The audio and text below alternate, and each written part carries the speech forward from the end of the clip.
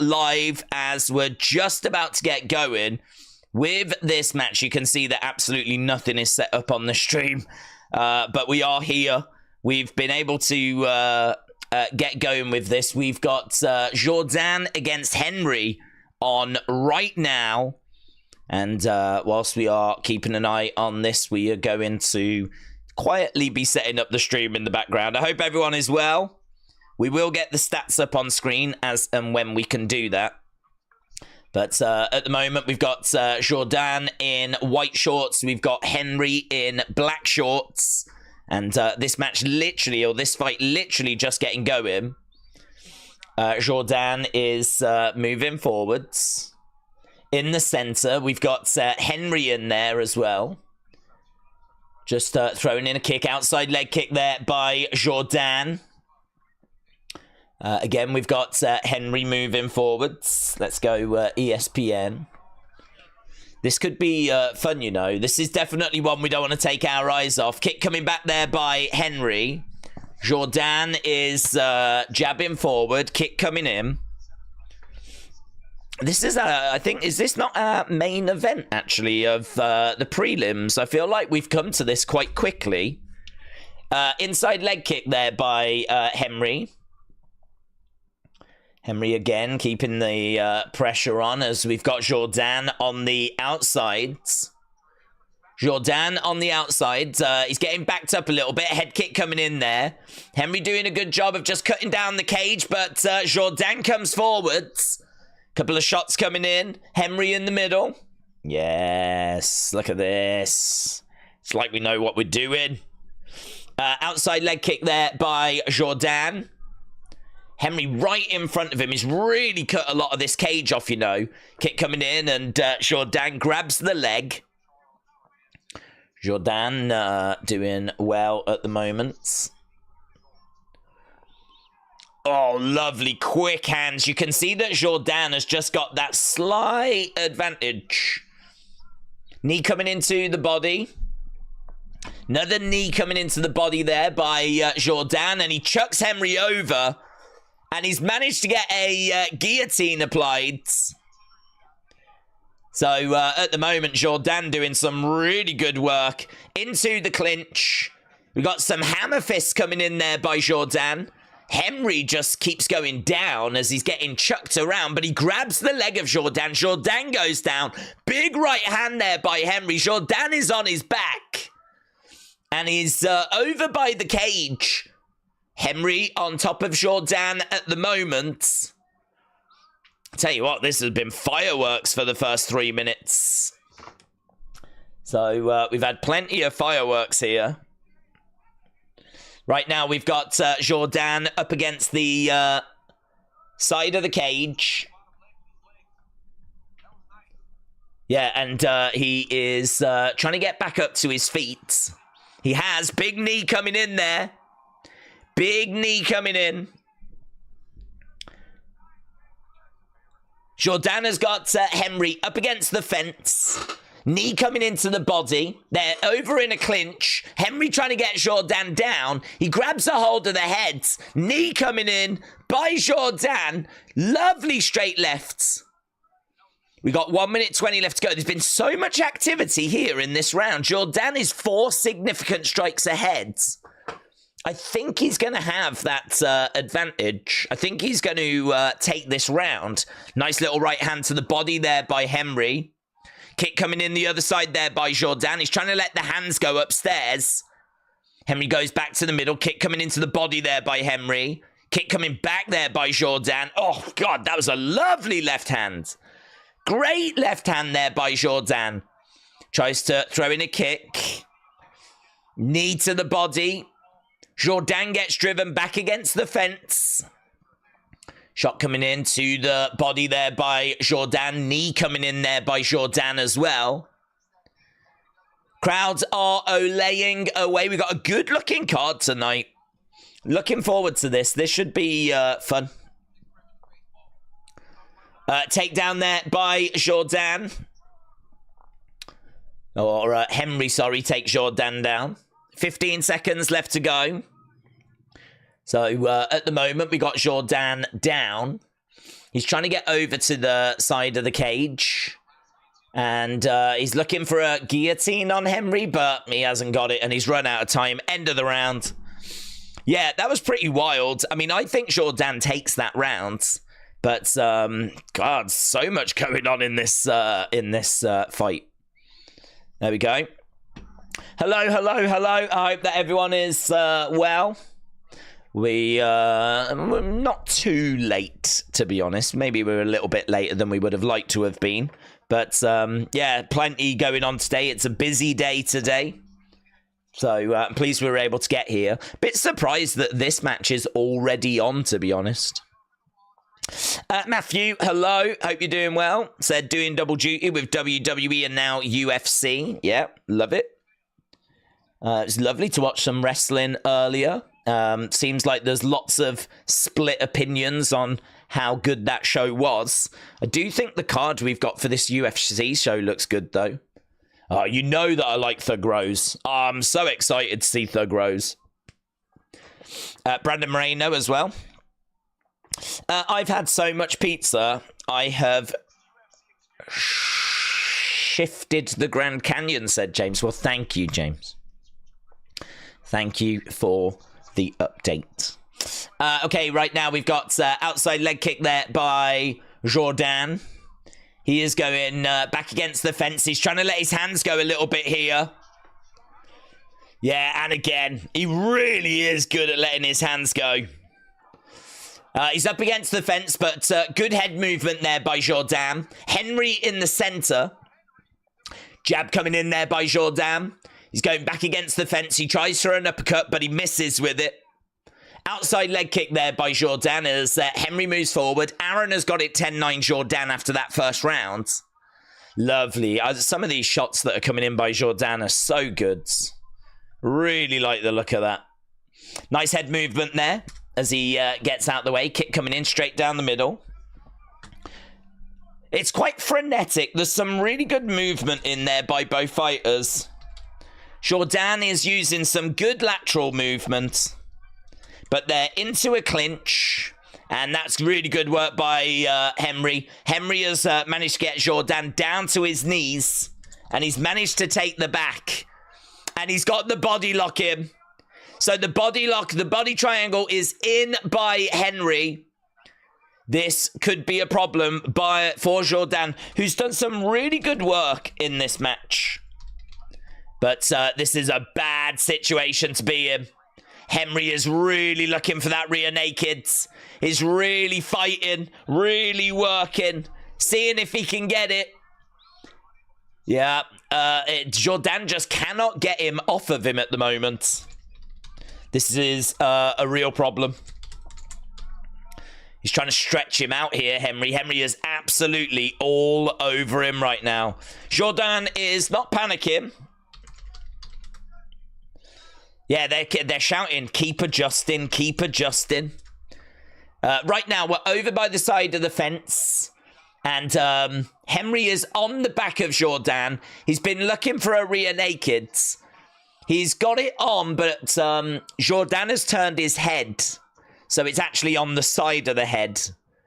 But good work by Jourdain. He's just constantly defending. He's going to have to defend for a long time, though.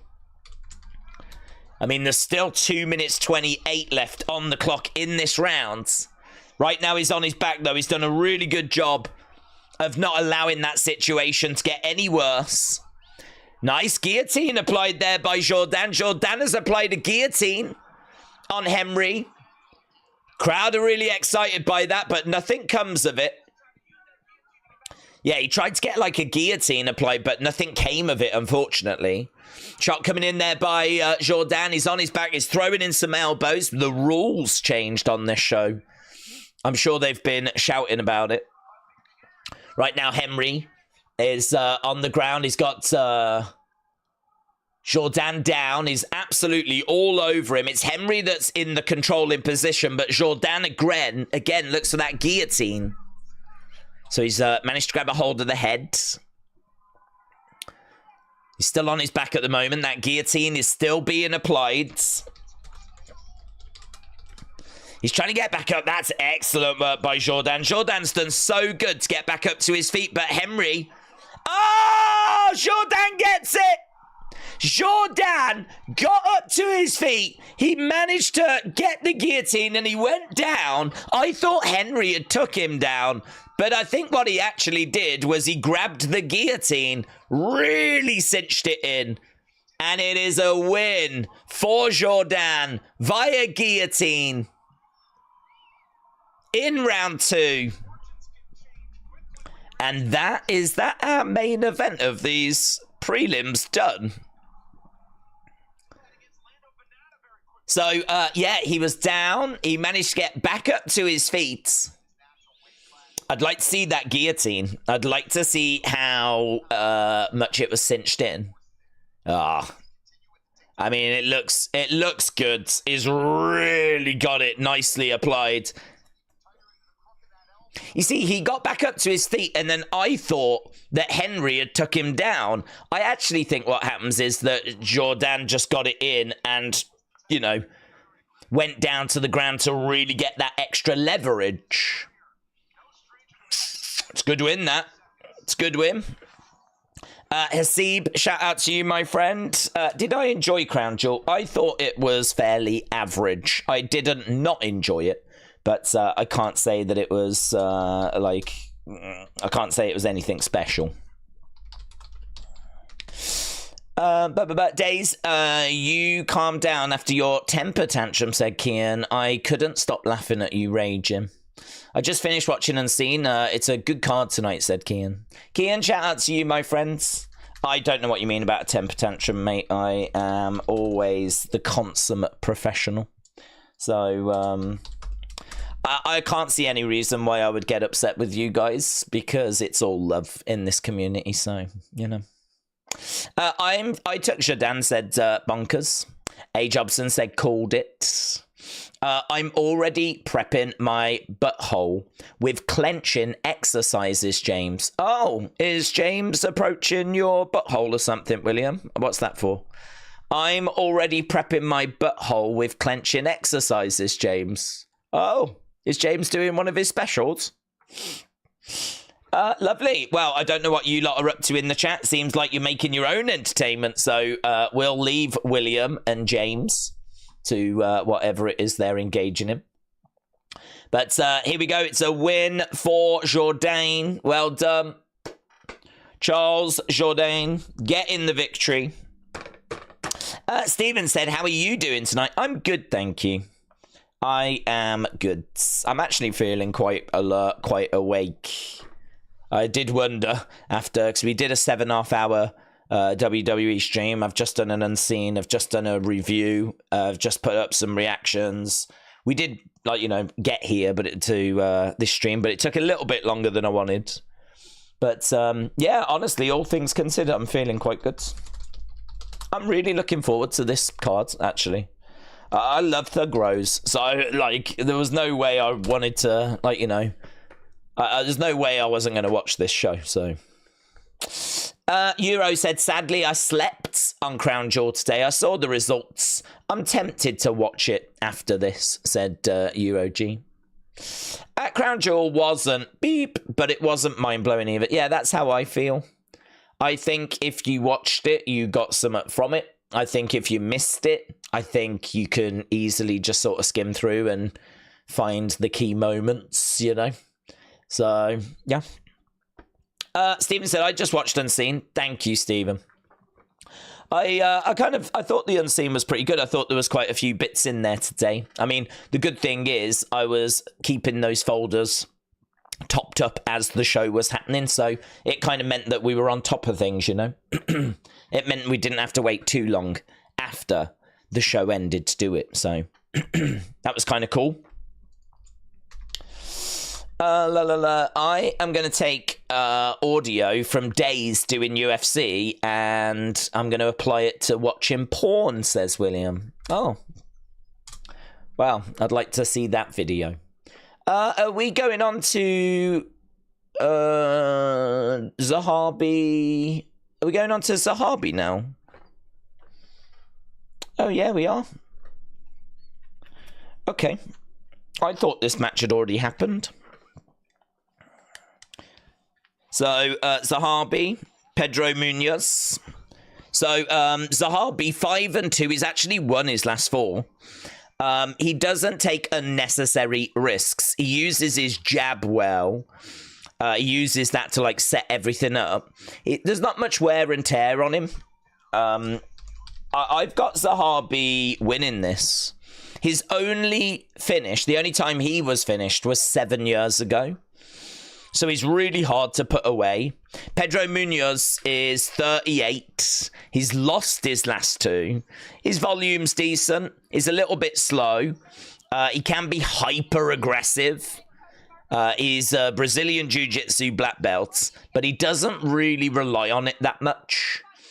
Pedro Munhoz is the slight favourite, but 72% of people on Tapology have gone with Zahabi. I've got Zahabi as well. So let's see how this plays out. Feel free to let me know in the chat which way you think this goes. Do you think it'll be Zahabi or do you think it'll be Pedro Munhoz? Who is going to get the win? I'm guessing this is the main event of our prelims.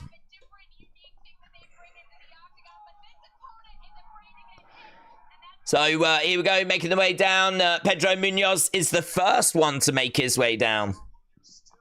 I think the first 2 matches were fire, and then it dipped, says Asib. What if Days did a stream? I think weirdos would appear, like Joe Henry when you say his name, says Kian. Max Holloway is things to 155, said Zachary. Can't wait for Thug Rose, said Steven. Zahabi. Bonkers has got Zahabi. I haven't had a chance to make the thumbnail for my review of Crown Jewel, and the flipping image that's been chosen makes me look like a right freak. So that's annoying.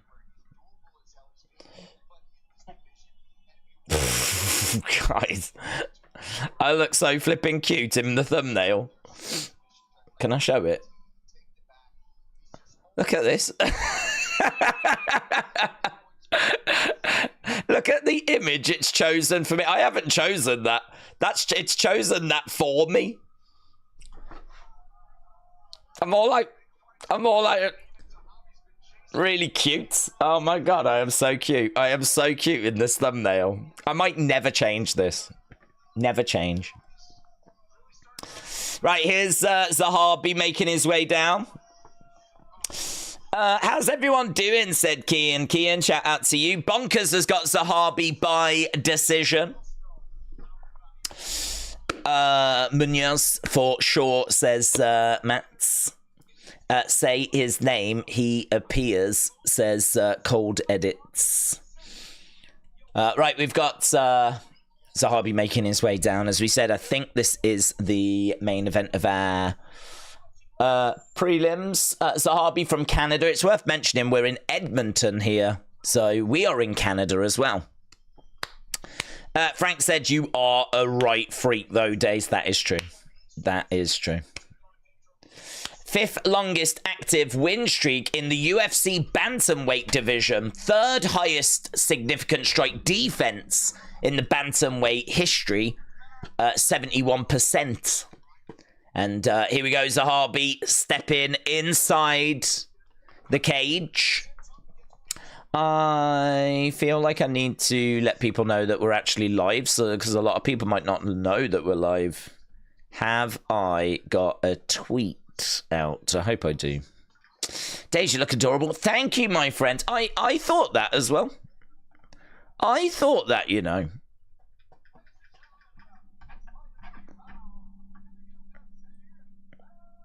Okay, Bruce Buffer, just doing the intros. Fighting. Max Holloway said he's going to permanently move to 155. Mr. Meme, thank you. Shout out to you, buds. Days, Erin Blanchfield fans allowed in the chat said, see, there's Erin Blanchfield fans? There's surely not. Surely not.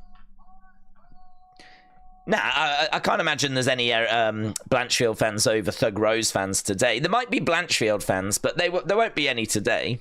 Everyone will be rocking with Thug Rose, won't they? Right, Zahabi is minus 180 favorite. Wow. 48 hours ago, he was the underdog at plus 110. Now he's minus 180. Nice. Frank said, there's only 37 likes. Come on, guys. You know that we need to get to 1,000. A. Jobson said, I embrace Zahabi at minus 140. He's got an automatic Uchi Geshi. I don't know how you pronounce that. Zahabi can vandalize the previous pitfalls. Right, here we go. We are underway.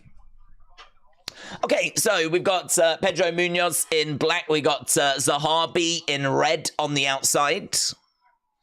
And Zahabi using his lateral movement, just going from side to side.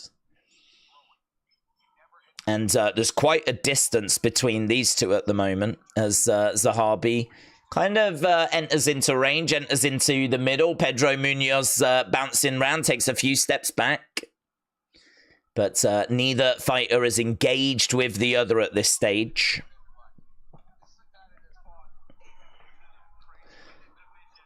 Again, they're really staying away from each other at the moment. Zahabi comes forward. There's a jab that's thrown. These numbers aren't broke, by the way. There are a couple of jabs being thrown now by Pedro Munhoz. Zahabi on the outside, kick coming into the body there by Pedro Munhoz. Zahabi moving forward. Looked like he was trying to throw like an overhand left, but he hadn't quite measured it. He wasn't in the right rhythm. Backs up a little bit as Pedro continues to move forward. Nice straight shot down the middle there by Pedro Munhoz. Couple of shots coming back there by Zahabi. Zahabi again moving forward with Pedro. Coming into the center as well. Both fighters in the middle. That's a lovely right hand and a jab there by Zahabi. Kind of letting those shots off. Nice kick coming in there by Zahabi as well. Hook shot coming in by Zahabi. Jab coming back there by Pedro Munhoz. Okay, these two starting to engage now. There was quite a bit of distance between them before, but that distance has definitely lessened. Now they're both in boxing range. Not seeing much in the way of leg kicks at the moment. Pedro Munhoz has landed 2.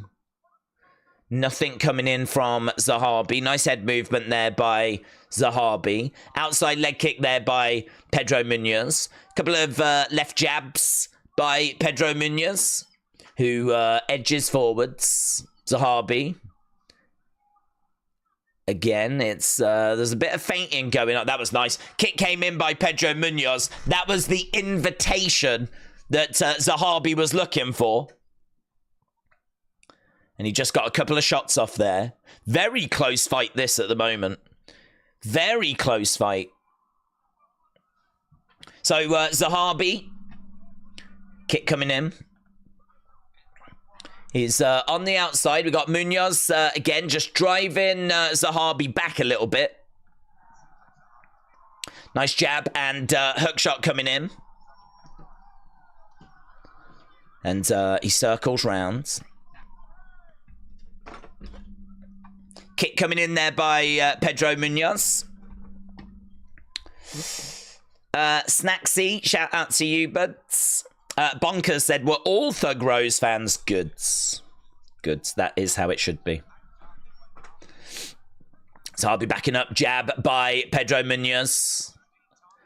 Couple of shots coming back by Zahabi. It's tit for tat, this. It is, well, both sides are being very disciplined.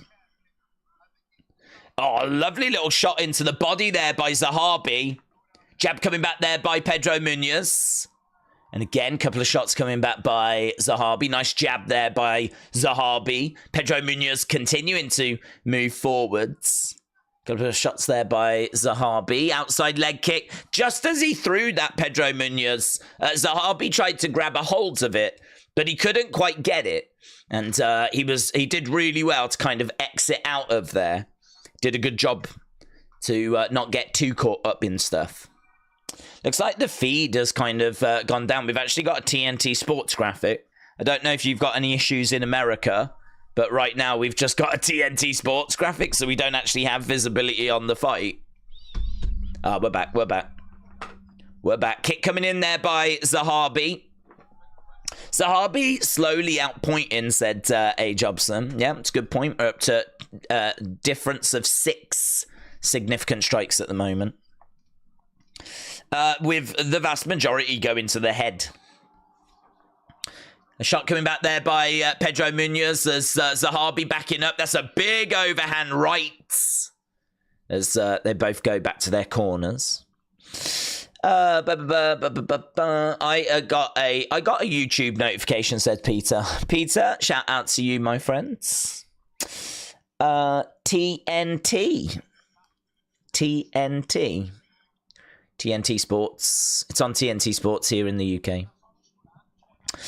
If Pedro Munhoz loses this, he is officially washed and he will be a cut candidate.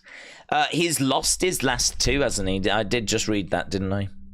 Yeah, he's lost his last 2. So he will have lost his last 3 if he loses this. He's currently 10-9 in the UFC. That was lovely. We're just seeing some... there was a kick that was there. I think that might have been when the kind of picture went down. Okay, we should be getting underway with round number 2. And this, you know, we've only got 13 minutes till we go into the main cards. Okay, here we go. Oh, have we got another issue, have we? Yeah, man. Oh, TNT has gone to another graphic again. They're having some real dramas tonight, aren't they? We got some real dramas. Oh, man, it better not do this during the Thug Rose match. Bonkers said TNT have got that now. Yeah, no, it just momentarily went back to another graphic. But it's okay, we're back again.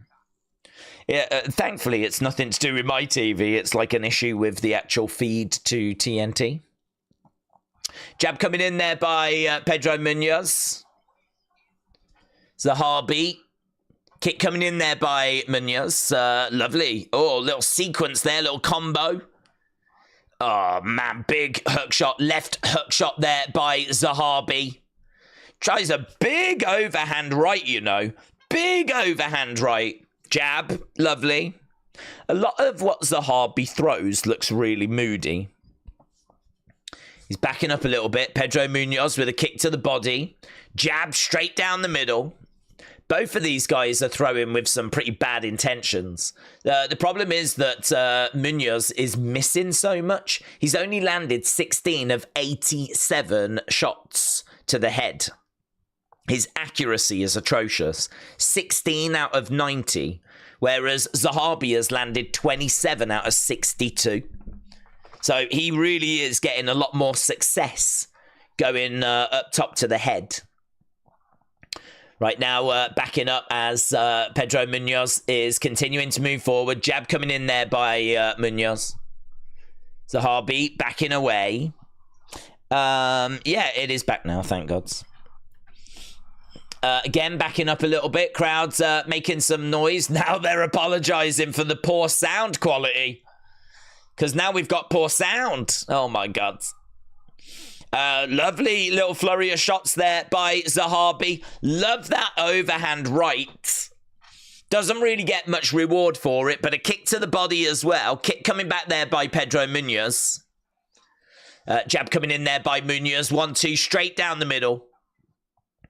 Zahabi, again, just having a little look, seeing if he can find an opening. Jab coming back there by Pedro Munhoz. Jab by Zahabi, and he doubles up in it. You can see the damage. Oh, my God. Big overhand left, and then a straight right by Zahabi. That was really good. Oh, man, that was so good. Pedro Munhoz getting round the back of Zahabi. Zahabi managing to break away. I think both guys actually have got some damage to their faces. I think Pedro Munhoz is definitely feeling the effects of what Zahabi is throwing here. Jab coming in by Pedro Munhoz. There's marks on the back of Zahabi. I don't know if that's blood that's coming from his back. But jab coming in there by Pedro Munhoz. Outside leg kick there by Munhoz. Yeah, you can see his eye is like really swelling up. That's a lovely right hand coming back by Munhoz, who tries to get a takedown. No joy. Both have tried for a takedown. Neither have managed to get it. But shot coming in there by Zahabi as Pedro Munhoz continues moving forwards. And right now it's Zahabi that's just looking to counter-strike. Outside leg kick there by Pedro Munhoz. Yeah, that's a lovely right hand. Pacer, this has just died down a little bit. It's been a lot of output. I mean, if you look at the amount of significant strikes they've thrown, it's 128 to 156. I mean, it's a lot of output. Their accuracy is not amazing, but, you know, they're putting in a decent effort. Zahabi on the outside. Jab coming in there by Zahabi. And Pedro is moving forward. Zahabi backing up a little bit, circling round. It's Pedro that's being the aggressor. Oh, that's a big overhand right there by Zahabi. Munhoz looking for a takedown. Drives Zahabi up against the fence. Knee coming into the body there. Sort of feel like this thing has got decision written all over it. Hard to see either of these putting the other away at this stage. Just because they've already thrown quite a bit of each other. And that is it for round 2. So round number 3 coming up now. Yeah, pretty fun fight, to be honest. 64-36. I mean, look at the gap now.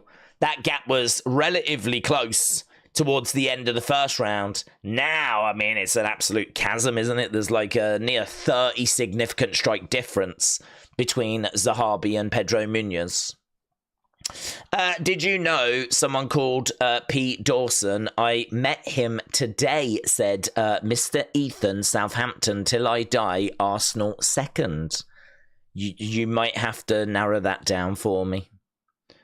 You might have to narrow that down. Although I do like your profile picture.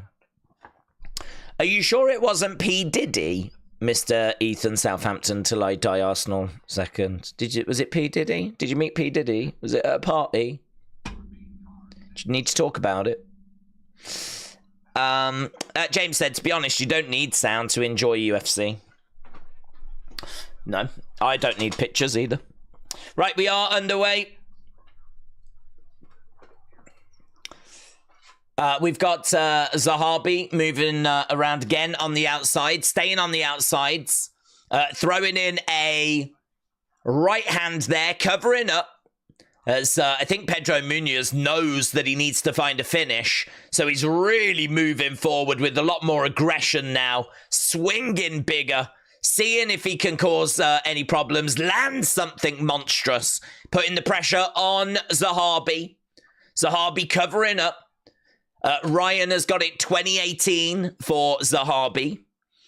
And Mike's MMA picks has put in a flipping novel on screen. I ain't reading that. Kick coming into the midsection there by Pedro Munhoz. Follows it up with a jab. Left-hand jab. Nice overhand. Left overhand. Jab straight down the middle there by Zahabi. Aaron said Zahabi's looking very sharp so far. Very economical. Oh, love that. Nice knee to the midsection there by Zahabi. Kick coming back there by Pedro Munhoz. Both guys in the center. Zahabi covering up. Big swing.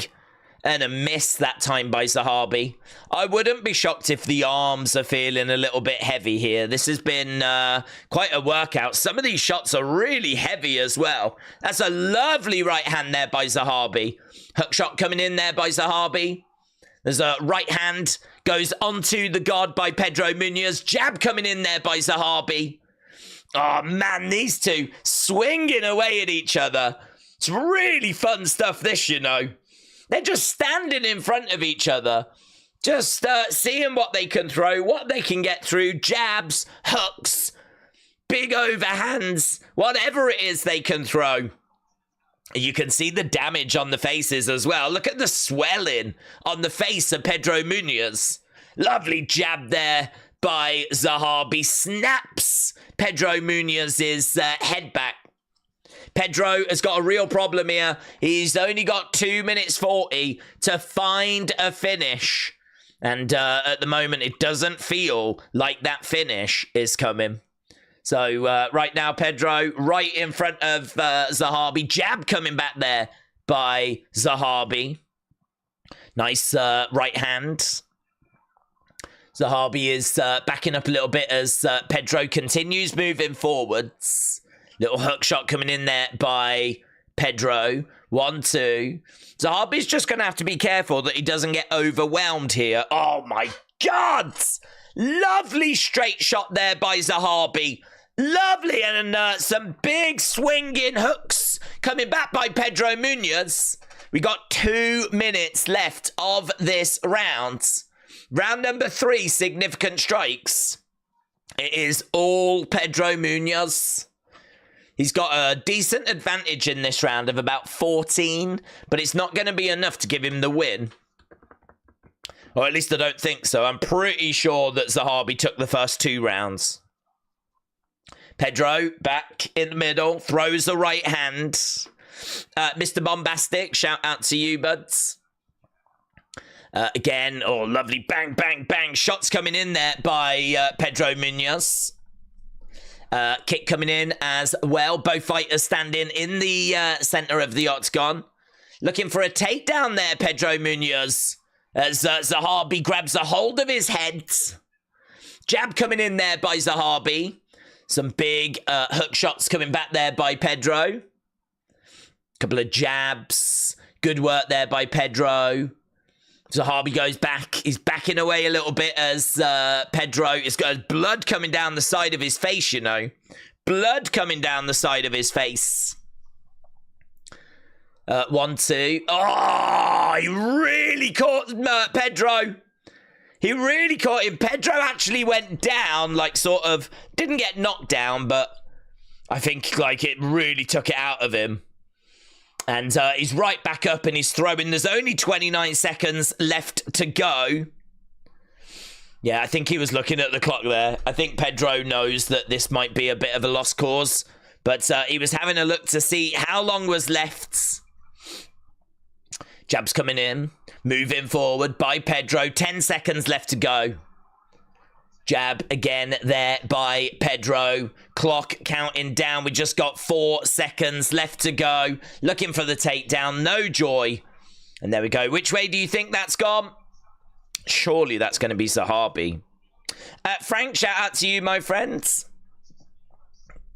Shout out to you, but surely that's going to be Zahabi. Zahabi's got his arms in the air. You never know with the judges, though. Although saying that, this is in Canada. And Zahabi is Canadian. So, you know. Home advantage.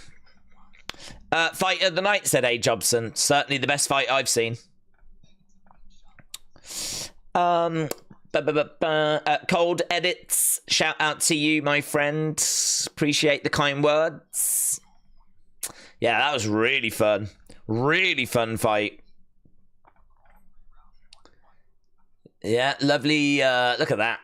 That was great. Oh, they're just showing a beautiful, different camera angle of one of those hook shots from Zahabi. And even the sound, even now, is still rubbish. I don't know what's going on with the picture and the sound coming from America tonight, but it's pretty atrocious. Okay, here we go.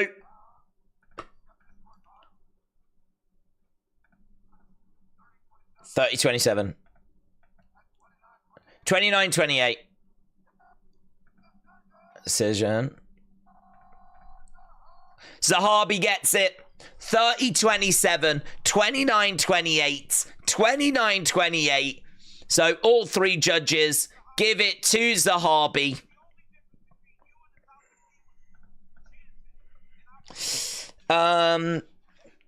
Days with me training in Muay Thai, I'm going to try and become a fighter in UFC for a few years, says Mr. Ethan. Well, good luck. Don't forget about us if you do go on to achieve those great heights. Longest active win streak in the UFC bantamweight division. Zahabi now on a 5-fight win streak. Both were letting their hands go. It was a good fight, and it had some nice boxing, said Charles. Charles, shout out to you, dude. Lisa said, with the large amount of videos and photos for your YouTube page, would you have to buy more gigabyte to make sure you have enough storage? No, you don't have to buy any storage for YouTube. The YouTube store it all. So you don't have to pay for any storage. The only thing I need is enough room on my computer for if I record a video. I just need to know I can store it on my computer. So I always try to just keep on top of that. But outside of that, that's it. Liverpool is top of the league. Let's go. Man City and Arsenal lost to Bournemouth and Newcastle. What a day it is for Liverpool. I'm so glad the boys won today. Well, I can't stand Liverpool. As a Man United fan, everything you've just said deeply upsets me. So, you can be timed out. 5 minutes, and you can think about that. Right. Why is Jourdain versus Henry locked in on screen? Oh, I forgot to change that, didn't I? For lols. Just to keep you on your feet. Right, I don't actually know what the next fight is. Is it going to be Mike Malott? Is that our next one? Let's do Mike Malott versus Trevin Giles. I think that might be our next one, but we are starting the main card now. Don't forget, tonight we've got Thug Rose. We've got Brandon Moreno, former champion. Haven't seen him fighting since February. He's going to be coming on, taking on ALBAZI. Then we've got Erin Blanchfield taking on Thug Rose Namajunas. We got Derek Lewis taking on Deniz. Haven't seen much of Deniz. He's 2-0 in the UFC. In fact, like, this is going to be a pretty fun main card. I think we've got 6 fights on this main card.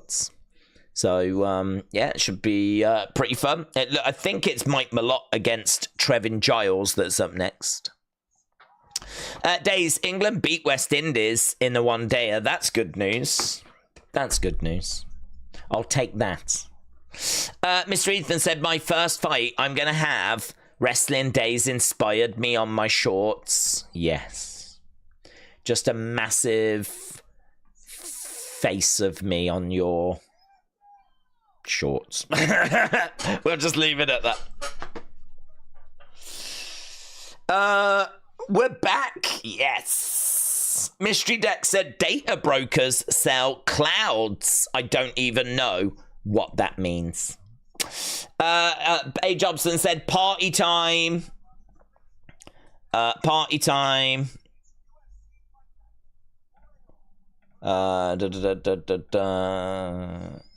Lovely. West Indies won. England beat West Indies. Yes. Yes. Brock Lesnar against John Jones, said Frank. That would be fun. It's not going to happen, or at least I don't think it's going to happen.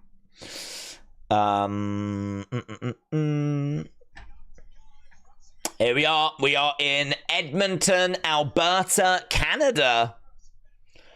Oh, that's nice. We're at Roger's Place. Hello, Roger. We're around Roger's Place for this one. Yeah, normally when it's a 6-fight main card, it's normally a 6-fight main card because one of the fights at least is expected to go quick, end quickly. That's normally why they put 6 fights on. So this is obviously a very good sign of a very exciting main card. And of course, we've got Thug Rose. Thug Rose really fell hard, didn't she, man? She was the champ, and now she's like co-main event on a fight night. So we got Brandon Fitzgerald. We've got, I think it's Paul Felder and Daniel Cormier. Mr. Bombastic said, I have never personally seen you get offended by what people say to you sometimes. Has it ever happened? Said Mr. No. I love everyone and everyone's comments. I literally love them all.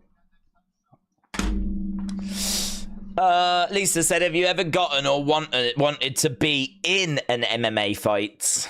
Nope. I mean, when I got into it, I was probably a bit too old. I really think, you know, I think you've got to get into this young because there's a lot of kids that get into this young. And, you know, I mean, my cousin's son, he is training in Muay Thai. And, you know, he's been doing that for a good few years now. And he's not even out of high school yet. So, you know, there's people that are putting in that kind of work and training their bodies from that kind of age. Like, you can't really get into it, like, late in life. I feel like this is it's like football. You know, with football, chances are you need to be doing that when you're, like, flipping 8. I mean, I'm not saying you need to be doing Muay Thai at the age of 8, but, you know, I think it's one of those. I feel like, you know, by the time you're 20, you really have to have worked a hell of a lot of stuff out. By the time you're 20, you're pretty much committed to what you need to do in life, you know? Like, it's probably a bit too late to go, do you know what? I'm going to try and be a footballer at the age of 20. Like, that boat has probably sailed. You can't give football a go at that age. Same with, like, do you know what? I think I'm going to be a tennis player. So, and I think the same's probably true of MMA. I don't know. Maybe you could, but if you're a natural, you know. But chances are, you know, the quality of fighters is just getting better and better because they're starting younger and younger. There's so many MMA schools now, you know. So, no, I can't say. When I really was getting into MMA, I think I already recognized I think I've been a boomer for a very long period of time. I don't ever remember not being a boomer, actually. I think I was born a boomer. I think I came out as like a moany old man out of my mum's vagina. I came out like complaining as a moany old man. Oh, here we go. So, yeah, no, I've never fancied being in an MMA fight. Okay, we're looking at Erin Blanchfield. There she is, look, just taking boomers down and choking them out. Anyone can do that. Rear naked chokes in that 1,000,000 times. Seen loads of them. Boring. Erin Blanchfield. Here we go. Thug Rose. Yes. Thug Rose. I'm the best. I'm the best. I'm the best. Yeah, you are. Look at that. Look at that rear naked choke. That's how you do it. Brilliant. Brilliant rear naked choke. Yeah, mess her up, Rose. We're seeing a video package. Boom. Ah, headshot. Dead. Take that, Zhang Wei Li. Headshot. Dead. Some new rules. Here we go. New rules. 3 judges score about 3 5-minute rounds. 5-minute round. We know this. Round winner gets 10 points. What? Opponent gets... Oh, yeah, we knew that. Opponent gets 9 or fewer. Okay, here's the new rule updates. The downward or 12-6 elbow has been removed from the list of fouls. and language regarding a grounded opponent has been updated. Fighter is grounded if any part of the body are in contact with the ground.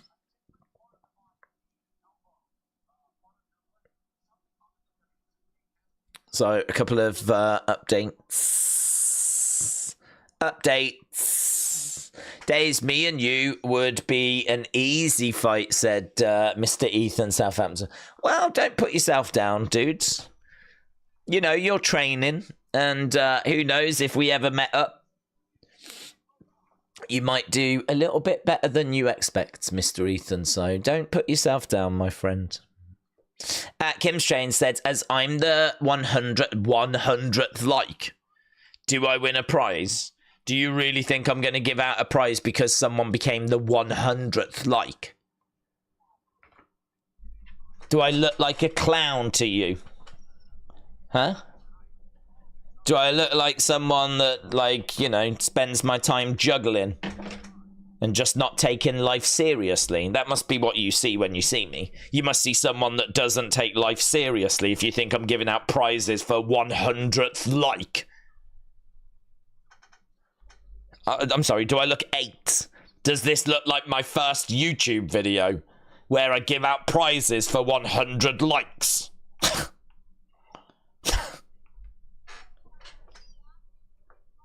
Do better. Yeah. Plus also in the corner it says we've actually got 1,100 likes. We've got 1,111 likes and I'm believing that. Yeah. Who's this boomer? What the hell's that? Look. She's got one sleeve and then the other side is like all open. Stupid. Should have got that finished. Right, here we go. They're making their way down. So Mike Malott's 3-1 in the UFC. He's got a great ground game. He's dangerous. He's got quick striking, fast submissions. He's athletic. So a few questions around his chin. Cardio, durability questions as well. But he's got amazing offense.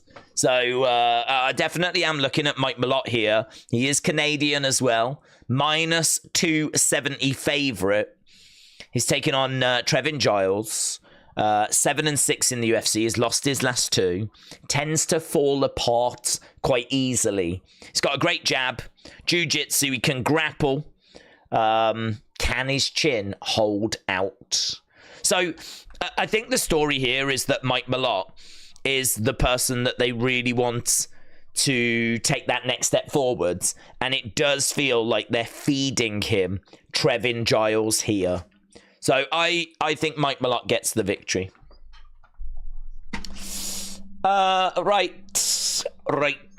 Manuel said, have you turned heel? Who, me? No, I'm just not taking the community's shiz anymore. The amount of disrespect that gets thrown, inadvertent disrespect that people don't even mean, but it is disrespect that I just have to take and go, oh yeah, it's fine. Oh, it's fine. Yeah. You know, like that, like, do I get a prize for being your 100th like? Yeah. Why don't you just say, oh, there's not many people around. There's not many likes today, Days. Yeah, this stream's not very popular, is it? That's what you meant, wasn't it? Eh? That's what you meant. And I just have to go, oh God, well, thank you for being the 100th. Like, that's so kind, thank you. Well, no, I'm not playing that game anymore. Yeah? Now I'm just going to go, shut up. Shut up. Yeah?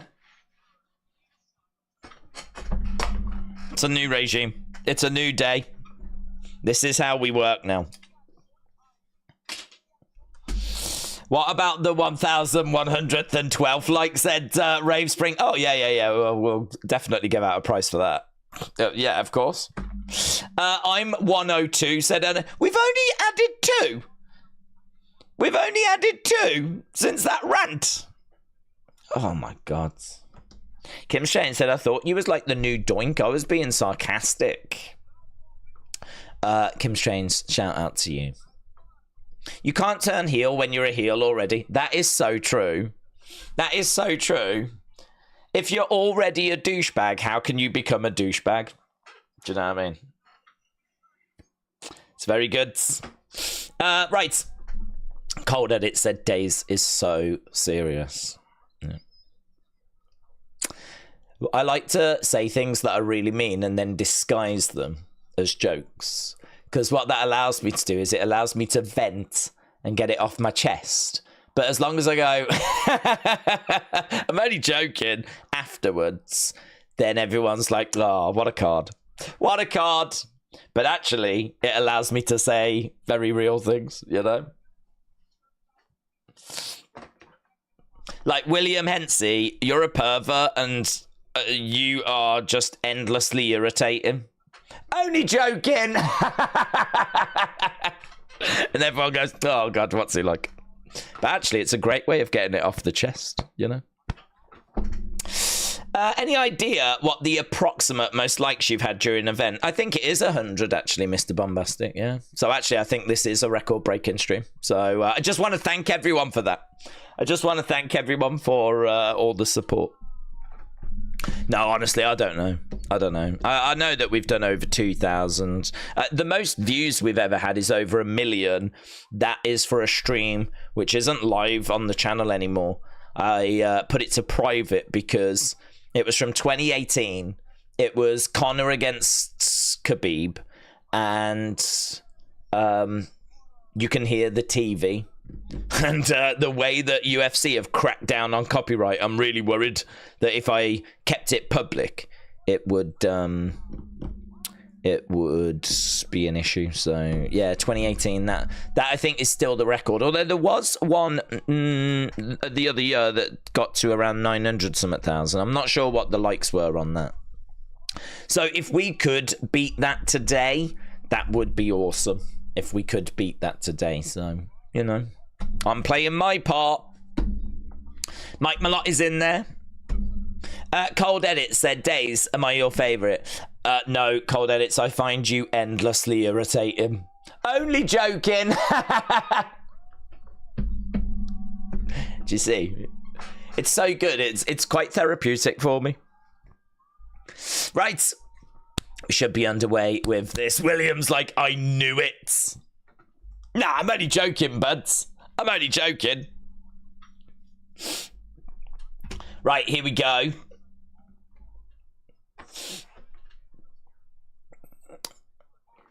Right, first fight. You say what you feel, you disguise it as a joke, but if that's do what I do and not disguise... That's true, yeah. Maybe that's where you've gone wrong, James. You say what you feel, but you just don't say the only joking bit at the end. It's the only joking bit that's like the key bit, really. Right, here we go. Giles in the middle of the ring. Or the octagon, as we like to call it. Just kidding, said Franks. I'm taking my light back now. Well, I don't know that anyone really left any, to be honest. We've only got 100. I think you get that just for joining YouTube. I think when you create a video, they give you 100 likes just to start you off with. Giles with an inside leg kick. Bouncing around. William's a perv. I don't believe that, said James. That is what it says in the men's bathroom that I went into. It was written on the wall. Mike Malott. Again, circling round on the outside. Lovely jab there by Giles. Overhand coming in by Mike Malott. Jab, nice head kick, but it was blocked by Trevin Giles. As we said, Mike Malott is definitely the fighter that they want to see come through this. He did lose his last fight. He's now 3-1. Spartan, hello, buds. Brandon, shout out to you. Frank said, I love you all, but I'm going to watch GC dub. UFC is fake. No, it's not fake anymore. They've changed the rules. They were just talking about that. Apparently, it's not fake anymore. Outside leg kick there by Giles. It's very tit for tat at the moment. We've had just over 2 minutes. So far, there's been 7 strikes landed. Oh, there we go. Look, John Jones, Stipe Miocic. It's going to be good, man. I've got Jones winning that. I'm sure most do. But it's going to be a really good fight, that. Giles, again, staying on the outside. It's 5-5. It's really nothing between them at the moment. Giles in blue, right in the center, outside leg kick there. As soon as he fired that leg kick, Giles came in with a straight left. Kick coming into the body. Malott working, going to the body. He's had 3 kicks that have landed to the body. Again, another kick coming in there by Mike Malott. Tries to throw in another one as well as Giles is in there. Mike Malott. Oh, nice kick there by Giles. Kick coming back there by Mike Malott. Oof, big right hand, but just fell short there by Trevin Giles. Kick coming back there by Mike Malott. Oh, God, it's really frustrating. You're just waiting for this thing to get going. You're just waiting for someone to find an opening. Has he got some damage on his face at all there, Mike Malott? Outside leg kick. Yeah, has he busted his nose? I think Mike Malott's gotten blood. So he's only landed 3 shots to the head, but yeah, he's busted, man. On his nose. Blood on Mike Malott's nose from 3 shots. Your damage really matters as well, so there's not much in it. Because of that damage to the nose. This is going to be meaning that Giles is definitely winning this round. 10-7.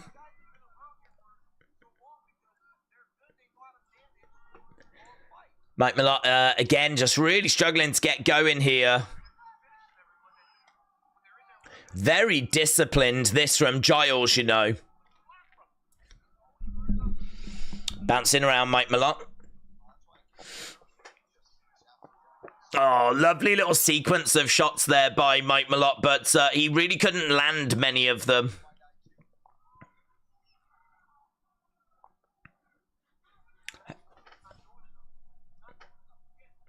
Kick coming in there by Mike Malott. That is really hard, you know. I think that's going to be a Trevin Giles round. They're saying it's just a scratch. But to the judges, that is damage. There's a little bit of what looks to be a swell in there as well. Who do you think took that round? Look at the output. Mike Malott threw 35 shots. Trevin Giles threw 15. Trevin Giles, though, only landed 3 shots less than Mike Malott. And he caused some damage. And there is not a scratch on Trevin Giles. He looks absolutely fine. I think Trevin Giles might have took that round. But Cormier doesn't think so. Cormier's quite frustrated with the lack of output coming out of Trevin Giles.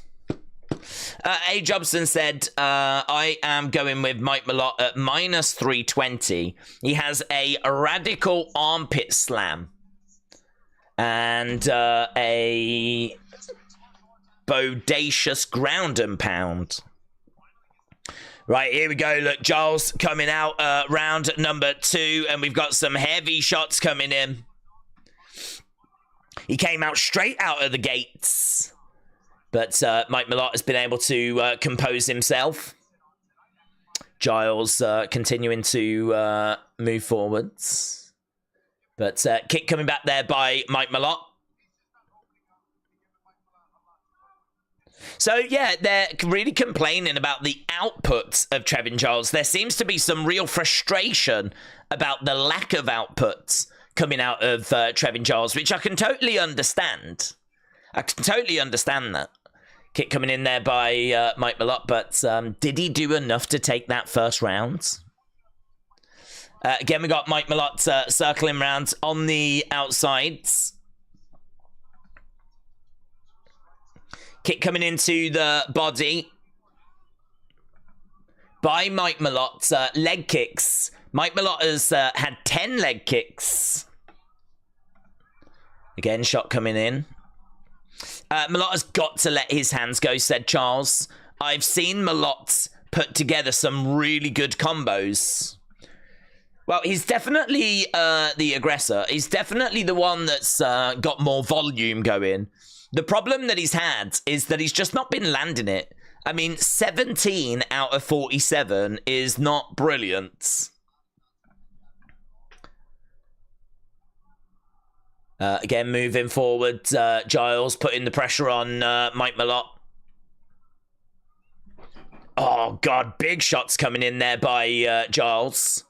The gap's only 4 at the moment. Matt, shout out to you, my friend. Jab coming in. I'll get to your comment in a few minutes. Changing of stance, kick coming into the body there by Mike Malott. Jab there by Giles.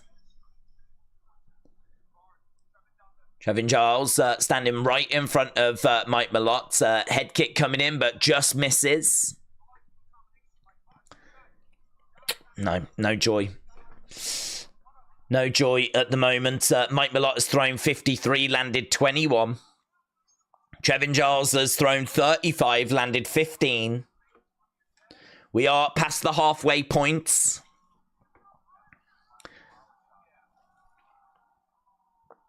Trevin Giles, very patient. Very patient, but the argument is too patient. Might be a lot in the middle. There's a left hand there by Trevin Giles. Might be a lot again, outside leg kick. Again, looking for it's a really slow fight, this. Oh my God, it's so slow. You're really waiting for these two to kind of like burst into life. Kick coming into the midsection. There's a bit of blood pouring down the face of Mike Malott. Jab coming in there by Giles. And again, big overhand right there by Giles. So, but again, they're just kind of standing off each other. There's a push kick that is thrown in there by Mike Malott. Covering up at the moment, Giles is really not offering much in response. He's just covering up. God, this is... I'm surprised they're not booing this, you know. I'm surprised they're not booing it. So, Giles, outside leg kick there by Mike Malott.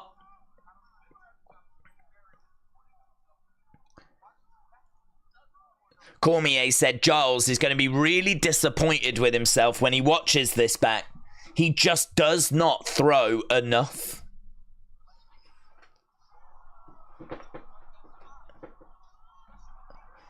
Shot there by Giles. Again, he's really busted his nose open. Hook shot coming in there by Giles. Mike Malott on the outside is thrown 73.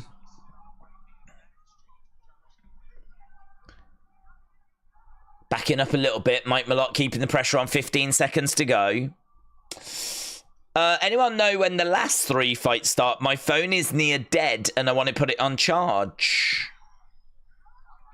No, wow, we've got 6 fights. Oh, there's a head kick coming in there by Mike Malott. End of the round. End of the round.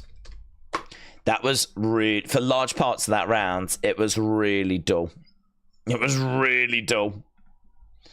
Like, they were just really not engaging, really not doing much. I just realised that Collision's been on for half an hour, said James. What's Collision? What's that? Matt Carney, shout out to you, my friends. Days, if you was a UFC fighter, would you be calm, technical fighter, or would you be more of a violent savage? Would you apologise to your opponent after if you broke their jaw? If I broke their jaw. What do you mean? When I broke their jaw. I'd be calm. I wouldn't be a violent savage. I know that's what you lot would expect. But I would be really worried about running in and getting myself murked. So I would be quite patient. I would be calculated. I would be reluctant to fight. But when I did, I'd mess them up. I would be breaking jaws left, right, and center. The under 8 MMA club wouldn't know what had hit them. Well, they would. Me. So, if we need to get that arranged, let's make some phone calls and I'll show you what I can do. I'd be willing to go up to, like, the under 10 range as well, but I'm not going above that. I'm not an idiot. I know my limitations. Right, round number 3.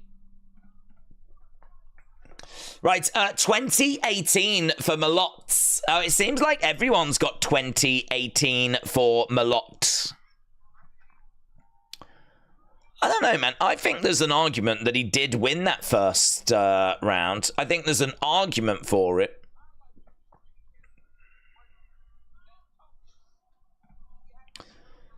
Right, we've got a minute gone. Head kick coming in there by Giles. This is round number 3. Giles, outside leg kick there by Malott. And again. Yeah, do you know what? If you need a card to be woken up and you need like a really exciting fighter, you turn to Thug Rose, don't you? You give Thug Rose a call. You give Carla Esparza a call. And you say, run it back, ladies. Run it back. Mike Malott, 44 out of 97. He's got a 45% accuracy.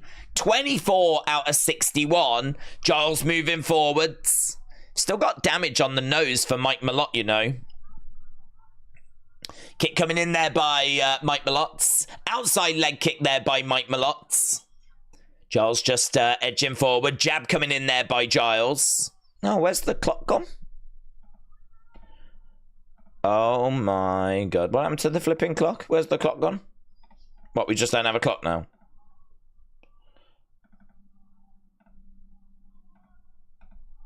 What the flip? Where's the flipping clock gone? Why has that just disappeared? Oh, well, this sucks. Oh, that's a lovely little left-hand hook shot there by Mike Malott. That was really good. That was really good. That'll do. Where are we? 225. There we go. It's fine. I don't know what's happened to the official timer, but whatevs. Kick coming in there by Mike Malott. We're not missing anything, said A. Jobson. Spartan said he would be a heel days like earlier. Well, I was driven to that. You know what the wrestling side of this community are like. Not as cool as the UFC side. I love you guys. But honestly, those twats. They wouldn't hit the like button earlier. They wouldn't know a like button if it spat in their face. Honestly, I had enough of them, but you guys are cool. I love our UFC community. Mike Malott in there with Giles. Got 1 minute 30 left to go. Mike Malott again in the middle. Giles. Big gap now with Mike Malott and Trevin Giles. Boomer said this stream is sponsored by Manscaped. It's not. I don't even know if they've reached out to me. Head kick coming in there by Mike Malott. Jab coming in there by Giles. Kick coming back there by Mike Malott. We're into the final minute. I am going to be so thrilled when this fight ends. Honestly. It's going to be a blessing. Mike Malott in the center. Blood pouring down his nose. Trevin Giles is just painful to watch. That's the conclusion I've come to. Oh, okay, into... That was better. They both exploded forward into a clinch. Mike Malott looking for a hook shot. And Trevin Giles in the middle. Jab coming in there by Trevin Giles. Malott again, throwing out a jab, throwing out a kick. Blocked there by Trevin Giles. Got 11 seconds to go.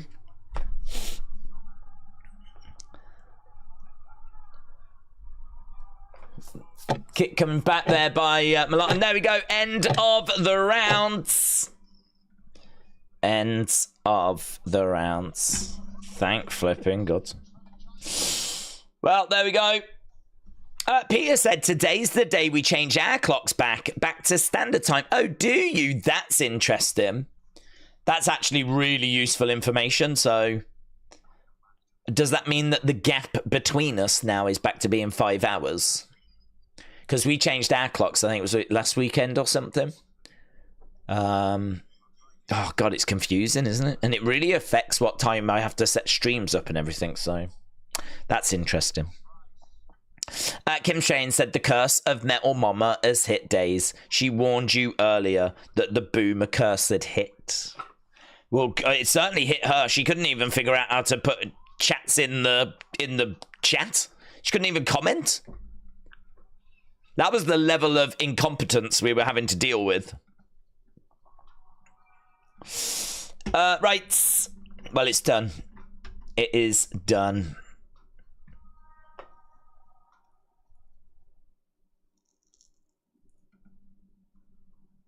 Okay, we're going back to the show.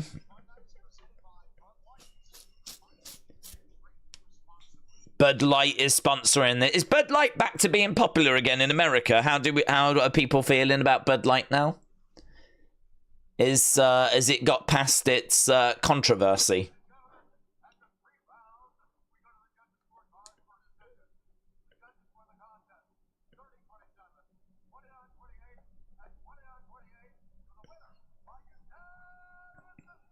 Here we go. Okay, Mike Malott has got it. Mike Malott has got it. Unanimous decision. And he deserved it as well, because he actually did something. So he definitely deserved it. Right. Yudong is a stream supporter, said A. Jobson. Seeing the clock hit 0 was the best part of this fight. I agree, Charles. You and me, eh? Were on the same wavelength. That was also my favorite part as well. Mike Malott said, I am here to protect the house.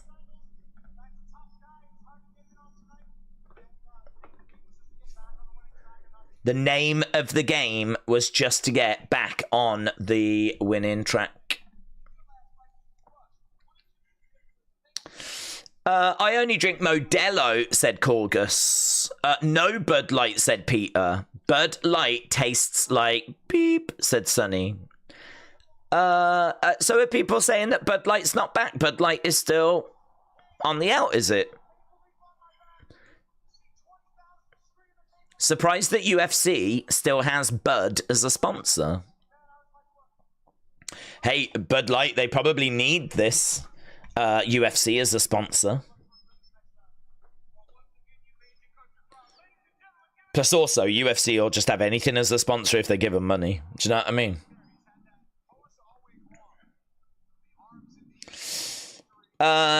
They drink Labatt Blue. I don't know what Labatt Blue is. I don't think we have that.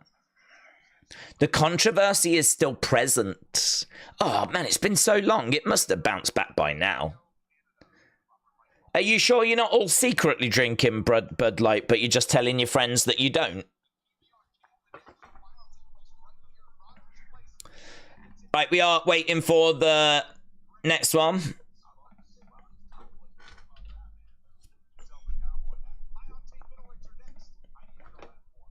Who we got next? Marc-Andre Barrio coming up next. Let's go. Okay, this could be fun. Marc-Andre Barrio versus Dustin Stolfus. Lovely. Well, it can't be any worse than the fight we just watched, can it? So, Marc-Andre Barrio is well-rounded. He is not great at pushing the pace, but he's got good cardio. He can be a little bit slow. He can be a little bit plodding. He works combos well. He's got good boxing. Not great wrestling, but decent takedown defense. He won't be a title challenger. But he is UFC quality. He is a UFC fighter. 83% of people have got him winning this next fight. And he is the minus 200 favorite. Dustin Stolfus is plus 170.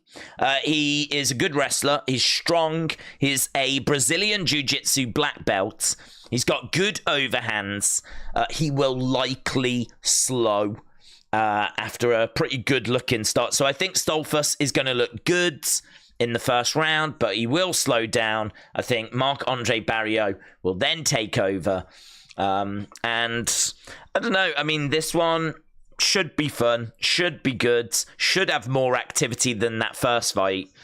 I mean, that first fight is not a fight you want to open a card with. You know, you want to bury that as way on the early prelims, really. That was not a good fight, that one. Mike Malott against Trevin Giles, but hopefully this one can improve things. Giles literally peed away the fight, said Samuel. Jobson said it's crazy how unaware Giles was in that fight. He was showboating at the end, thinking in his mind that he had clearly won. Don't know what his coaches were even saying mid-fight. Everyone knows that men will grow lady parts if they drink Bud Light, says Ernest on purpose. Don't fancy that. Yeah, it might be worth to, you know, have a little go. See what you can grow. Who knows? Who knows? Something to do in it. Be a pretty fun weekend. They drink. What do they drink? Moosehead, said Deep Roots. I've never heard of Moosehead. I reckon you're all drinking Bud Light right now, to be honest. Okay, we've just got the breakdown of this next fight coming up. What are people drinking tonight? That's an interesting question. What are people drinking tonight? Has anyone got a few beers that they're cracking open? Kim Shane said, I've not drunk alcohol for about 15 years. Oh, well done. I've got Marc-Andre Barrio at minus 205. He's got an underrated butterfly sweep, says A. Jobson. Days, they are like the homeless drunks drinking Bud Light in a paper bag to hide what they are drinking. It's true. The shame. The shame. It really kicked off. I mean, like, they were giving it away for free at one point because they just couldn't shift it, could they? Like, it was really bad. No one wanted to touch it. It was, it really, like, became a meme in a way of people just not wanting to engage. Now, I saw people taking guns out to shoot it. I mean, that's not how you get rid of a beverage. You just open the can and tip it on the floor. You don't need to get a gun, you crazy Americans. I don't want this Bud Light no more. I'm gonna shoot it. No, you don't need to. Just open it and just tip it down the drain. Oh, God. Why would you drink a beverage that suggests going a BJ? I can't. This is why it's not worth reading a message that hasn't fully shown on screen. Why would you drink a beverage that suggests going a BJ to a moose? I have no idea what that means. What the hell am I meant to do with that? Mr. Ethan, Southampton till I die, Arsenal second, says, tomorrow I'm a year sober. Oh, congrats, buds. Congrats. That is very good. I went a long time without drinking. Just because, like, I was working, to be honest, and I don't know. Once you stop, I found once I stopped, I never really had a need for it. I was so busy working, I never really thought about having a drink. And then I had a drink, and I was like, oh God, felt rubbish. I felt so rubbish. My ability to drink kind of abandoned me. If you haven't drunk for a while, if you go back to drinking, oh my God, it doesn't take much. I used to be able to drink a fair bit, but my tolerance is atrocious now. Honestly, I'm a baby sham, and that's it. One baby sham. I'll be done after a Bud Light these days. I'm drinking Pepsi Max, said Kim's Chains.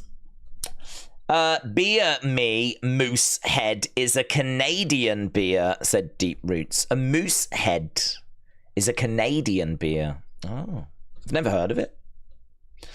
A. Jobson's drinking some Fosters. Peter said, I've got some Guinness Zero is not a bad alternative. Do you know, I heard that's really good, actually. Like, it tastes really... I do want to try that. I've heard it tastes a lot like the real thing. But it's got no alcohol in it. It's Guinness Zero. Yeah. You're not the first person to say that, yeah? Yeah. I do want to try that. There was a pretender, I got him. Mostly, it just makes you pee more frequently, says Peter. What's this? The Guinness Zero. I'm not a drinker, so it's Yorkshire tea, said Liam. Yeah, man. Yorkshire tea. Let's go. I can vibe with that. I'm not a big tea drinker, but if I was to drink tea, I would drink Yorkshire tea. I don't mind the odd PG tips. A. Jobson said, I'm the best. Predictions, 7 of 12 winners, 5 perfect, 475 points. I'm tied for 509th. Well done. Well done. That's exactly where you should want to be. That's where all the legends are. Tied for 509th. Right, we got both fighters inside the octagon. Do you know this show has been going for 47 minutes?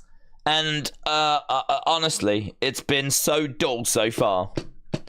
But thankfully, Thug Rose is on the way to save us. Not yet. But we're getting there. Beer and tea makes you pee, says Peter. Matt said Yorkshire tea and a zoot. What the hell's a zoot? FT dub. What's a zoot? I've never even heard of that. I'm drinking some Newcastle Brown. I had some of them the other year. It was like a little Christmas treat. A bit of Nuki Brown. Very nice. Cole Edit said, I'm 13, so all I can have is milk and Vimto. Yep. And I don't even know if you should be having the Vimto, to be honest. I don't even know if you should be in this chat, to be honest. Do you know what I mean? This is like boomers only. I certainly don't think you should be around William Hensey. I know that much. Right, here we go. We're about to get underway. Bario against Stus. And we are underway. Please give us something good. Please give us something juicy. Bario in red. Stoltzfus in black. Whoa! Outside leg kick. Bario went down. That was good. One leg kick by Stoltzfus. And Bario was down. I don't know if it was a heavy leg kick or if he just caught him off guard. Like, caught him off balance. But one leg kick and Bario was gone. So he's got him down on the ground right now. He grabbed the ankle. He grabbed the wrist. He's managed to grab the head as well. So Stoltzfus is in control at the moment. Bario is down on the ground. Some good wrist control going on. He's got him all kind of tied up at the moment. Bario is down on his side. Crowd are booing a little bit. I would say it's a bit too early to boo. We've only had a minute so far. But the crowd are not happy with what they're getting so far. I still think we've had more action than we got in the whole of the last fight. Stoltzfus is keeping Bario grounded and chest to chest right now. He's trying to stretch him out. Dull fights, maybe, but Days keeps it interesting, says Peter. Peter, shout out to you, my friends. Liam said PG is my respectable number 2. Okay, we've got, what's this? Half guards for Stoltzfus. So Marc-Andre Barrio is down. Stoltzfus is on top. He's grabbed a hold of the head. So Bario is kind of over on the side. This has now slipped into duel territory. Well done. Well done, everyone. Not a bad start, but here we are. Halfway through round 1, and we have now officially slipped into duel territory. Have we managed to get to 103 likes yet? Bario is being kept down on the ground. I don't know why, because Bario looks huge. Right, he's got some real size to him. He cannot get back up to his feet. This has been a real battle for him to get over to the side of the cage and find a way of getting back up to his feet. Like, I just feel like it shouldn't be this hard for someone of his size. He's really struggling here.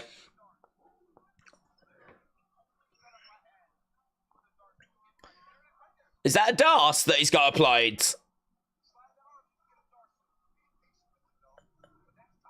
Stoltzfus is really putting a squeeze on here. Stoltzfus is asking some questions. Bario is in a bit of trouble. Oh, he's managed to get out of it.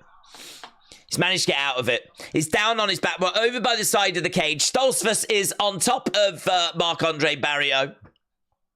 Chest to chest. Stoltzfus has done an excellent job of keeping him grounded. I've got Marc-Andre Barrio at minus 205.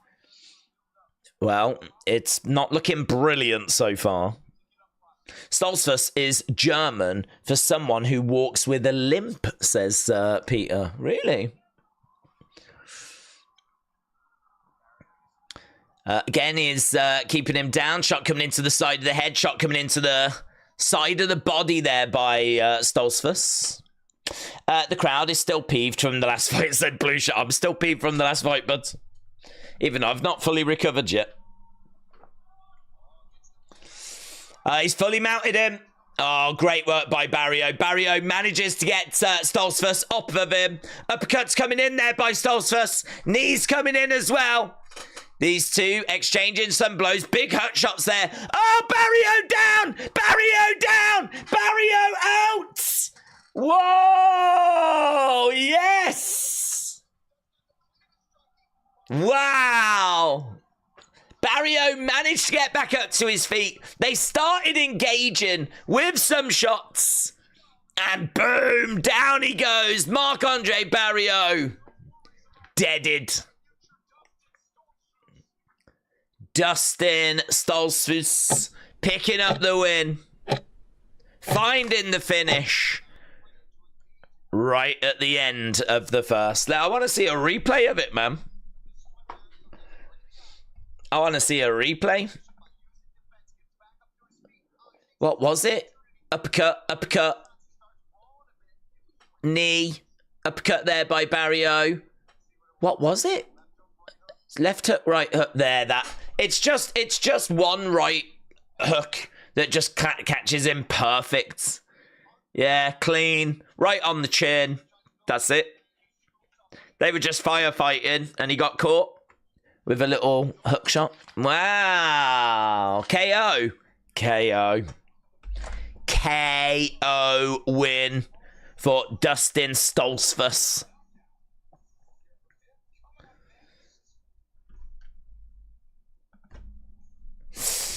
Even in a real UFC fight, you find yourself on your back in half guard. How do you defend it? if ever in a real fight, you find yourself on your back in half guards, how do you defend it? What do you mean, defend that position from getting any worse? What do you mean? I would probably soil myself. And I think that would go a long way towards the person on top of me wanting to not take it any further themselves. So that would be my answer. I would say, is it soil yourself? Is this like Family Fortunes? Family Feuds? We look to see what 100 people answered. I feel confident that soil yourself will be up there. He got slept, said William. KO? KO. Okay? Okay. Right, there we go. It is a victory, a first round. Kind of needed that after the slow start we had. Cold Edit said, I'm in love with Sadie Sink, says Cold Edits. Well, she thinks you suck. This card has been dreadful, said A. Jobson. Yeah, but that was good. Can't be down on that.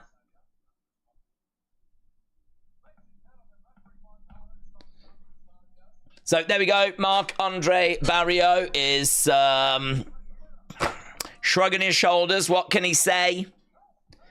He has to take the L, and it's going to be frustrating now. I thought that he would get the victory there. Marc-Andre Barrio has now lost, after this, he's now lost his last 3. Well, that just happened. It did. Stoltzfus, strength surprised me, said Charles.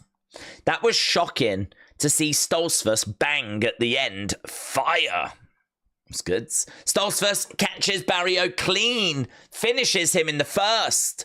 Barrio tried to make up ground, and he got reckless. Stoltzfus, OMG. Terrence McKinney said, damn. Sean said, slept him. Alan Juban said, okay. Okay, yeah. Oh my God, Stoltzfus brutally KOs Marc-Andre Barrio. Boom. Immediately in half guards, you fight for underhook and you don't let your opponent control your heads. No, that's incorrect. That was the second answer. The first one is you soil yourself. Snacksy said days on Monday, Raw will start at 9 p.m. due to the clocks going backwards an hour. I don't know. It depends what country you're in, doesn't it?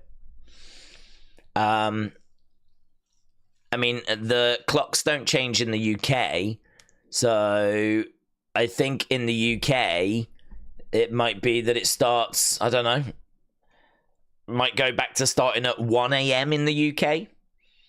In America, it would go back to starting at its usual time of 8. Does it normally start at 8? That would be 5 hours difference, wouldn't it? 8 to 9, 9 to 10, 10 to 11. Yeah, that would make sense. So I'm thinking 8. Is it Black Beast now?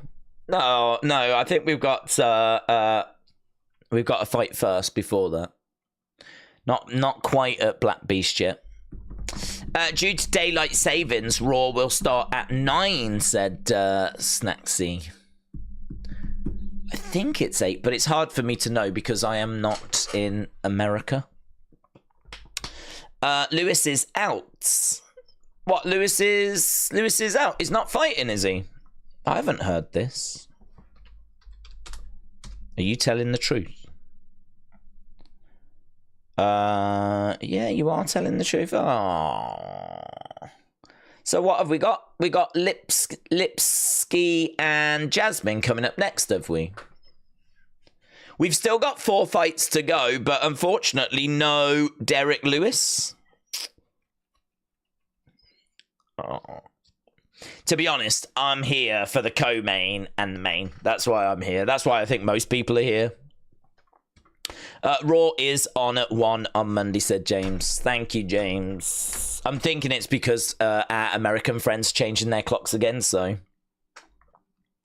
I'm very tired. I'm going to cut down on my Vimto, said Cold Edits.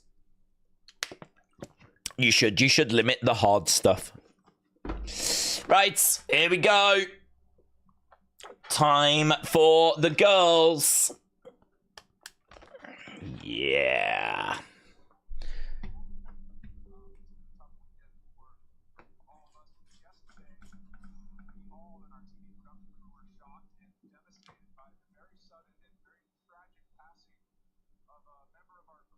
All right.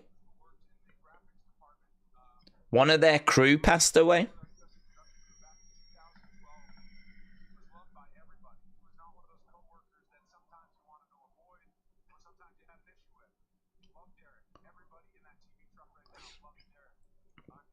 So they're talking about one of their co-workers that passed away, I think they said yesterday.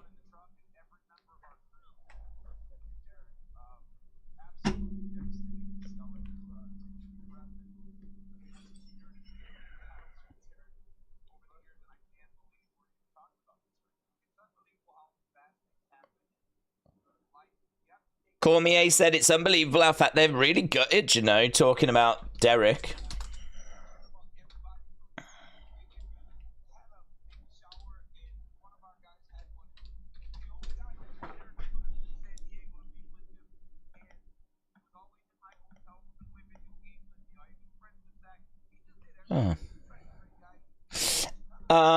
Kim Shane said the third answer is scream like a little girl. Yeah.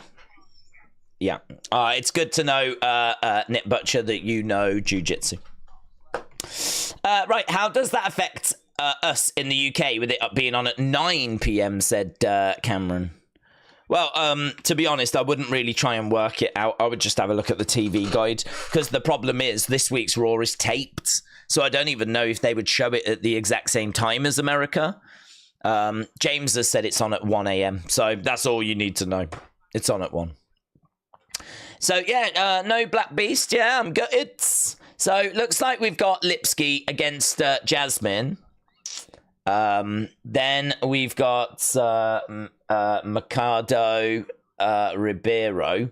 Then we've got Blanchfield against the Rose. And then we've got Brandon Moreno against Albazi. So, 4 more fights to go. Yeah, they're still talking about this guy that sadly passed away, you know. The main and co-main is going to bang, said Charles. Yeah, man. Do we think that Thug Rose is going to win? I should have done that. I'm such a rubbish YouTuber. I want to know what people think about our co-main event. Who wins? And how? So, is it going to be Thug Rose decision? Is it going to be Thug Rose finish? Is it gonna be Erin by decision, or will it be Erin by finish? Boom. There's an additional fight to the cards. It's going to be William against Tommy Toy Travels. Cameron said someone passed away behind the scenes. Yeah, they just spent quite a while talking about him as well. I mean, understandable. They were just really cut up about it, really upset about it. Apparently he was a guy that did graphics, and they were just sharing a few stories about him. I suppose because that last fight just finished in the first round, there's a little bit of space on the card for, you know, the tribute to be a little longer. So it's not anyone I know. I don't think it's anyone really knows, but they were gutted about it. Understandable. R.I.P. said JT1904.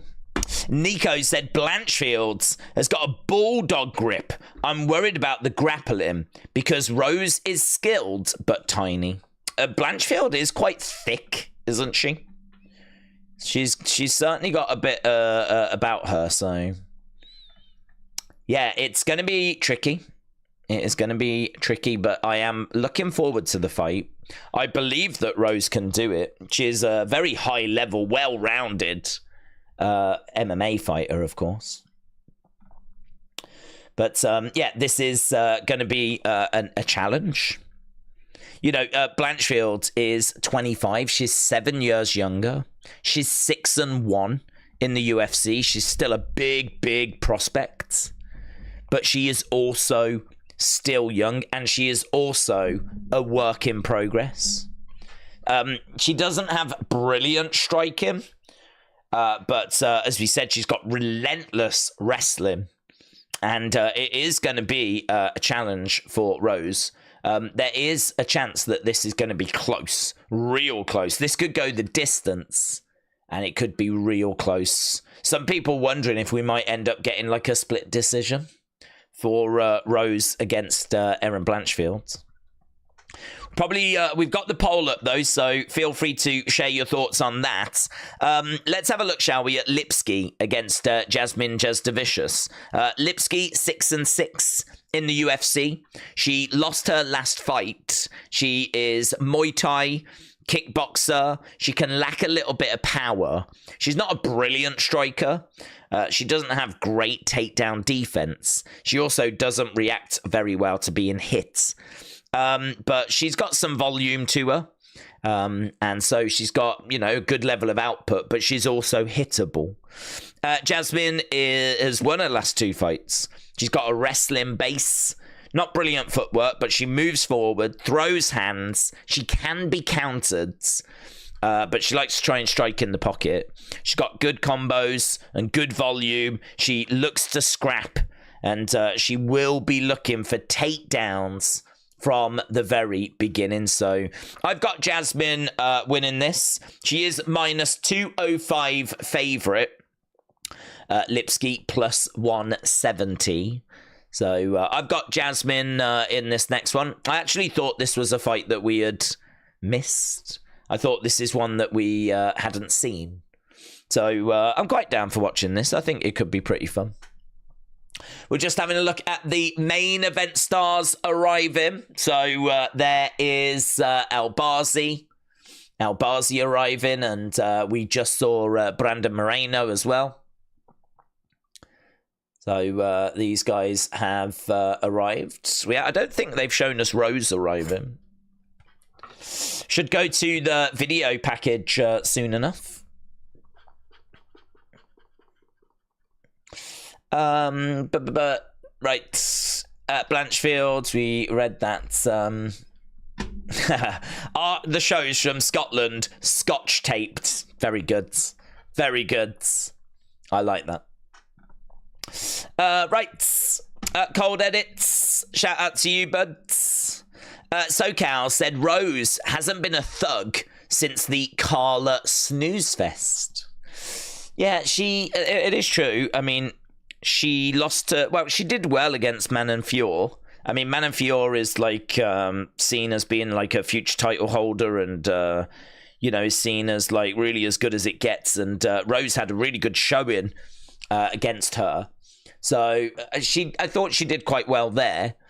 Then who did she beat after that? I mean, she beat Hebus. I was a little disappointed with her performance against Hebus, because Hebus is a good fighter, but really she's also a fighter that I think Rose should be quite comfortably getting past.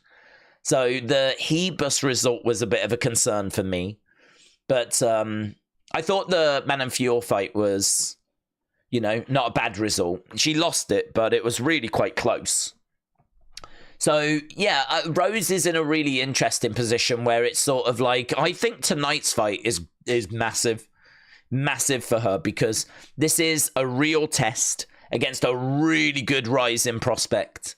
And, you know, if Rose can win this and look good, you know, she'll have momentum again, and like people will be talking about her. And I mean, it really feels like people have just sort of given up on Rose. Like, you wouldn't think this is a woman that beat Joanna twice, beat Zhang Wei Li twice, you know, got past Jessica Andrade. You know, the people, like, she's co-main event on this show. Like, she's not even the main event on a fight night. And I don't know. It just feels like she deserves a bit better than this as a former champion, you know. But it is true that snooze fest against Carla Esparza massively set her back.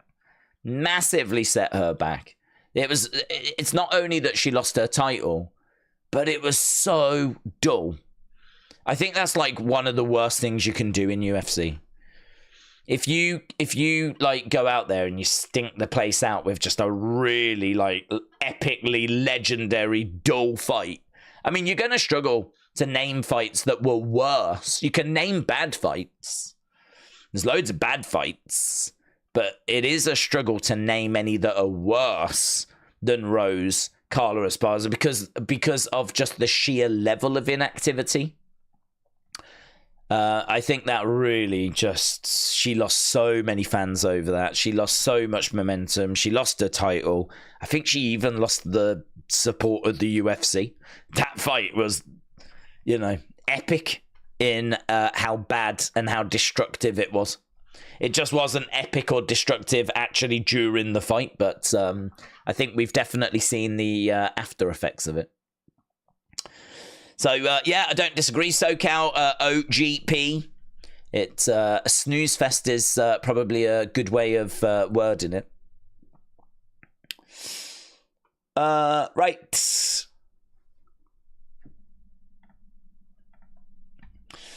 Okay, we have got both fighters making their way down. Here is Ariane Lipsky. Just came running down.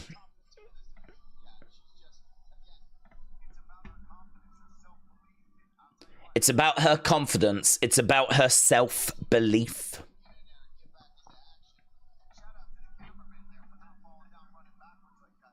Shout out to the cameraman. Right, the fight depends if it's going to be on the ground or if Rose can keep it on the feet. I know how good Rose is, but I think Blanchfield is younger and hungrier, said Charles. Okay, here is Lipsky. She has made her way down and she is good to go. Second fastest submission in UFC flyweight history, 128. Former KSW flyweight champion, currently ranked 13th. She's getting inside the octagon and we'll be underway with this one very soon. Let's go. Let's go. Still no Brock Lesnar returning, said Socket. No, we're not expecting it, to be honest, buds. We're not expecting it because not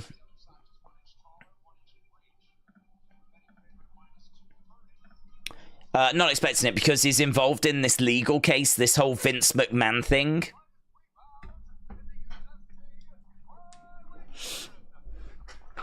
Fighting!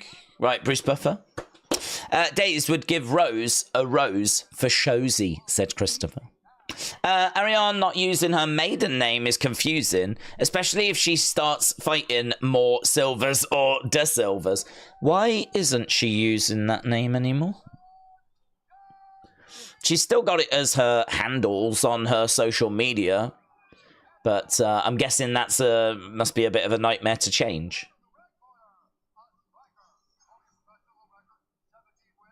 All her social media is still Lipsky. Certainly the information they had on screen.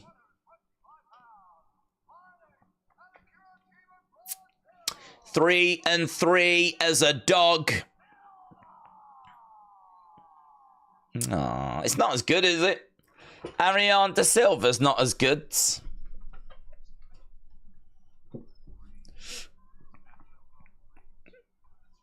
There's loads of De Silvas.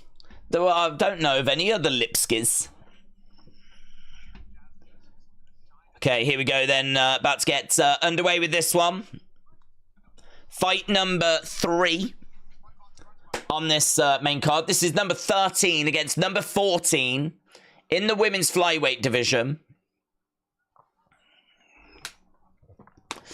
I love Rose, but something is missing, said SoCal. Jasmine then in white. Ariana in Da Silva. Lipsky in black.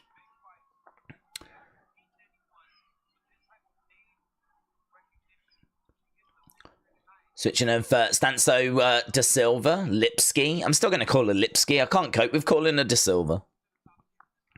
Lipsky in the middle. We got Jasmine in there as well.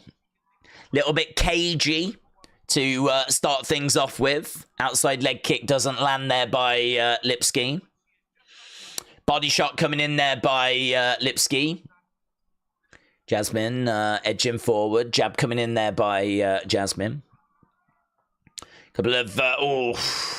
Jasmine letting the hands go there. Nice body shot coming in there by Lipsky. Again, very slow start here.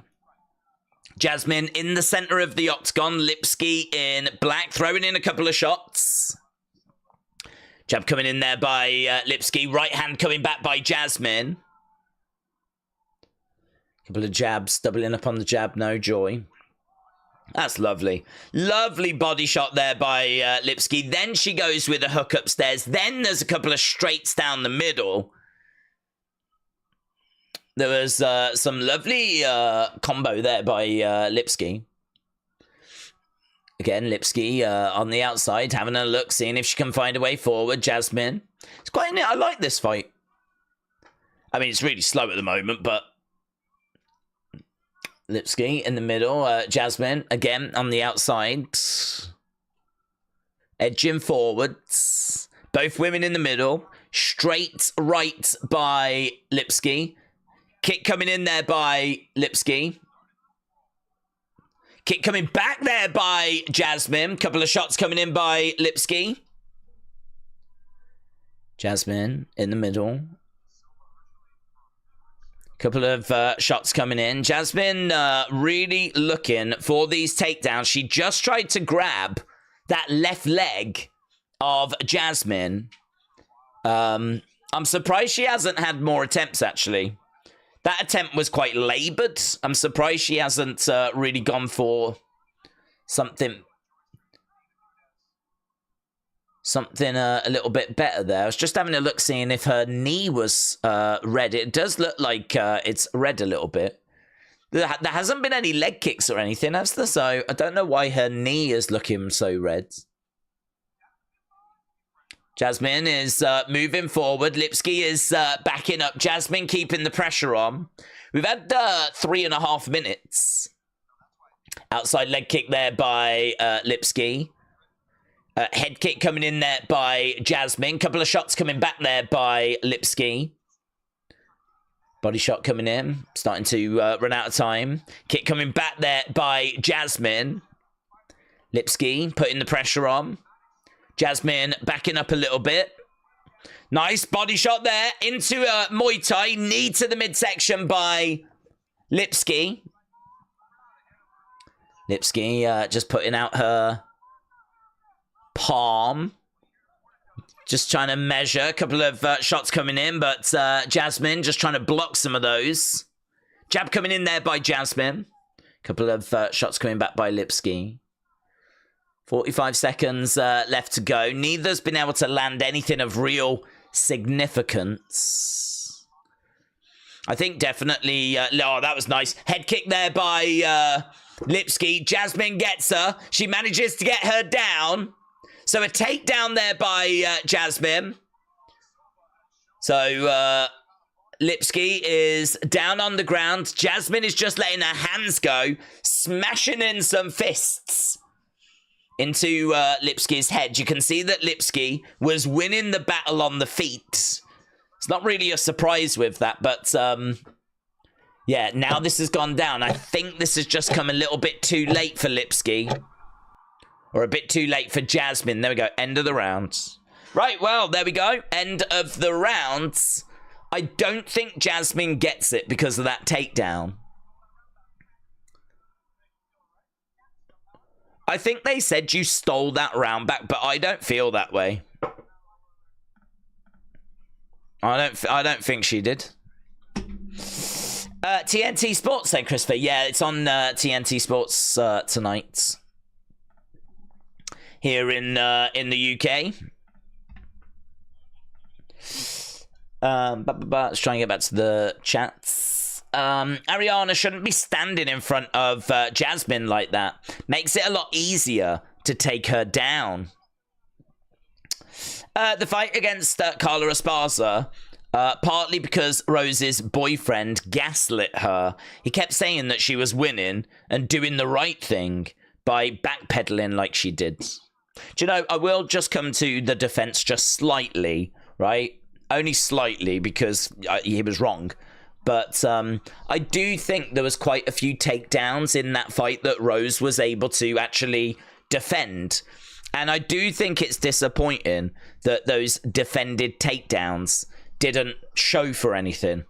I think, you know, if someone is trying to take you down and it's having no effect and you just keep defending it, like, we talk about takedown defense as like a really important stat. What's their takedown defense like? How good are they of avoiding being taken down? And it's like one of those key stats that we look at if we're doing research. And it's just sort of funny that in the eyes of the judges, it counts for nothing.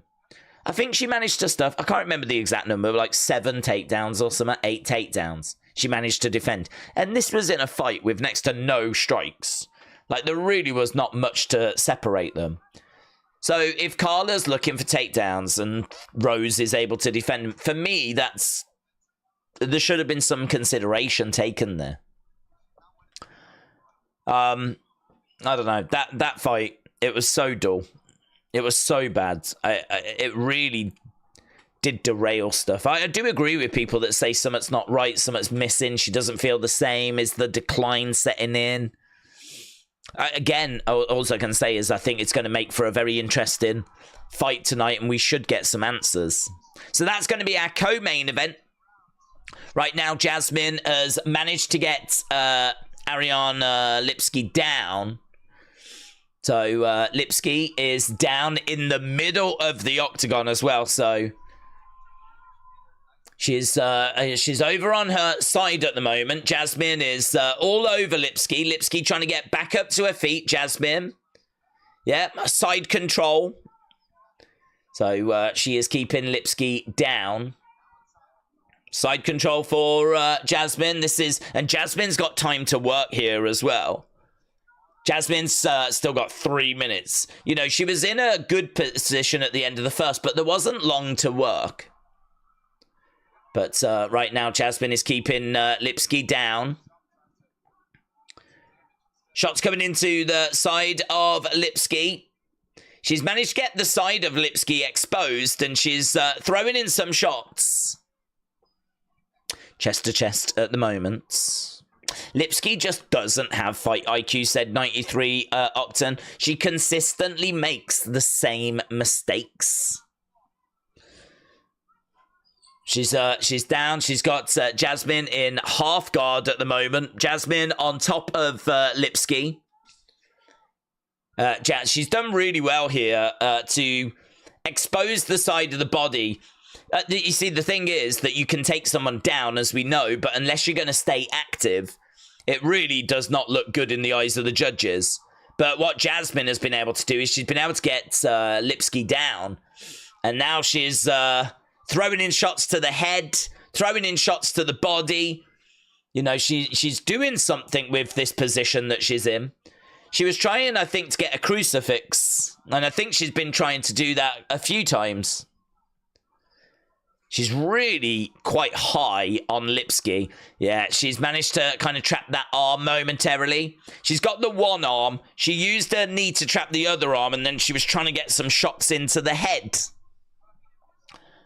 But at the moment, she's fully mounted. Fully mounted. Jasmine has fully mounted. An elbow came down. Lipsky in trouble. Another elbow there by Jasmine. So, and again, another elbow. she's going for that crucifix again. All Lipsky can do is cover up.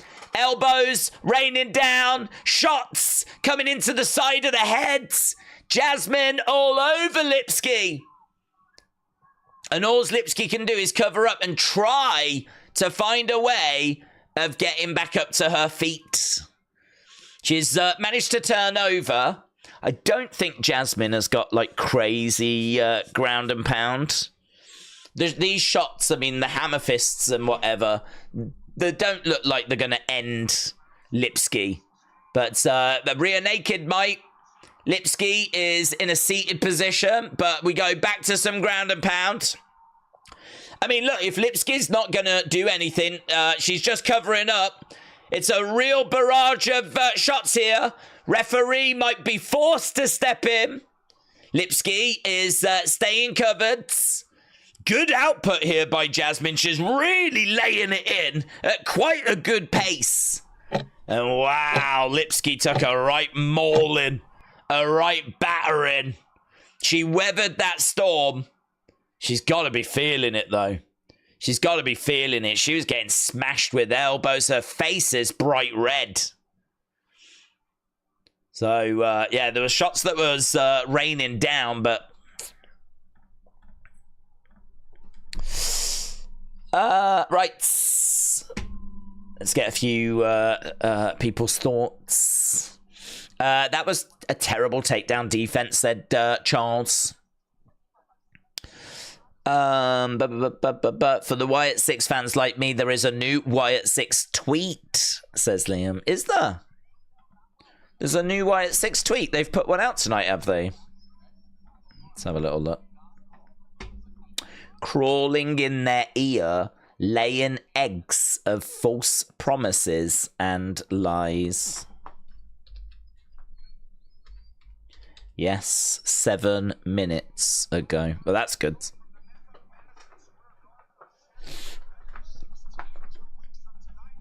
Right. Here we go then. Round number 3. Okay, so we are underway. I found that second round quite interesting. I know I was probably alone in that, but... right, can Jasmine get her back down again? 10-8 Jasmine, dominant round. 1-1 after 2 rounds, said Ryan. So Ryan thinks this is even as we are going into 3rd round. They're saying that maybe round 2 was a 10-8. Jab coming in there, and she's looking for the takedown here. Jasmine gets it. Jasmine gets it. Big cheer. Shots coming in there by Jasmine. So right now, Lipsky is down. Jasmine is on top of her. And this is not where Lipsky wanted to be in round number 3. Shots coming in. Oh. Those shots coming in, I mean, she was really putting some oomph behind them. Smashing them into the face of Lipsky. Jasmine all over Lipsky at the moment. Imagine tag team UFC fight, said James. Oh. They would do it if Misfits was running this. Right, she's keeping her grounded. She does a really good job of keeping her grounded. So Jasmine, again, has got Lipsky down. She's just throwing in these shots into the head of Lipsky. Now they're chest to chest again. I think she wants to go back to getting that kind of crucifix. I mean, she's really high. No, what are we looking for here? She's got a choke on. Oh, she taps her. Jasmine gets it. Jasmine gets it. Submission.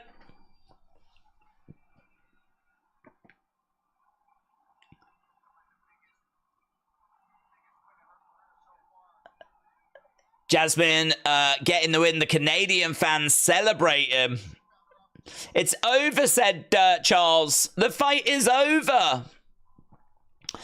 Felix said tag teams in UFC sounds crazy. There we go. I mean, look, Jasmine was winning that fight.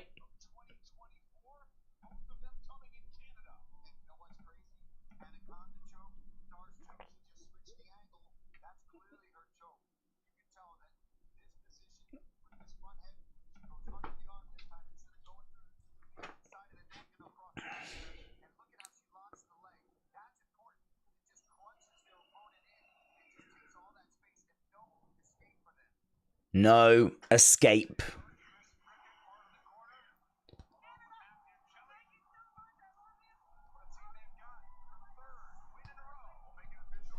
Right. The fight is over. Silva, 1-0. Hopefully the takedown in the end waked up Jasmine. She needs to shoot a lot more. Her corner are saying that she stole the round in the end is a little crazy. Well, she didn't steal the fight. She got the victory. It's a win for Jasmine in round 3. And we have got 3 fights left to go. Let's jump back over. Tap. Lipsky can't get back up to save her life, said Charles. She cannot. She cannot. Yeah, she got taken down. Did she manage to get back up at any point when she got taken down? I'm not sure she did. So, yeah, that was disappointing if you was a Lipsky fan.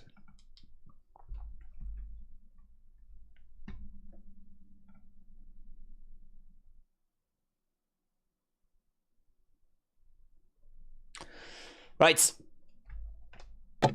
What is our next fight? Let's change these graphics over. Boom, boom, boom.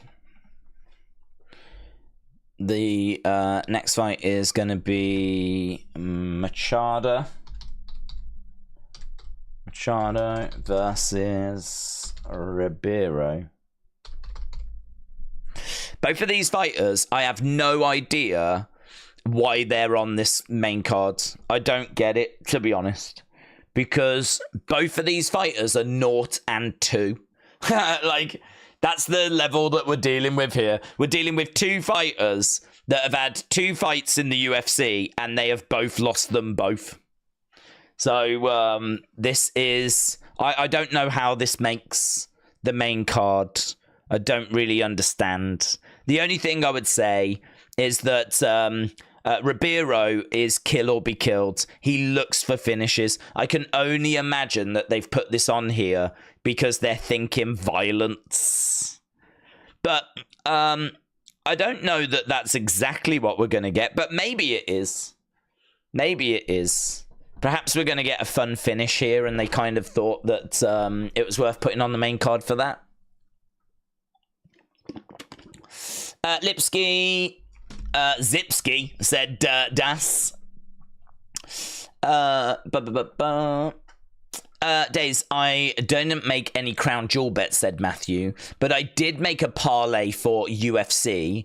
Machado win, Thug Rose win, and Brandon Moreno win. Okay, so these next 3 fights are pretty big for you. I don't mind that bet, to be honest. That is probably what I would lean with as well. There are big question marks about Thug Rose as to whether she's going to be able to get the win over Erin Blanchfield. I mean, there is concern about her decline. And if she has declined, then obviously that is going to be a real problem because Blanchfield is 25. She's young. She's good. She's skilled. She's improving. It's going to be a real test for Rose. Loser leaves town fight. That would be pretty fun. Loser gets cut. Lipsky brings shame to the grappling community and especially Brazilian Jiu-Jitsu. There is Tracy Cortez. Tracy Cortez is in the crowds. I don't know if we're going straight over to the next one, are we? Or what have we got now?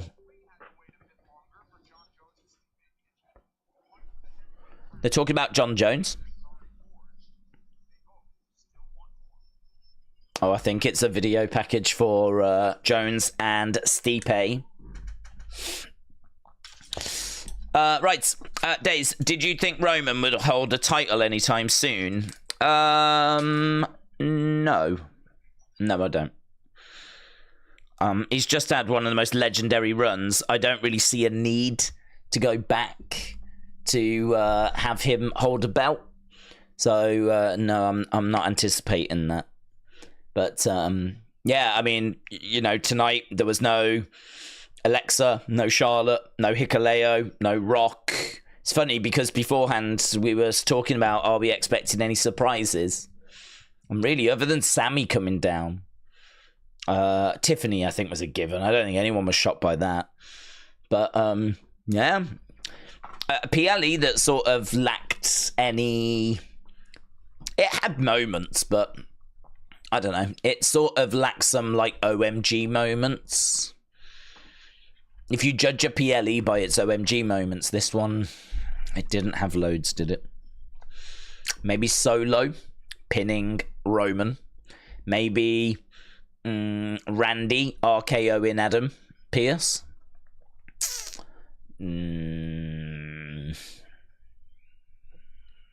Maybe KO stunning the ref. Yeah. It was all right. It was all right today. I am sniffing Machado at -150. I don't know how you pronounce the name. I haven't seen these guys. And as I said, I don't really know why they're on the card. Well, they can be on the card, but I don't know why they're on the main card. William said, I try to stay relevant, but things people say in the chat far surpass my vulgar nature, said William. Fendi fan said, I was wondering what they're going to do with The Rock. It's kind of untold. Yeah, we don't know. I mean, I'm actually not expecting to see him much this year. I don't think he'll be part of Survivor Series. He may come walking out at the end, but really he'll be back for WrestleMania season. I heard the other day he doesn't even know if he'll be a part of that, so even that's all up in the air as to whether he'll actually compete. I think he will. But apparently even that's a little bit up in the air. They're just showing us the card for that. Looks good. Looks all right.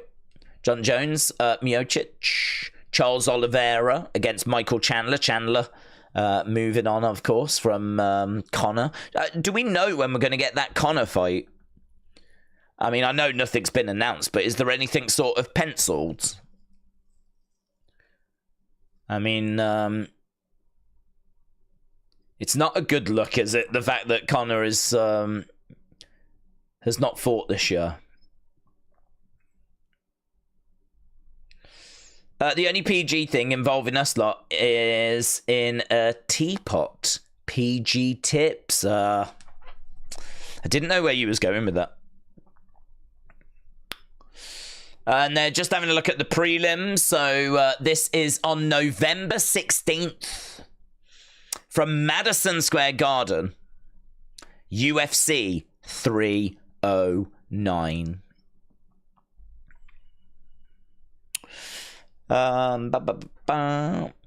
Would have been nice to have seen a triple threat tag match. Motor City Machine Guns, Fraxium, Finn, and Judgment Day, said Matthew. Would have been better to have had Bron Breakker against LA Knight. They're just having a look at the breakdown for Jones and Miocic. They're saying that will go up on November 11th. Big fight, man. Big fight, obviously, and there's a lot of excitement around that. The super fight, they're calling it the super fight. I just saw the poster. Days, did Brock Lesnar quit?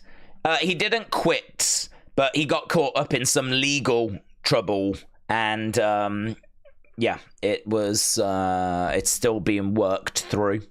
So I really don't know when we're going to get a chance to see him. Okay, we're moving on to our next fight.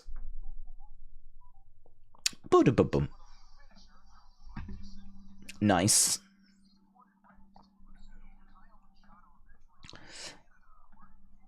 We're just seeing Machard. Anyone got a read on this as to which way they think this is going to go?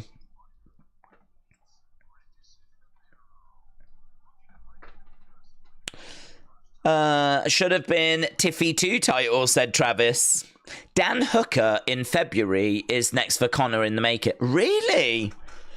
What? Oh, what? So it won't be Chandler? Oh, I hadn't heard that.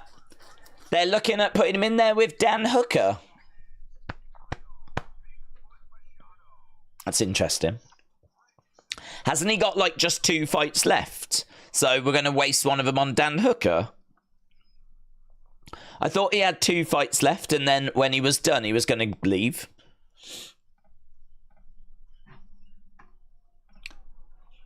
Here's Ribeiro making his way down. I hope this is a firefight.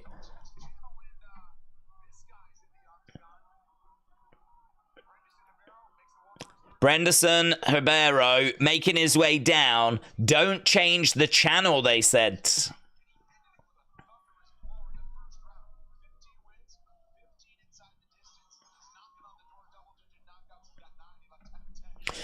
I hate when they call this the super fight, said Matthew. Conor. McGregor, that's a good joke, said Giles. I know, man. I know. But he does have 2 fights. So, I mean, we really should be seeing him at some point.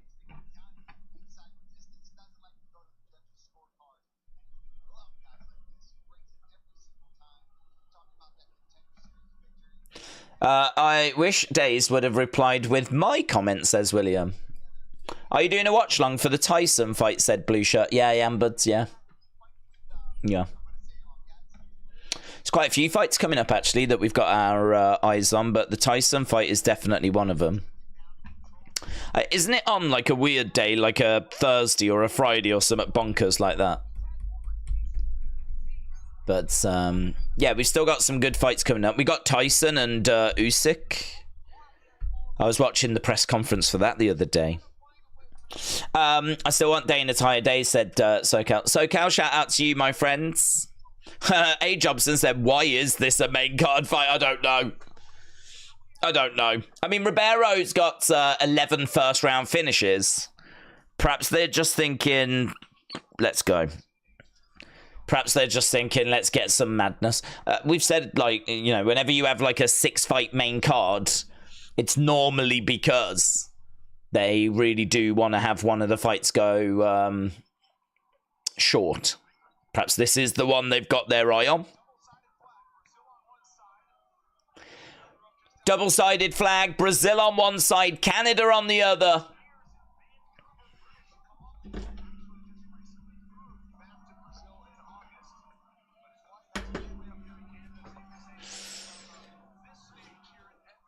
Born in Brazil.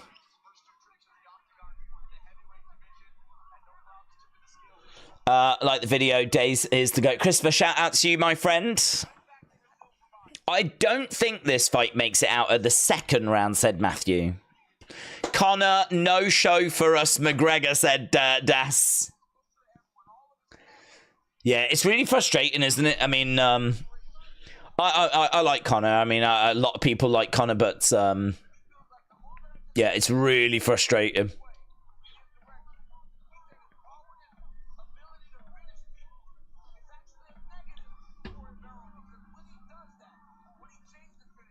Machard is making his way down then.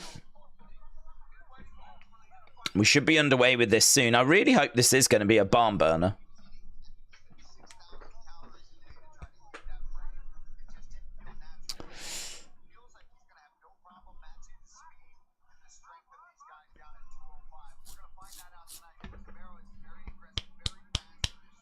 Ribeiro is very aggressive, very fast with his strikes. Imagine Dana watching this for his own personal enjoyment. They did something a couple of weeks ago, said Ian, and they both pushing for it at 170. Conor only has 2 fights left, and he's going to want to bang fighters, not crotch sniffers, says Ian. Has he given up on a title fight, though?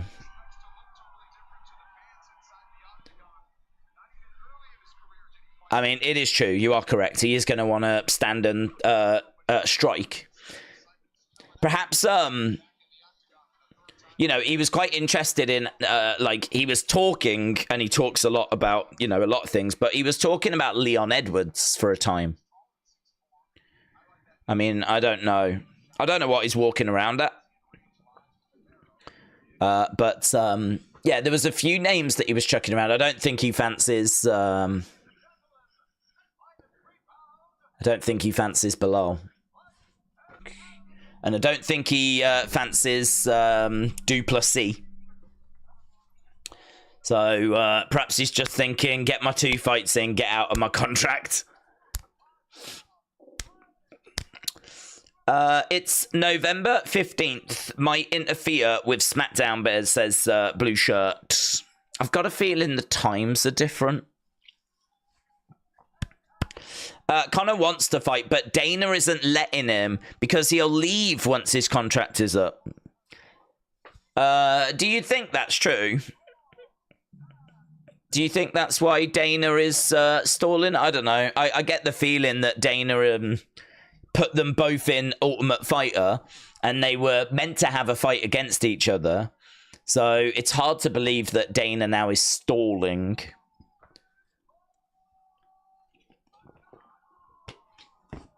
Machado getting his intro. We're going to be underway with this then, kids. Where are we with the poll? Right, we've got Thug Rose, 48% by decision, 27% by finish. People aren't fancying Erin Blanchfield, you know. People aren't leaning towards her in our poll. Right, here we go then. Please be good. We are underway. Kick coming in. Oh no, where's that gone now?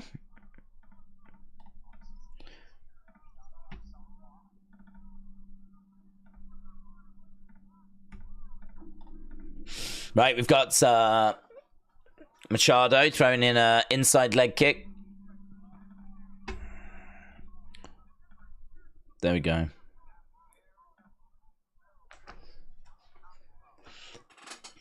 Ribeiro in black. Ribeiro is the one that can really do some damage.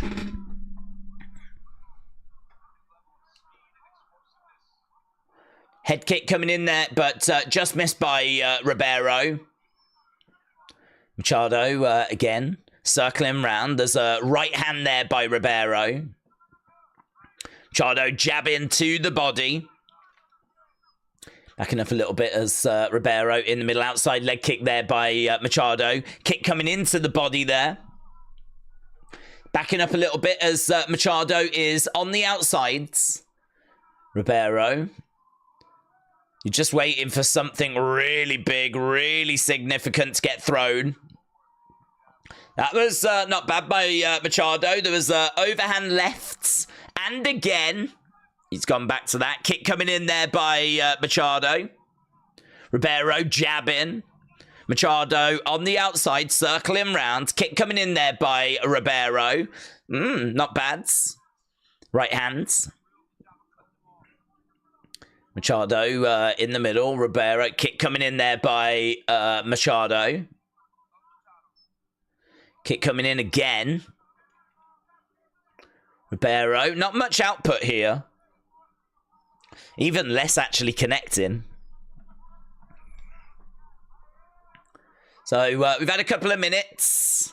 So far, Machado has landed 9. Ribeiro has landed 4. Kick coming in there by Ribeiro, but it's blocked. Hook shot there by Machado. Couldn't land it. Jab coming in there by Ribeiro. Inside leg kick there by Ribeiro. Big overhand. No joy. Trying to go upstairs there with a head kick, but it's blocked by Ribeiro. Machado is backing up. Ribeiro chasing after him. Machado in the center, outside leg kick. So Machado, again, backing up. There's a kick that comes in there by Ribeiro. This is not the fight we were hoping for. It's really slow. It's like they're just both kind of cancelling each other out. They are both just a bit out of range at the moment.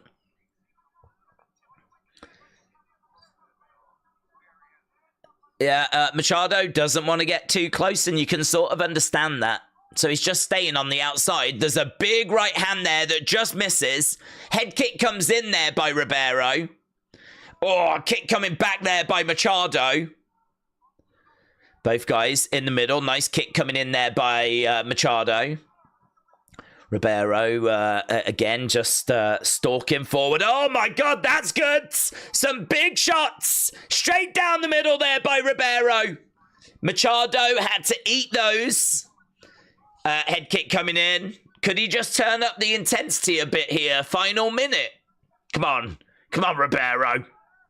That was good. Right now he's got Machado fully on his bike. Constantly trying to stay out the way. Right now, Ribeiro in the middle, inside leg kick. Oh, low blow. Low blow. Low blow. Low blow. Conor belongs in WWE at this point. Yeah, that was bad low blow.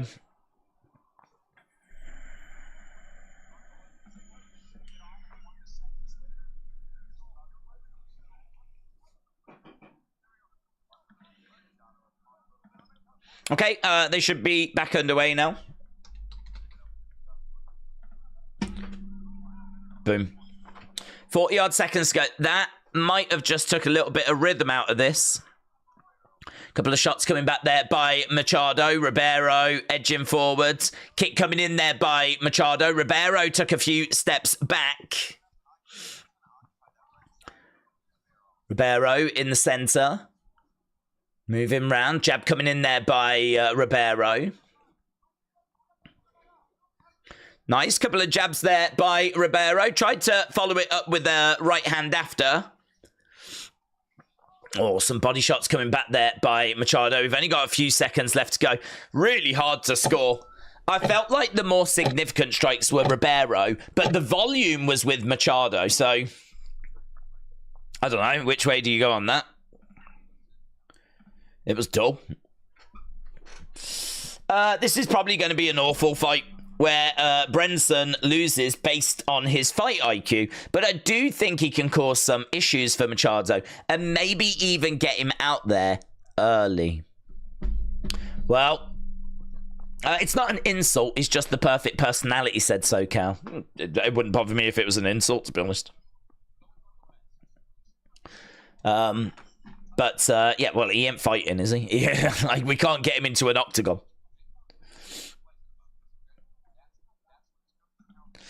Right, yeah, pretty dope. Who do you think took that first round between the two? Maybe Machado just edged it due to volume, but I mean, there ain't loads in it. There's only 5 significant strikes. And some of those shots I thought looked a lot better out of Ribeiro.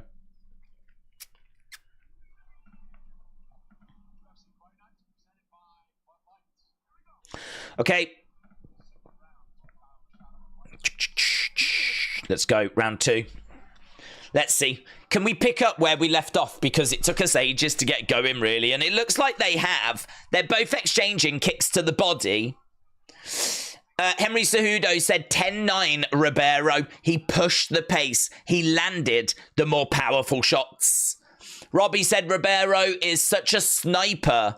If Machard... yeah, I think Ribeiro probably edged it as well, but... I don't know. Yeah, I could definitely see the judges going the other way. Kick coming in there by Machado. Ribeiro, again, moving forwards. Kick coming in. Ribeiro in the middle. Kick coming into the body. And we've got Machado circling rounds. Machado in the middle, going for a kick to the body. That was really well timed. Machado went for a kick to the body right as Ribeiro waited and then bang, threw in a shot. Overhand, doesn't commit to it there, Machado. Ribeiro staying on the outside, circling round, goes into the center. So left hand there by Ribeiro, but no joy.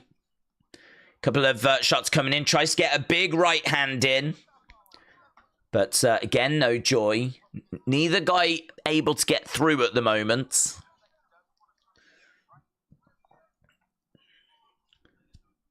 Machado, outside leg kick. Circles round and again looks like he's going to throw an overhand left. Goes for a kick to the body. Steps away. You can see that Machado is really respectful of Ribeiro's shots. He's constantly on the move, using that lateral movement, trying to, like, get away. Oh, that was good. Lovely left hand there by Machado. Yeah, that was good. He managed to get that through. Ribeiro, again, trying to engage. Machado continuing to circle round. He's constantly moving. He's constantly staying on his toes. So he went for like a shot to the body, like a left to the body, and then threw this. It's big overhands that he's trying to throw. It's these big overhands that he's trying to connect with. There was a little dig to the body, but it was the overhand that he was like disguising that was following behind it. Ribeiro is literally just chasing after Machado at the moment. Hook shot coming in. Again, this isn't the fight that we were hoping for. Kai lost so much weight. It makes me nervous about this pick, said A. Jobson. Kick misses there by Machado. Ribeiro in the center.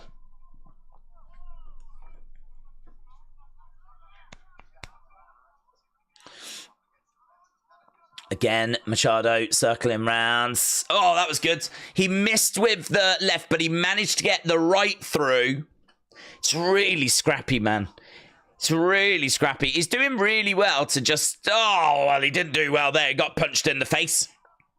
I was going to say, Machado's doing really well to stick and move, get the odd shot through, and then get out of there. But then he just got punched squarely in the face. Quite tricky to score this one. Machado is just constantly circling around, but I mean, he is just getting the odd shot in and then he is off. Very frustrating fight. Yeah, Matthew said this should never have been on the main cards. I completely agree. I completely agree. I don't know if they thought Ribeiro was going to come in here and just flatten Machado. And it was going to be like first round finish, kill. But I mean, we are now getting towards the end of round 2. And this has just been Machado running away from Ribeiro, trying to get the odd shot through, getting the odd shot through, and then running away again. 10 seconds left to go. Here we go. Oh, look at that. Machado was like, come on then. Let's go. He said, final 10 seconds. But we're out of time. Good round for both, though, said A. Jobson. But Christopher, shout out to you, my friends. Travis said, there's a bunch of boomers fighting. Right, let's take that down. Let's take that down. One more round to go.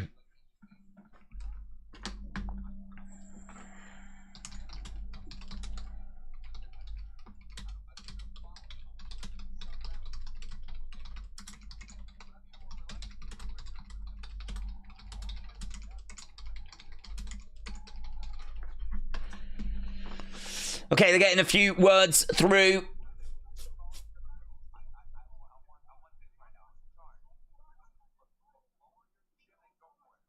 lower your chin and go for it. Call him to the middle, is what they've said to Machado. Throw a kick at the end of your strike him. Well, that's interesting. Kai moved so much better at 205 than he did heavyweight, says Matthew. That's a really good point. He's moved down, hasn't he? That's a good point. Yeah, he didn't look like a heavyweight.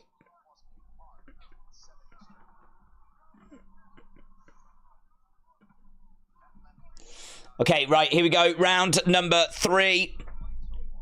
Thankfully, it's Thug Rose next. Thug Rose is going to help. Thug Rose is going to save us. So, overhand coming in there by Machado. Ribeiro continuing to move forwards. Again, circling rounds. Brenson is just as bad, but the thing is, he likely isn't in danger of getting chinned here.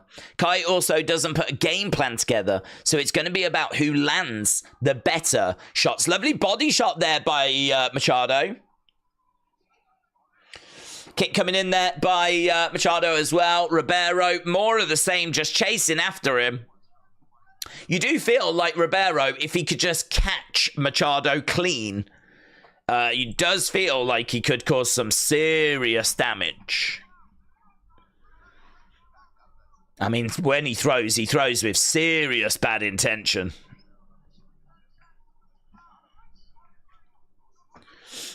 Machado, there was a real opportunity there to land something significant. Kick coming in. Oh, good kick there by Machado. Ribeiro stumbles back. Right hand going to the body against the cage, swinging away, but he couldn't land anything, Machado. Ribeiro in the middle. Again tries to throw a right hand, but it's all sloppy. Kick coming in there by Machado. 2 minutes 50 on the clock. Swing and a miss there by Machado. Ribeiro getting so frustrated. He's starting to, like, really overextend. He's really just trying to throw and land anything he can here. He's getting really... Oh! Thought that was a head kick, you know. He went upstairs. It sort of connected, but Machado kind of caught it and took a bit of sting out of it. He then drove Ribeiro back against the cage. Crowd started to get a bit animated, but nothing came of it. That felt like a bit of an opening there for Machado for a second. But swing and a miss.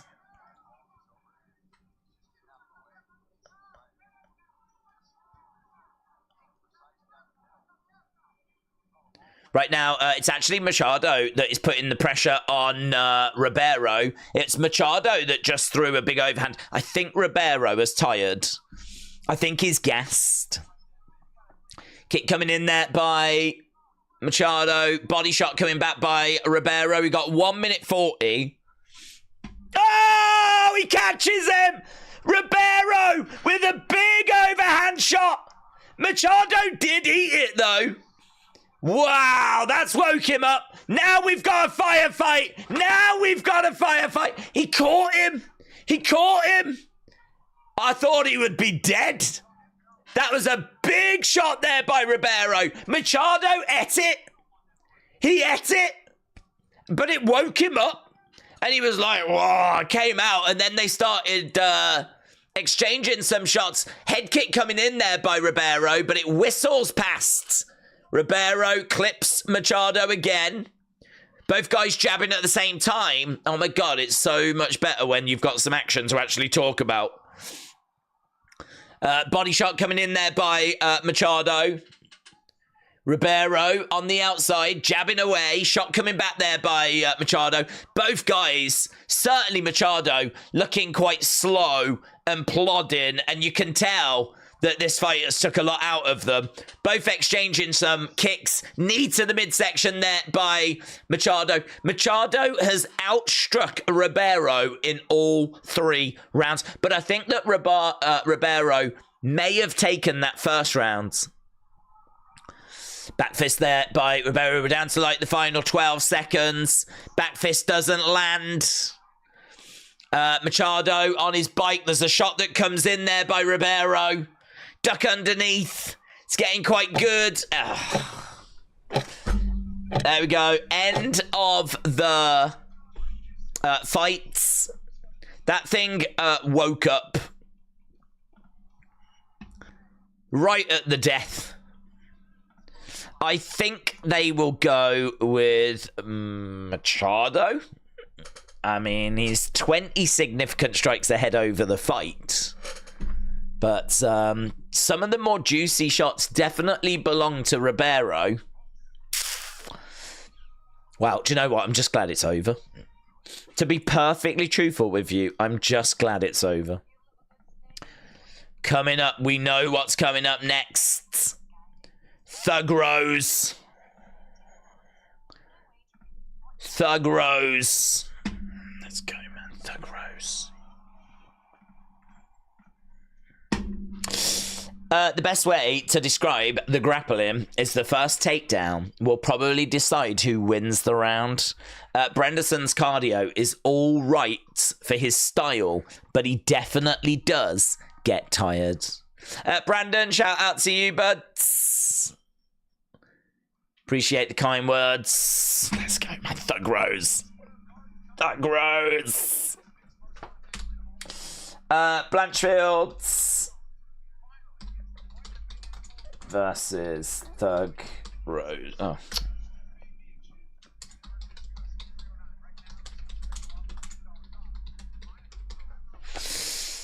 Yeah, this is a big fight for Thug. There's a general consensus that she has dropped off.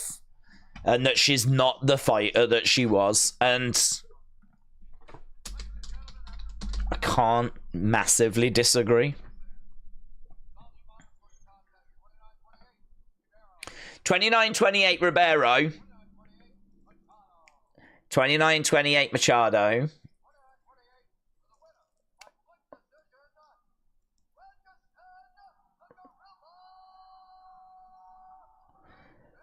It's gone with Ribeiro. So they've gone with Ribeiro getting the victory. I just don't care.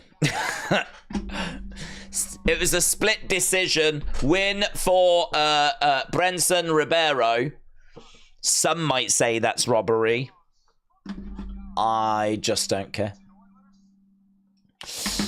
Right, this is in the women's flyweight division.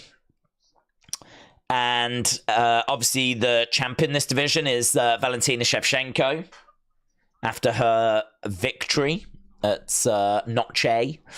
Rose is ranked 5th in this division. Erin Blanchfield is ranked 3rd.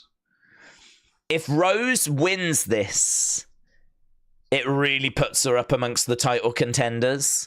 I'm not saying that a win here means that she would be next, but oh my God, I would love for us to do Shevchenko against Thug Rose. I feel like Rose might need to win this and then win one more. I feel like she needs to win this and then win one more. I don't know if that would need to be against Alexa Grasso. I don't know if that would need to be against Macy Barber. She's already faced Manon Fior. So I think Rose wins here. If she can win another one, I think she's title contender. If she loses here, well, that's tough, innit? Because she will have lost to the number 3 fighter. And she's number 5 anyway, so I don't think it massively hurts. But, you know, she's definitely not moving in the right direction. I'm just looking, actually. Just below Rose is Natalia Silva. Rose against Natalia Silva could be fun. I got a lot of time for Natalia Silva. So, yeah, just looking at the women's flyweight division, Shevchenko is champ, Grasso at 1, Manonfiore at 2, Erin Blanchfield at 3, Macy Barber at 4, Rose at 5, Natalia Silva at 6. I really, really like that top 6. That's actually a stacked division, man. I really like that top 6. I really like Natalia Silva. I really like Thug Rose. I can't stand Macy Barber, but she's skilled. Erin Blanchfield, 25, big prospects. Manonfiore, future champion, no doubt about it. Alexa Grasso has just been champion. And the champ is Valentina Shevchenko. Yeah, I don't mind that. Rose is still ranked number 6 in the pound for pound. In fact, Rose is number 6 in the women's pound for pound. Blanchfield is number 7. We've got number 6 against number 7 in the women's pound for pound next. That's also pretty interesting. I know that Dana's looking at like changing all these rankings and everything. I don't know when that's coming into effect. But I really dislike Rose, but she proved me wrong last fight. It was still a relatively competitive fight, but she did teach Tracy a vet lesson, says A. Jobson. Kim Strain said, I can hear the stream. You might want to put the volume down. Oh, that's a surprise. I don't know. It's not even that loud for me. I will monitor the situation.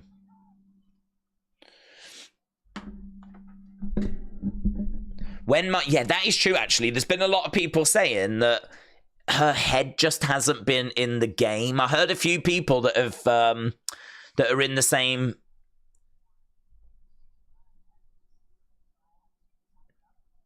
I've got a...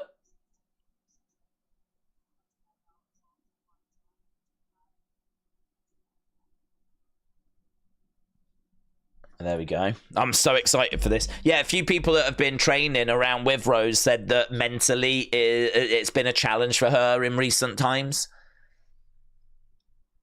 I don't know how you fix that. Here we go. Here's Thug Rose. I'm the best. I'm the best. Rose making her way down.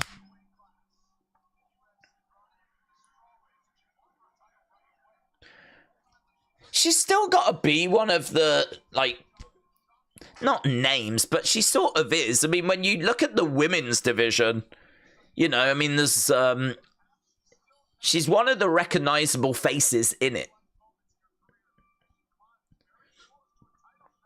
She is climbing close to a title shot. She's definitely got to get the win here, though. But what time is Mr. Bars's match? Well, that is our main event, and that will be next. So we've got to get through this first, which, of course, will be no drama. Here we go, Rose.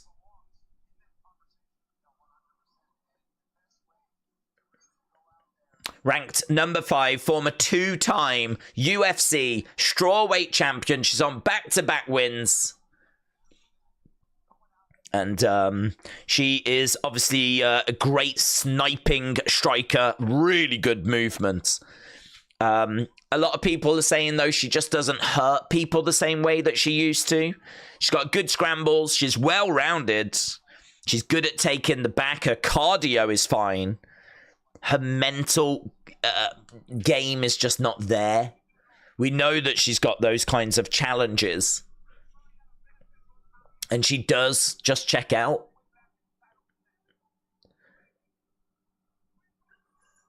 But if she can pick up a victory here, this would be huge. Rose is sharp. She's precise. But this could be a close fight because Erin Blanchfield's big prospects. Still young, great wrestling, physical. She doesn't have much striking to her game. She's going to have to try and out-grapple Rose. And she is still a work in progress, but she is improving all the time. She's only 25. She's 7 years younger than Rose. I'm excited, man. What do you think? Share your thoughts. Which way do you think this is going to go? We've got the poll as well. How many votes have we had in that? We've had a couple of hundred votes. So 48% of you think Thug Rose by decision. 25% of you think Thug Rose by finish. 17% think Erin by finish, and 10% think Erin by decision. So we are looking at 27% for Erin Blanchfield. We are looking at 73% for Thug Rose. Let's get Rose. Let's go, Rose. If she wins, I win. Pounds, said CB. Retro said, I really need Blanchfield here. Jobson said, I would much rather Erin win this, but I think she has another tough matchup here. But Alessandro said Blanchfield by murder. Thug Rose, Thug Rose. Most of the time, she relies on getting to the cage looking for trips. Her wrestling on the outside is not so good. Pivoting back to Rose's footwork, not only is it going to give Erin fits when she tries to land strikes, but I don't think Rose will present many opportunities for takedowns. Oh, I love that. Love that. Rose actually out-grappled her last two opponents, though she didn't really use her ground control for anything useful, said Hadley. Hadley, shout out to you. The Mank said, let's go Thug. Matthew said, we need a Thug Rose KO, but I agree. I think she would have to fight Alexa Grasso after to fight the winner of Shevchenko and Manonfiore. Wish the top women in the division fought more than once a year. Ali said, can you tell me how much longer until Moreno and Albazi? It's after this fight, so we got to get through this fight first. So co-main events, and then we will be at the main events. So we are well on the way. Let's go, Rose. Let's go. She's the best.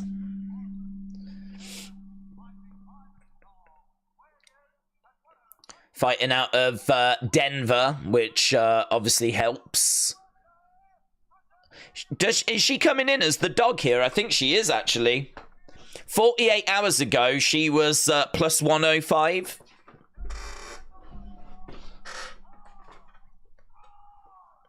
Namajunas. Yeah, man. A lot of cheering in the crowds. Erin is very focused. She is minus 140 favourite. 4-1 whenever she's been a UFC favourite. 12-2 overall. Ranked third in the division. It's going to be a good fight, this. Let's go. Let's go.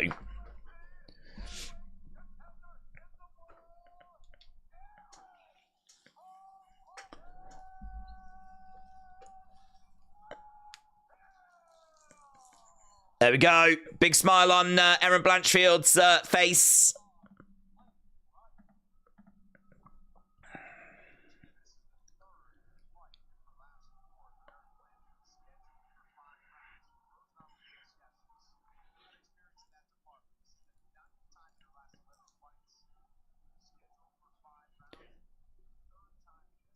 Is this 5 rounds?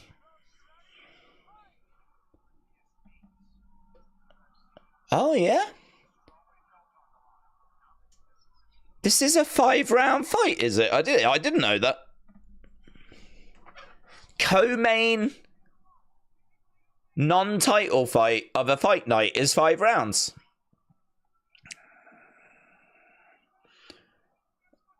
Okay. Okay, so we got Rose in blue. She's in the middle. Erin Blanchfield's on the outside, using a lateral movement, moving around. Inside leg kick. Jab coming in there by Rose Namajunas. Blanchfield again, circling rounds. Rose keeping an eye on Blanchfield's. Kick coming in there by Blanchfield. Outside leg kick there by Rose. Kick coming in there by Erin. I think Rose is looking quite good here. She just blocked a kick. Threw in a jab. And Erin on the outside.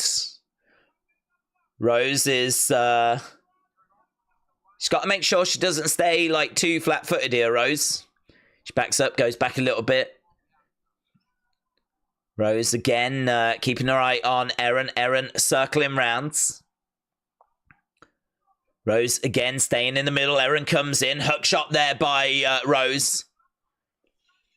Yeah, I like that hook shot by Rose. Rose's striking is obviously quite good. Working with Trevor. Jab trying to the body there by Rose, but Erin is a little bit on the outside. There's a right hand that comes in there by Rose, but I don't think she got much of it. Outside leg kick by Rose. Rose again in the middle, taking a step back. Edging forward, Erin. Backing up a little bit.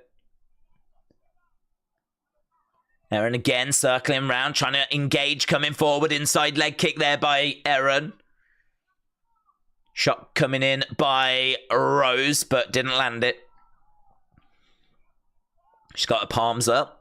Rose in the center. Head kick coming in, but that missed.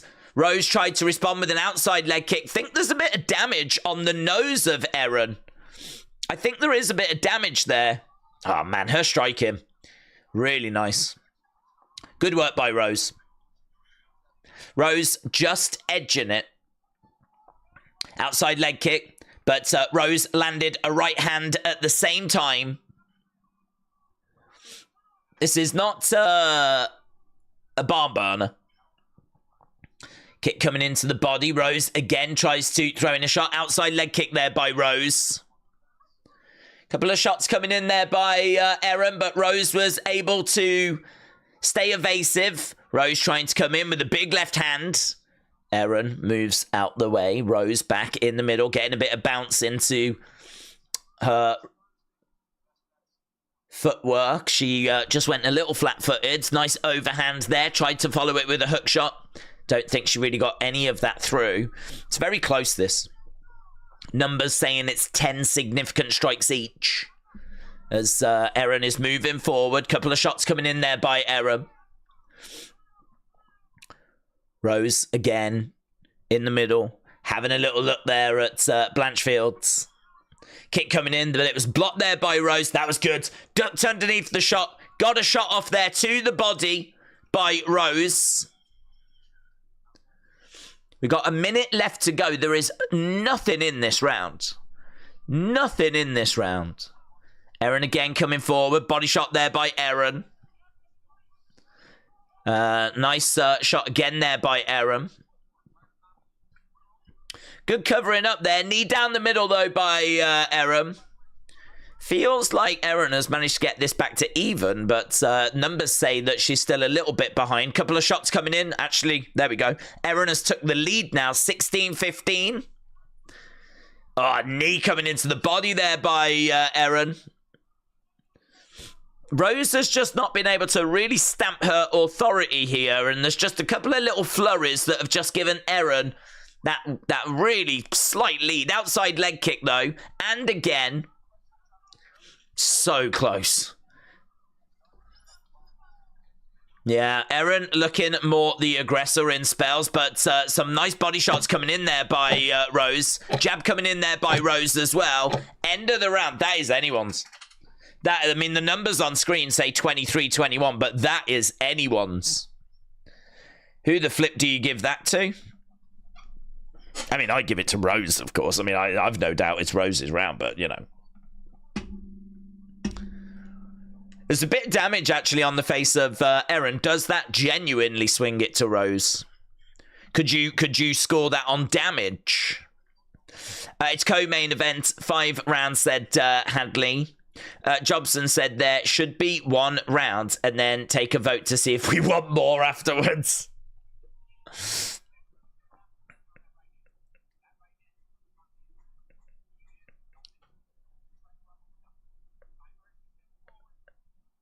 time her as she's stepping forwards, then disappear. That's what they just said to Rose.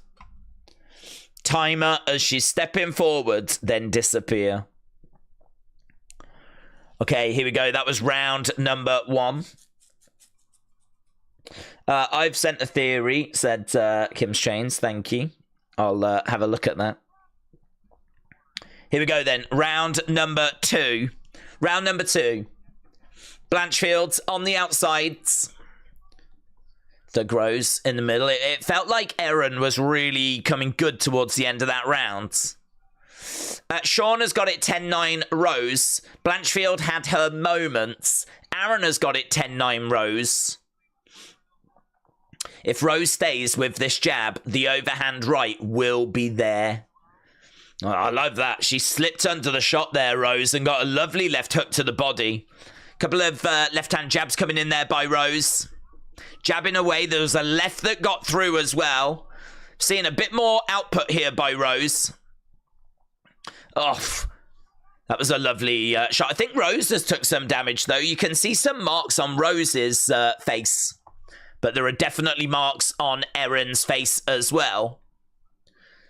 Erin was looking for a kick there, inside leg kick. Oh, lovely little hook shot there by Rose. That was good. I wonder if it's just the experience advantage. Erin doesn't feel like she's that far behind, to be honest. Outside leg kick there by Erin. Rose responds with a right hand. Couple of shots coming in. Rose again plants her feet. Boom, boom. Ah, Erin looking for a takedown. She drives Rose back against the cage. She's going to look to try and trip Rose over. So Rose is up against the fence right now. In a clinch.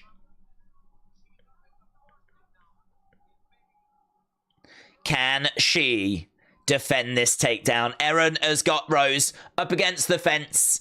Oh, lovely work by Rose. It's Rose that takes Erin down. That was really good. She's got Erin down. A lovely judo throw.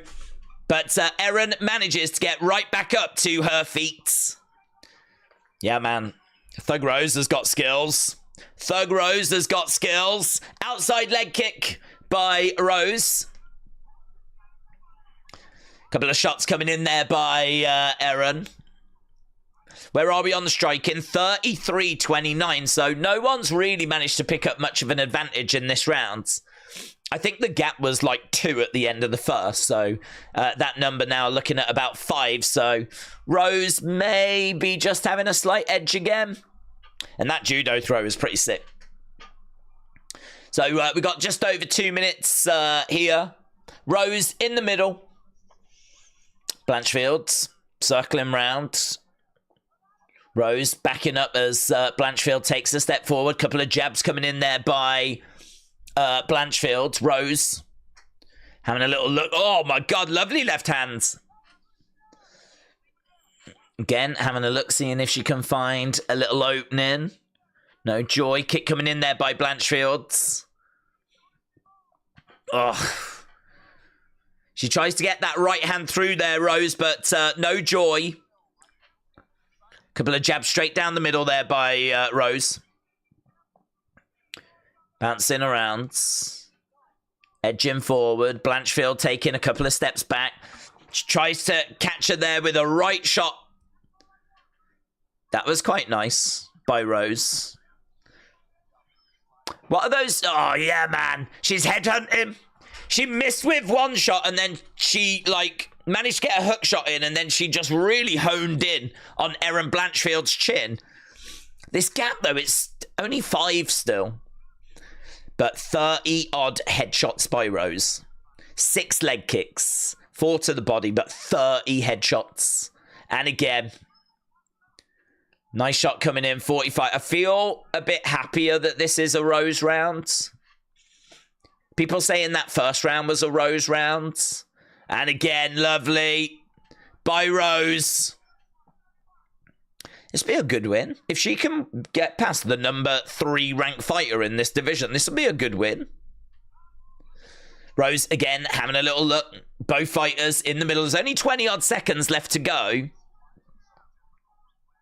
Again, couple of shots straight down the middle there by Blanchfield. Driving Rose back against the fence. She's managed to get Rose's leg. Rose, though, seems quite comfortable. And Rose manages to break away from the side of the cage. Rose goes back to her corner. I think that's going to be a Rose round. But actually, if you look at the strikes, the gap is only 2 again. Blanchfield's corner saying, I'm not sure what they're going to count that as. Who's winning? Said Pislar. I think it's Thug Rose. I think it's Thug Rose. So, yeah, Rose definitely in this fight and definitely giving a good account of herself. I love that judo throw. Shame she couldn't have capitalized on it. She doesn't seem to be able to, like, get, like, a sizable striking advantage. Like, whenever Rose kind of starts pulling ahead, like, Blanchfield kind of pegs her back. It's quite frustrating. A few marks on the face of Erin, though. That was beautifully done by Rose, said A. Jobson. 10-9 Rose on that one, said Chris. Yeah, feel free to let us know which way you think this is going as we go to round number 3. Round number 3.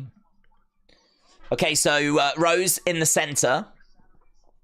We've got Blanchfield throwing out a outside leg kick. Again, Rose taking a step back as Blanchfield's. Head kick coming in there and blocked by Rose.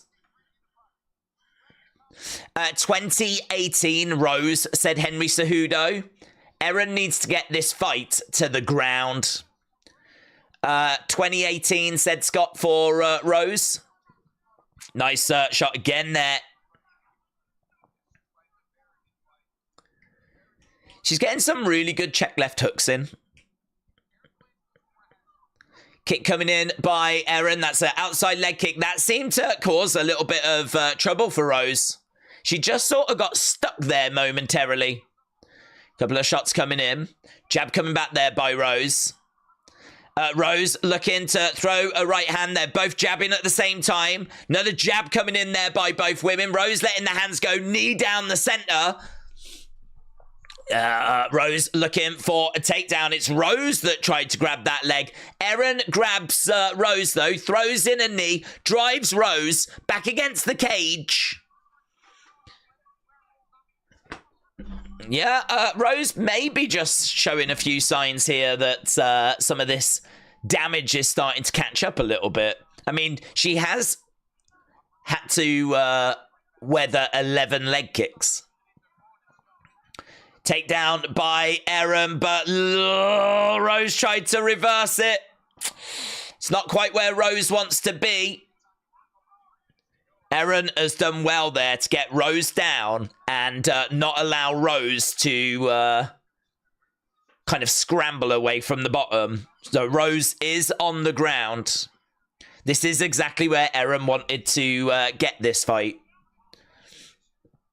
This is going to be really interesting.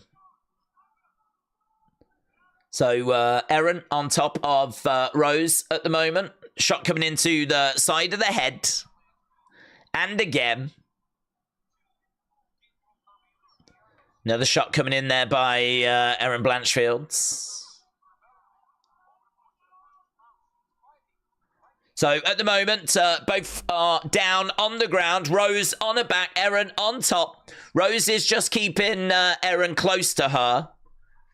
And at the moment, there is no progress being made. Shot coming into the side of the head there by Erin, but Rose is able to shut that down. We're not over by the side of the cage, but we're not that far away. So, yeah, at the moment, quite frustrating this, I would imagine, for Erin. She's managed to get this takedown, and Rose has just shut this down. So there's really not much progress being made. Erin trying to get some shots into the side of the head. Crowd getting a little bit restless. Blanchfield was 1-20 on takedown attempts in her last 3, so it's really not a surprise that she's trying to work her striking more. Wrestling isn't exactly her thing either, says A. Jobson. Well, we got 1 minute 20 odd here. It's really interesting. I mean, this isn't great for Rose because she's not getting anything out of this, but at least this is not a bad situation that's being made worse, you know? So, at the moment, Rose is down. Erin Blanchfield's on top of Rose. Rose, we think, taking the first 2 rounds. 55 seconds left to go in this one. I suppose the concern has been the fact that Rose maybe was showing a few signs that some of those leg kicks were taking a bit of damage. She is, she's been down for just over 3 minutes. Couple of shots coming into the side of the head there by Blanchfield. 20 odd seconds left to go. Rose has just shut this down. Is Blanchfield not doing well? Well, she's doing okay. To be honest, she's doing all right. I mean, she's had not a bad little moment here, but Rose has just been kind of edging it, really. I mean, Blanchfield has not been in any real danger. Are we saying that's 2-1?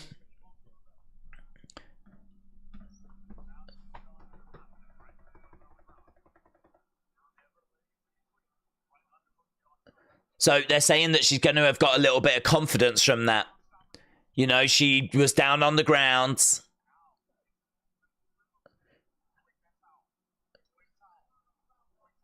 Move and move and move.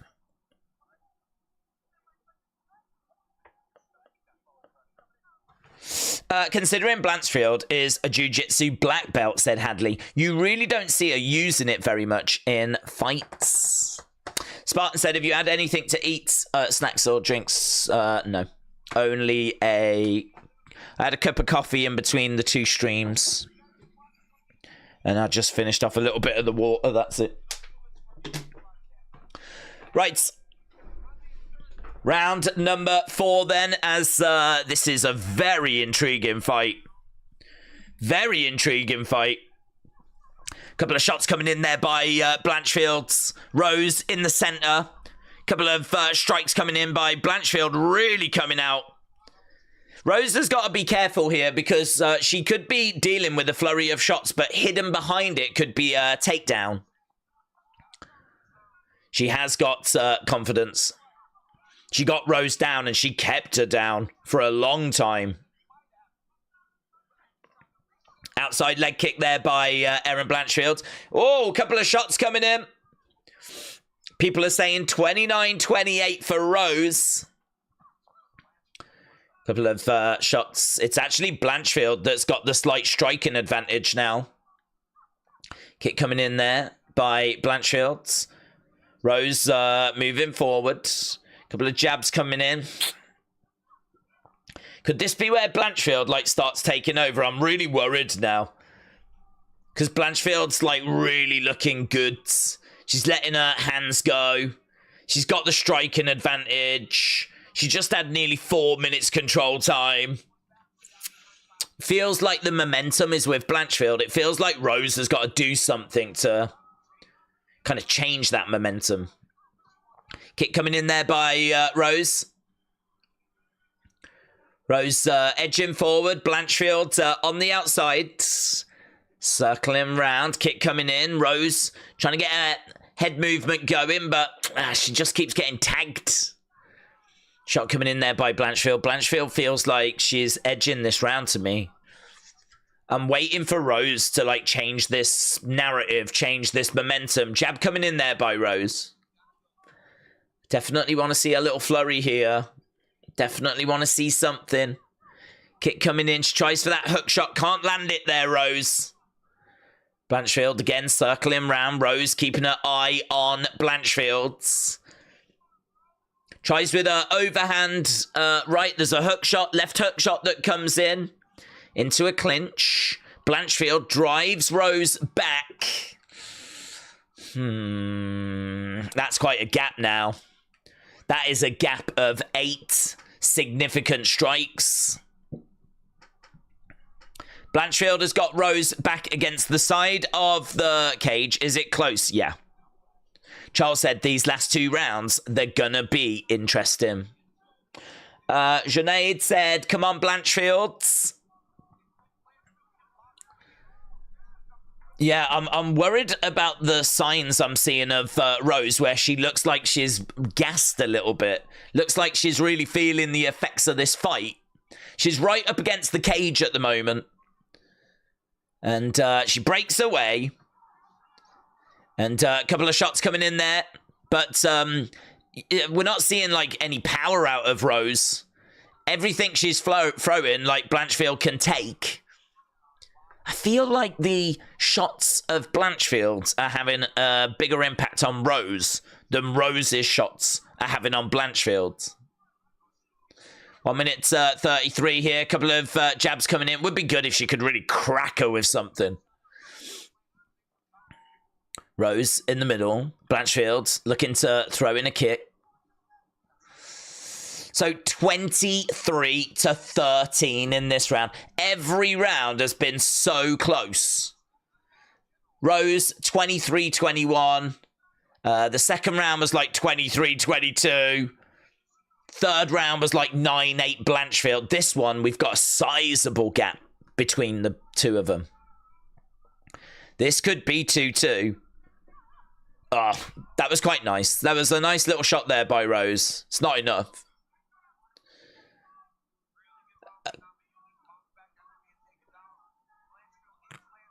Blanchfield is landing. Blanchfield looking for the takedown. Rose manages to stay on her feet. That was good.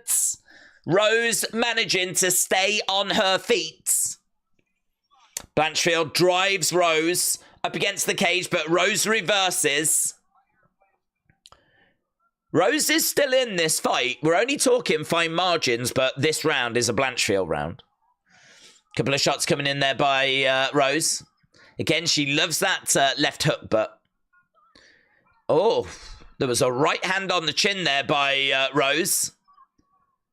Swing and a miss there by Blanchfield. Rose trying to throw a right hand. Blanchfield continuing to move forwards. Rose definitely looks tired here.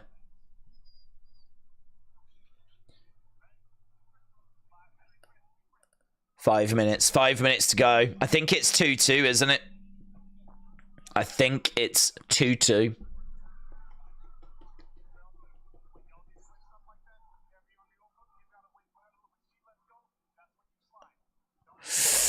We don't know to fight the highest level. It's far easier said than done, but this is more of Erin's loss than Rose's win.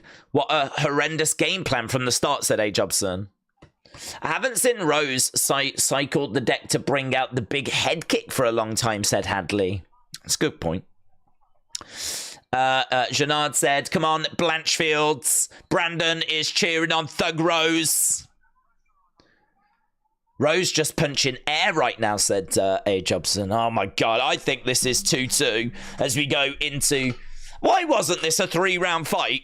If this was a 3-round fight, Rose would have won. She's been flipping robbed.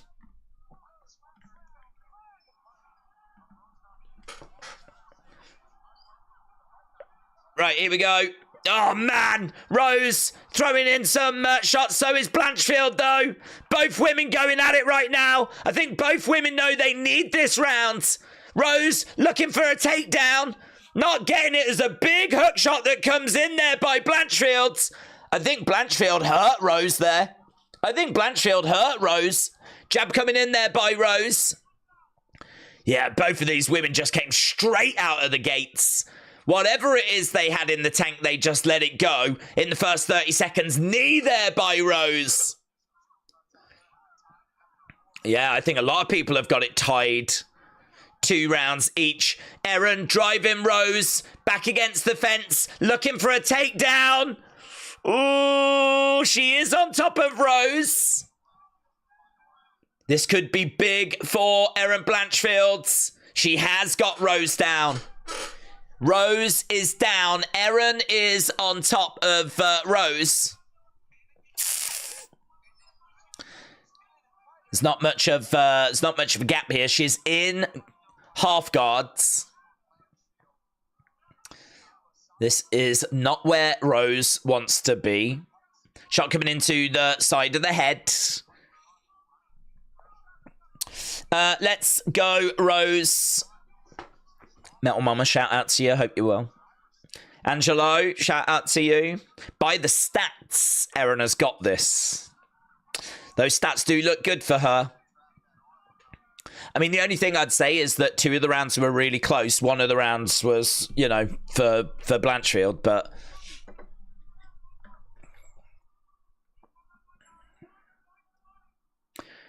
Right now, she's trying to throw in some shots to the head of Rose.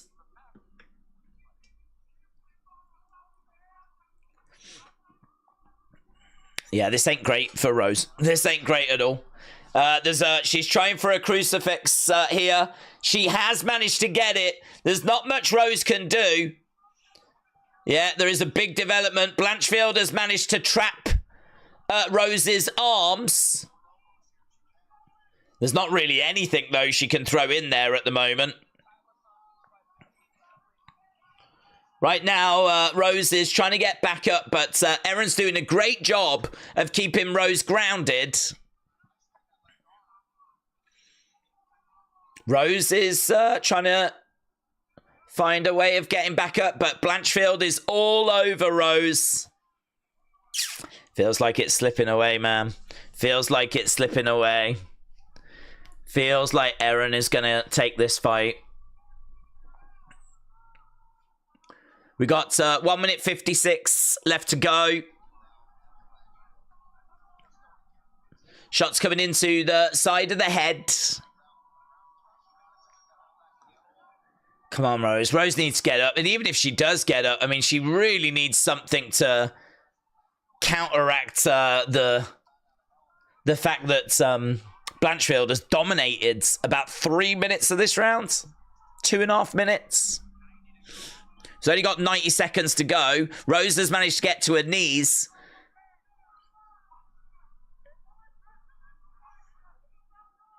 Two minutes 50 control time in this round. So Erin is round the back of Rose. Rose is down on her knees.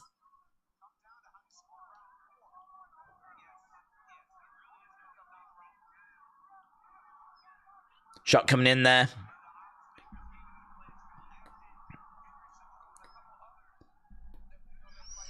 Over by the side of the fence. Knowing UFC judges, I won't be surprised if these scores are all over the place. Well, that's my hope, to be honest. I'm really hoping that we have some dodgy judges. Yeah, Blanchfield is in control. It did feel like Rose had been fading. She just could not get back up. Blanchfield is quite big. And so having Blanchfield on her, she really could not find a way of, like, shaking her off. Even now, she's having to work so hard with having Blanchfield, like, having her up against the cage. There's only 5 seconds left to go. Yeah.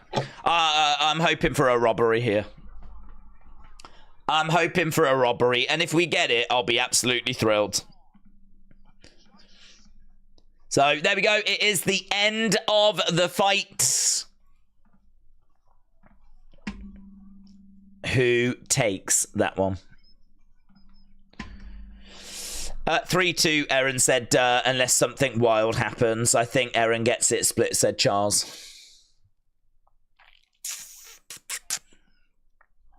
Droop said, my girlfriend next to me called Sloane keeps farting on my ankle. Some people would pay good money for that. Hadley said 3-1 Blanchfield with 1 round tied. She's been all over her now, said Jeanette. Easy win for Erin. No way Erin loses. Come on, Thug Rose. Robbery. Robbery. I'm hoping Thug Rose by robbery. Let's go. It's not going to be good, is it? Rose would have lost to Erin Blanchfield, and she would have lost to Manon Fior.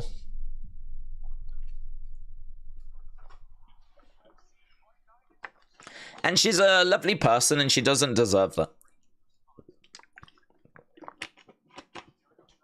I know we're meant to score it on the fight, but shouldn't we take personality into consideration? Here we go. All three. 48-47. All three judges scored it 48-47 for Erin Blanchfield.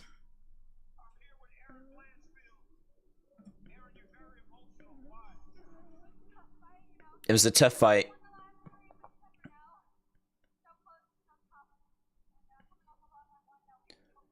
Erin said it was so close. It was so tough.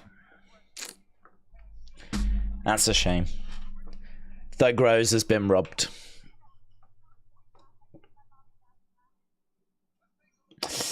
This sport is ridiculous.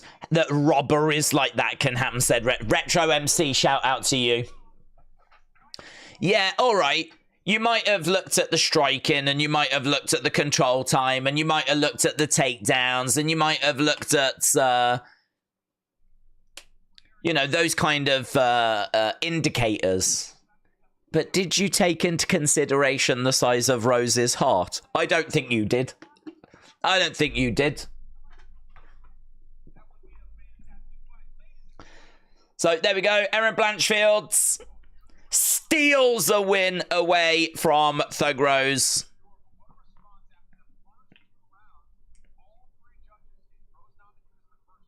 All three judges scored the first two rounds for Rose. So that means that Erin was down 2-0 on all three. So she had to win the final three rounds to win the fight. And that's exactly what she did. That is so annoying. That is so annoying. If this was a 3-round fight, Rose would have won. I'm livid. 48-47 Blanchfield. Nico said, I knew that would be tough for Rose. Spartan said, what is your favourite cuisine? I don't know that I have one, but I mean, I'll always take burgers and pizza and that kind of nonsense over. I'll take that over steak or, I don't know, pasta or something. I don't know. Sushi. I don't know what else is there. Indian, Chinese. It's not really the same kind of cuisine. No, fast food. That's my favourite cuisine. Hadley said, yet another close fight lost because the loser couldn't turn around the ground game. It's been happening a lot in MMA lately. That's true, actually. That's true. It's sad to see the thug part of Rose is lost, said so. That's true as well. She was, like, hitting Erin. Erin didn't seem bothered at all. It's a good point. So, Brandon Moreno is back. Brandon Moreno says he feels excited to be back. He walked away, didn't he? He said he needed a break back in February. He said he was, like, burnt out, and he has lost his last two fights by split decision. So, he took a break. I mean, he spoke about retirement and everything, but he's back now. Well-rounded, great pace, great pressure, really great fighter. He's still only 30. Slick boxing, decent guillotine. He can strike, he can grapple. He's got a good left hook, good hand speeds. Good volume, good striking. He's got a pretty good get-up game as well if he does get taken down. But as we said, those losses took a lot out of him. And he was really struggling with, you know, in his words, his love for MMA. So he's gone away for a bit, recharged the batteries, and is back now to take on 5-0 in the UFC, Amir Albazi, who relies on his power. He's strong, he's speedy. A few gas tank questions, but he's got legit jiu-jitsu, constantly improving, solid grappling, good level changes. I think he's been off for quite a long layoff as well, though, Albazi. I think his last fight was like June of 2023. So we haven't seen Albazi in a while. We haven't seen Brandon Moreno since February. Surely Moreno's the pick here. He is the favourite, and most people on Tapology have gone with him. It would be lovely for Moreno to just find that little bit extra that's been missing. As we said, he's been on the wrong side of 2 split decision losses. So it would be good for him to be able to find that little bit extra that's missing. But, yeah, should be good. I've got Brandon Moreno winning this. Metal Mama's got Brandon winning this. A. Jobson said Rose really needs to think about staying in this division. I really think she lacks the strength to deal with the stronger women, and she can't shrug and scramble as easy as she did in strawweight. It's a really good point. I absolutely agree. She could not get up easily. She couldn't, like, it was a real challenge for her. And the power as well. I mean, like, the power doesn't really translate as well. Like, she was hitting Erin Blanchfield. Erin Blanchfield didn't seem bothered by it. I really think the shots that Rose took did trouble Rose. And, you know, her cardio's not really an issue. And I don't think she mentally checked out. I mean, she was 2 rounds up. I just think that, like, she got wore down a bit. I think those shots, like, had an effect. I think the leg kicks were having an effect. And, yeah, I don't disagree. I don't disagree. I mean, if she goes back down, she's got Jourdain and Tatiana Suarez and Jandaroba. Zhang Wei Li, who she's beaten twice. I don't know if she can get back down. I mean, I'm sure she can, but 32 now. It's going to get harder, isn't it? Oh, God, yeah, it sucks. I wonder if Connor will ever actually fight again, said Spartan. What happens if he doesn't? Hasn't he got a couple of fights left? Well, I'm guessing I don't know what would happen, to be honest. They'd have to come to some sort of a arrangement, wouldn't they? This is gonna bang, said Charles. Moreno can brawl. Both are scrappers. This is gonna be a really fun fight. I'm just gutted. It's so hard to watch the fight when you're crying after the robbery that I just witnessed. So, okay, we do need to turn our attention to this. Feel free to get in your thoughts. Which way do you think this is going to go? This is our main event of the evening. Albazi has taken down all 5 of his UFC opponents. 9 wins coming courtesy of submission. He hasn't lost in 5.5 years. That's pretty impressive, isn't it? He hasn't lost in 5.5 years. I adopt Brandon Moreno at -175. He has a reliable 5-point palm exploding heart technique. Oh, he must have just recently learnt that. Albazi is going to upset. Moreno is going to win by sub. This is going to be tricky for Moreno.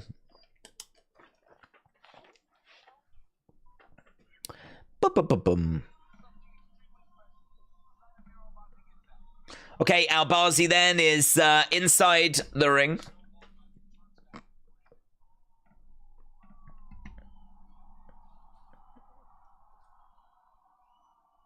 Here comes Brandon Moreno.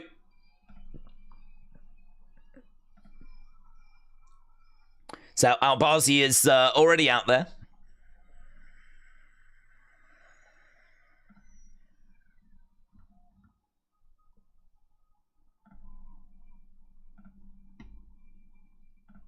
Nice. Days, you need to turn heel again. I've never turned heel, but don't know what you mean. Okay, Brandon Moreno making his way down. We can look at some of the numbers on screen. Takedown average is very similar, but takedown accuracy is much better for Brandon Moreno. Obviously, Albazi better with subs. That's how he's getting a lot of his victories. Significant strike accuracy is with Brandon Moreno, and big advantage when it comes to shots landed per minute. Brandon Moreno 3.87, Albazi 2.8. Age-wise, very, very close. Reach-wise, very close. Experience-wise, clearly Brandon Moreno.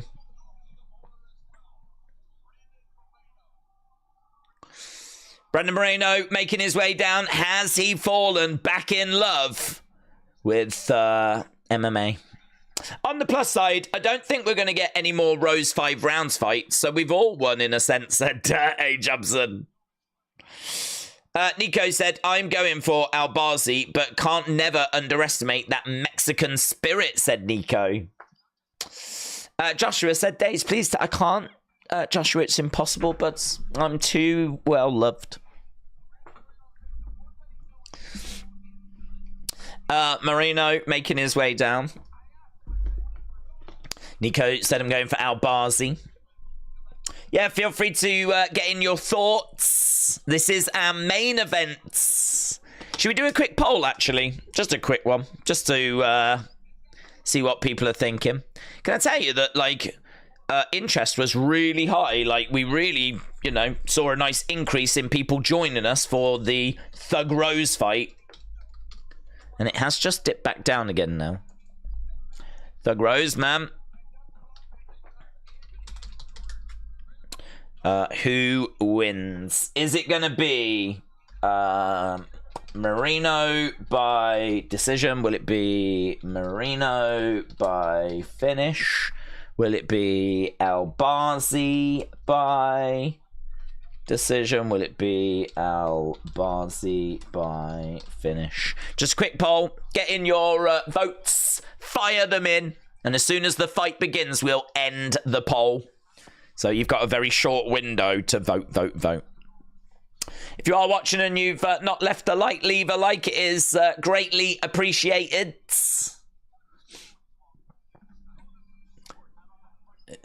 Yeah, those shorts are pretty wild, aren't they, that Brandon Moreno's got on? They're pretty fun. SoCal, shout out to you, my friends. Moreno is going to have to bring his best to win, says Peter. McLovin said Albazi by TKO round 3 or decision. Brandon Moreno is ranked number 2 in the flyweight division. Albazi ranked number 3. Brandon Moreno comes in as a -180 favorite, which is quite close. Here we go. Main event of the evening. Albazi by whatever he wants, says Alessandro. Kumar said, what time does it start? It is starting. It's happening. Let's go, man. Let's flipping go. I hope we get a few. I hope this isn't like they just like catch them or something. Get them down and like find a sub or whatever. I hope we get a few rounds out of this.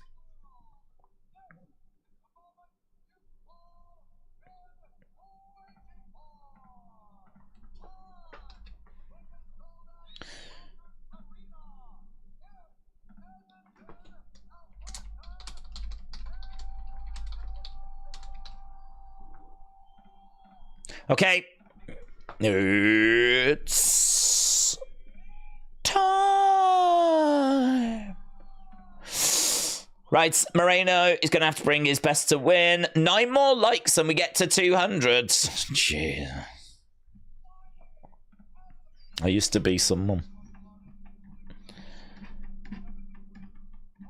I used to get to 300, wouldn't even notice.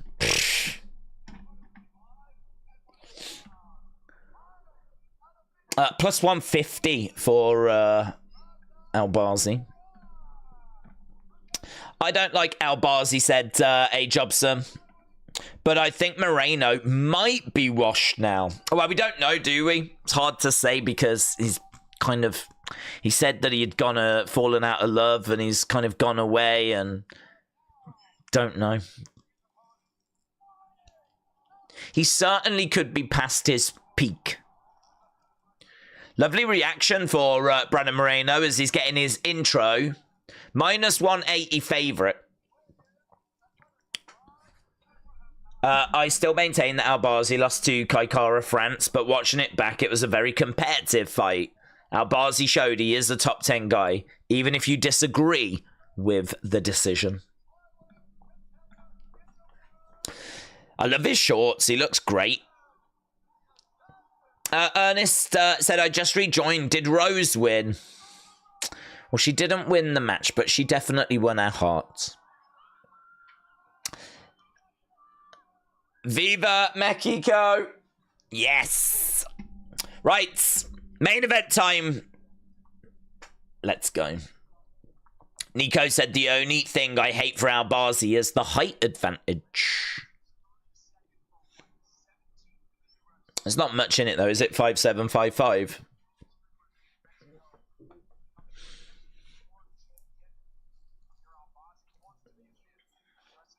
Okay, here we go then. Both guys have had their intros. Going to be underway with this. This is our main event of the evening. Let's go. Moreno in red. Albazi in white. Jab coming in there by Brandon Moreno. Jab coming in by Albazi. Nice left hand there by Albazi. Moreno in the center. Trying to come forward, throwing out a left-hand jab. Albazi on the outside. There's a shot that comes in. Inside leg kick there by Albazi.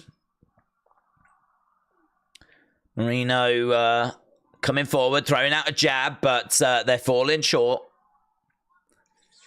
Albazi is not willing to engage at the moment. He's keeping a good distance. Couple of jabs coming in there by Albazi. Overhand coming in there by Moreno.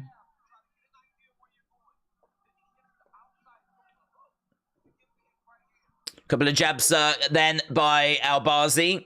Oh, here we go. That was, oh, God. They both got into a clinch there, but they broke apart. Brandon Moreno in the center. Couple of jabs coming in there by Albazi.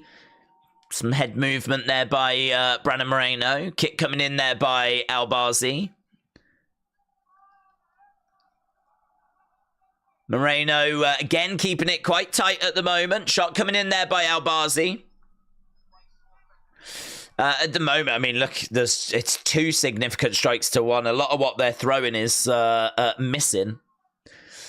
There's a right hand there from Albazi, but again, that seemed to whistle past. We've had a couple of minutes already. Moreno keeping it quite tight at the moment. 1-2, straight down the middle. Circle him round and reset in. Jab coming in. Kick coming in there by Moreno. There's a lovely overhand right there by Brandon Moreno. That got through. Jab straight down the center there by Albazi. Moreno. Kick down the middle, but that was nicely blocked. Front kick was nicely blocked there by Brandon Moreno.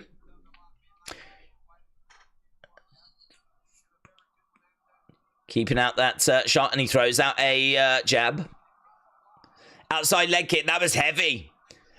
Albazi with an outside leg kick, and Brandon sort of buckled a little bit. Goes for a jab there, Albazi. Left-hand jab. Couldn't quite land it. Outside leg kick.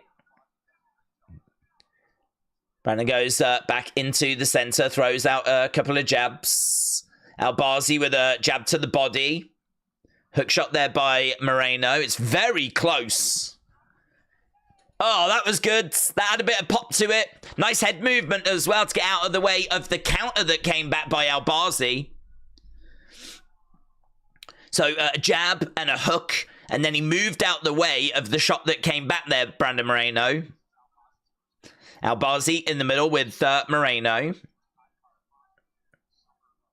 Moreno again. Just putting out his hand as a bit of a rangefinder. Just giving Albazi something to think about. Moreno is the only one, man, said John. Both fighters are crazy good, but Moreno. John thinks Moreno is going to win. There's a big right hand that just misses there by Brandon Moreno. Moreno just starting to pull ahead a little bit now. Outside leg kick just misses there by Albazi. We got 40-odd seconds left of round number 1.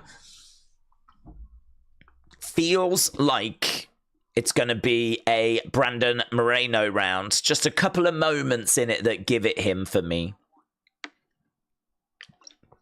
A couple of big swings there by Brandon Moreno.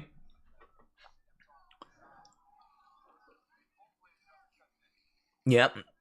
There's a nice shot coming in there by Albazi. It's going to be close. I feel like it's closer than the numbers on screen suggest. 10 seconds left to go. Moreno's very good, said John. Lena, hello, my friend. Hope you are well. There we go. End of round 1. Quite cagey. Just a couple of moments in it. But I think it's going to be a Brandon Moreno round.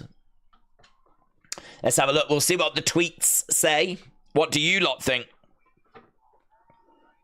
They're saying to Albazi, you're just waiting too long. You've just got to let it go. You've just got to open it up a little bit.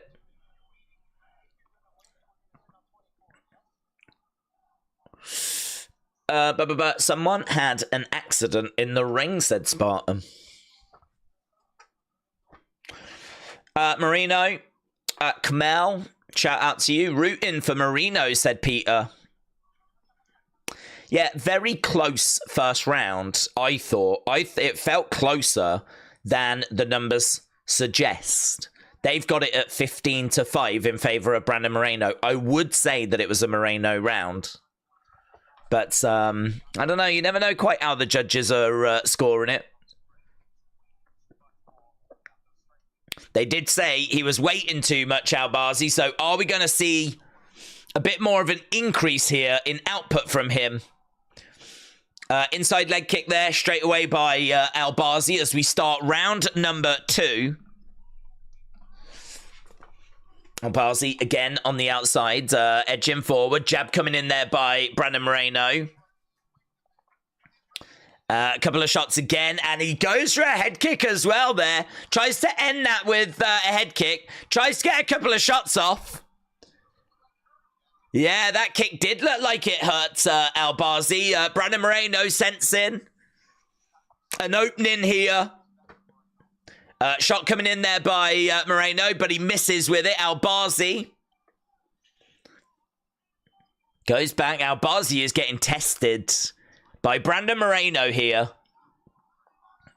Outside leg kick misses by Brandon Moreno. Albazi trying to look to edge forward. Jab coming in there by Albazi. Hook shot coming in there by Albazi. Jab coming back there by Albazi. But been a great start to round 2 for him.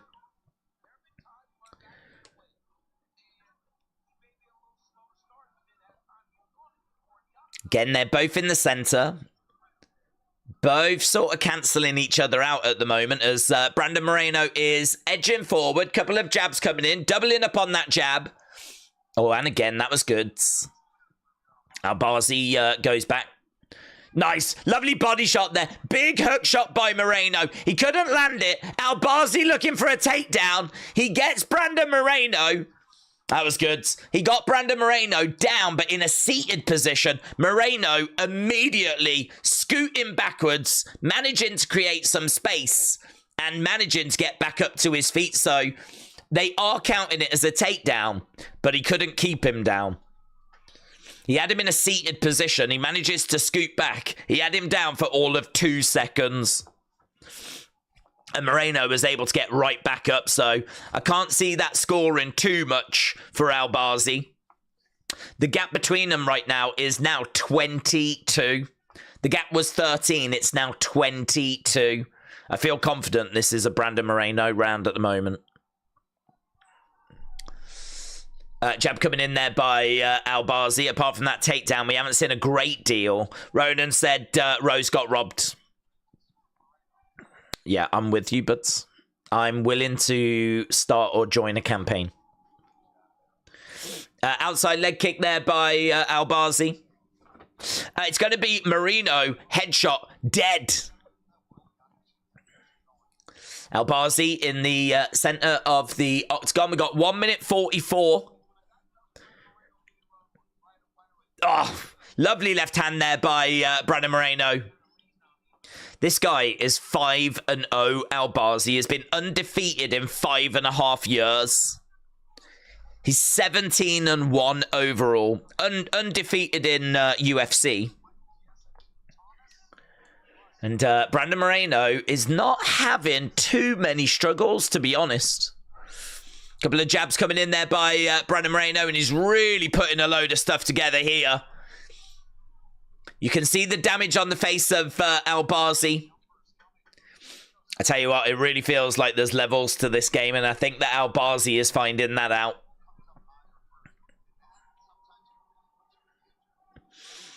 Nice, lovely jab. Lovely jab.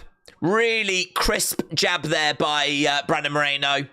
Albazi stumbles back a little bit. He is really calculated. Kick coming in there by Albazi. Kick coming in down the middle. His shots are so good. Those counters are so impactful from Moreno. There was a kick that just came in by Albazi, and immediately the counter was in. And it just whistled past Albazi, but he's got some real pop in his hands. And he's really caused some trouble for Albazi. 27 / updated to 31 headshots for Brandon Moreno. Oh! That was a lovely left hand by Moreno. It's all Moreno, man. It's Moreno's world, and we are just living in it. Round number 3, Brandon Moreno is taking Albazi to school. Significant strikes, 41-9. There's blood on the nose of Albazi. Brandon Moreno has thrown 104 shots compared to 59. He's landed 41 compared to 9. Yeah, he wobbled him as well. Moreno looking good, not gonna lie, said Jourdain. It's very methodical. He doesn't look rushed. He's just looking for openings when they present themselves. He is trying to capitalize on them.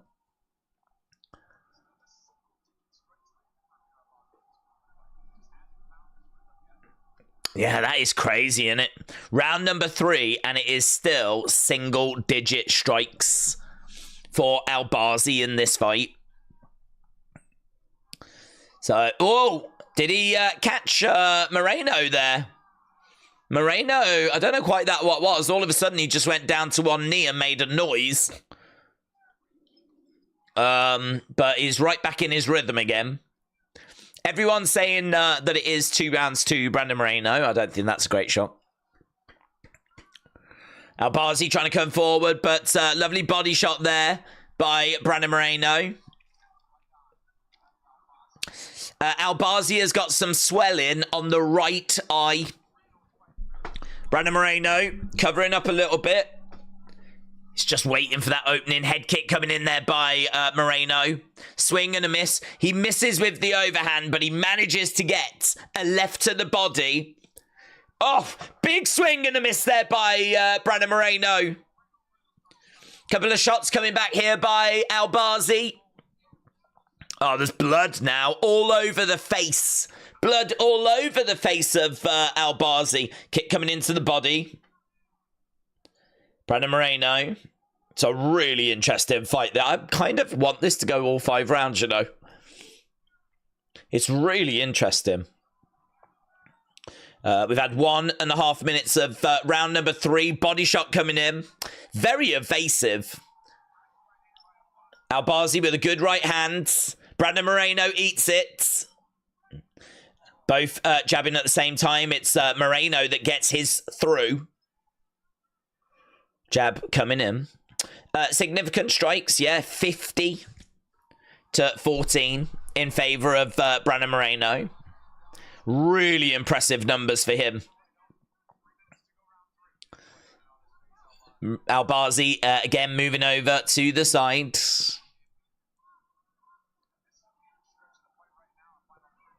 Both guys in the middle. Lots of damage. We know that damage really scores well. Lots of damage on the face of Albazi.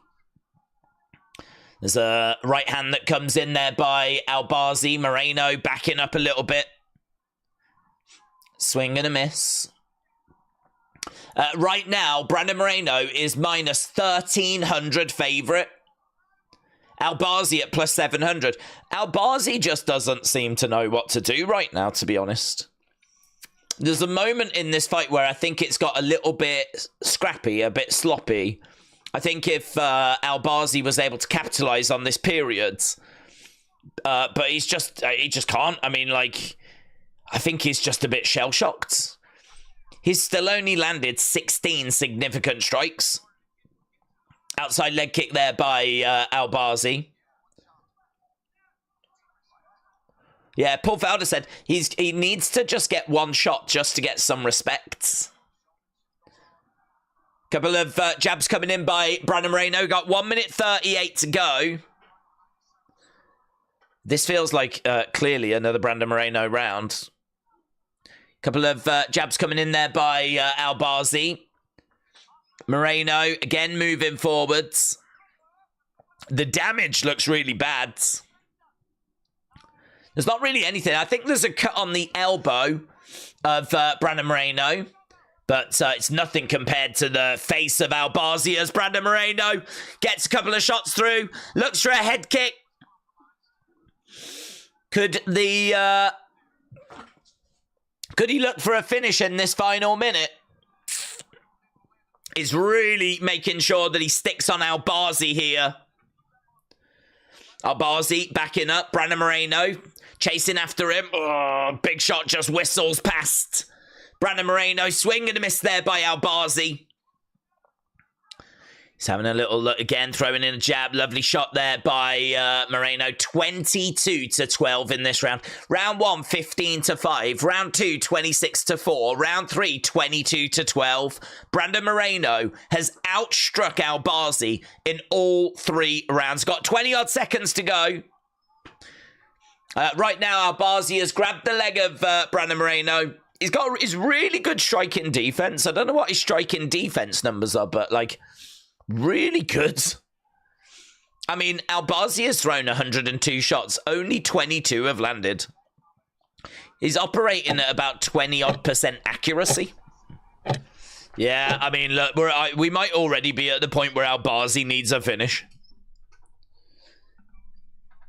They're saying, don't blow your nose. He must have broke his nose. It does look pretty swollen.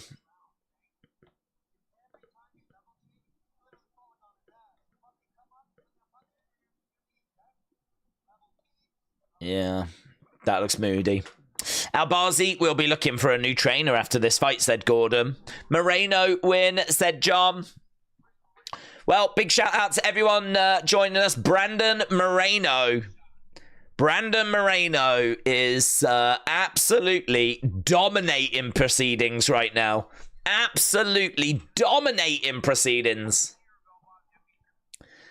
It's a really, really good showing from him so far. All he needs to do is just see this out and pick up a really good victory. Okay, here we go. Round number 4. But couple of shots coming in. Oh, I tell you what, Brandon Moreno is not interested in sitting back. There's no backing off here by Brandon Moreno. But Albazi trying to throw in a couple of shots. Jab coming in there by Moreno. Yeah, let's go, man. Let's go. Couple of shots coming back there by Albazi. Moreno circling around. We know that he's got the cardio to go all 5 rounds. He hasn't even really been tested that much. Hook shot coming in there by Brandon Moreno. Albazi just edging forwards. I definitely think there's more opportunity for leg kicks for Albazi. Nice hook shot there by Moreno. 52 headshots. 52 headshots. That is definitely adding up. That is definitely adding up. Keep it up, Moreno, said John. Albazi's doing shiz, said Jourdain. I'm impressed by Moreno taking charge, said Peter. Is there baby oil in the octagon? They're slipping a lot. Sometimes you do get that with the sponsors. That has been commented on before, like that you can slip on the sponsorships. Moreno in the center of the octagon. We've had 1:40 in this round. I feel like Albazi might be getting a few things through here, but I still think he's behind Moreno, even in this round. Jab coming in there by Moreno. Albazi is circling round. Moreno is sticking on him. Albazi coming forwards. There's a right hand that comes in there by Moreno. There's a hook shot that comes in by Moreno. Moreno coming forward, throwing out a shot. Body shot there by Albazi. Overhand coming in there by Brandon Moreno. Moreno covering up. Hook shot there by Albazi. Jab coming in there by Albazi. Moreno just covering up. Not Moreno's best round, this one. Not his best round. Kick coming in there by Albazi. That got through. And an outside leg kick. Well, I tell you what, I feel like Albazi's getting a little bit of confidence here. I feel like he's kind of growing into this as it feels like Moreno is, I don't know, he's dropped his output.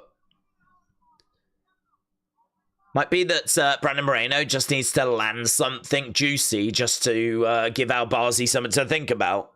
Albazi coming forward, trying to throw in a jab.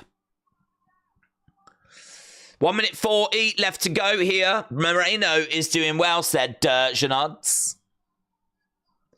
Moreno in the middle. Covering up. Outside leg kick there by Moreno. And he tried to go upstairs. He tried to go upstairs there, Brandon Moreno. No joy at the moment, Albazi. Still nothing. Covering up. Doubling up on the jab. Here we've got Albazi coming forward. There's a hook shot coming into the side of the head. Yeah, this has not been the best rounds by Brandon Moreno. This actually might have been an Albazi round.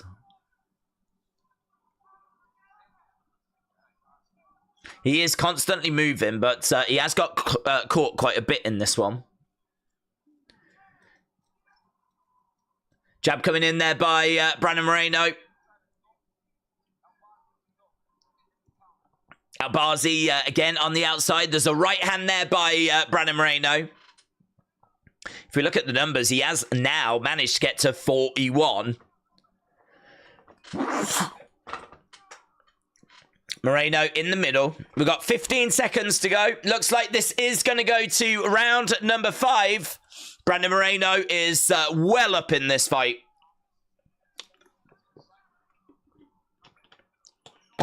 Final rounds. Moreno for the win, baby, said Ronan. Uday said, my bet is on Moreno. Let's go, Moreno. Well, I would say your bet is looking pretty good at the moment. We've got the poll that we asked people. Moreno, it's really close, actually. Moreno by decision was the top answer, 29%. Moreno by finish, 29%. Albazi by finish, 20%. Albazi by decision, 19%. So we're looking at 60-40 Brandon Moreno. 60-40 Brandon Moreno. That's what you lot thought.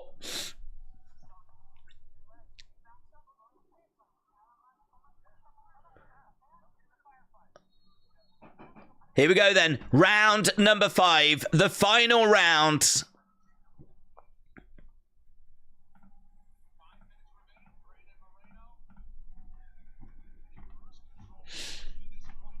He has been in cruise control.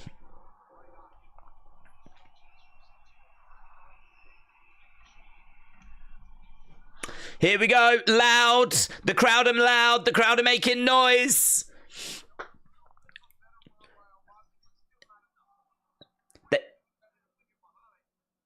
Cormier said that was a better round by Albazi, but still not enough. I think there's an argument it's 3-1 here. John said Moreno is the best.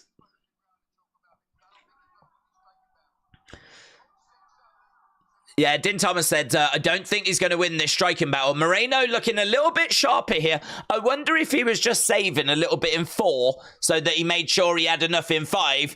Albazi looking for a takedown. That takedown is denied. Referee wants a timeout, potentially for an eye poke here. So referee has timed out.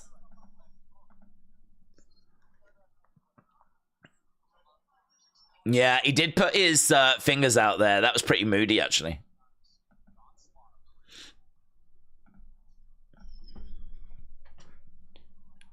He's just checking with Brandon Moreno. Brandon Moreno was on the receiving end of an eye poke.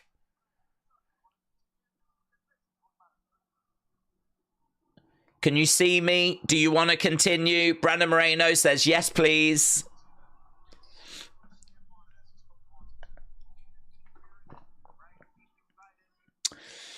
Okay, Albazi in the center. Oh, uppercut there by Albazi. Albazi's just got a swing for the fences, man. But that is going to provide openings. Couple of jabs coming in there by Albazi. Couple of jabs coming in there by Brandon Moreno. Nice shot coming in there by Brandon Moreno. And into a clinch. Takedown. Gets back up to his feet. Oh, big hook shot. Brandon Moreno. Big hook shot. Albazi in trouble. He's still on his feet, though. Into a clinch. Brandon Moreno. They separate. Albazi is on his bike a little bit. He's backing up. He tries to throw in a jab. He's back with us. He definitely got rocked there. That was good. That was really good by Brandon Moreno. And into a clinch. Albazi maybe looking for a takedown here. He's driving Moreno back. Moreno, though, staying on his feet. Up against the side of the cage. We've got 2 minutes 48 to go. Albazi knee to the midsection there by Brandon Moreno. They both go back to the center.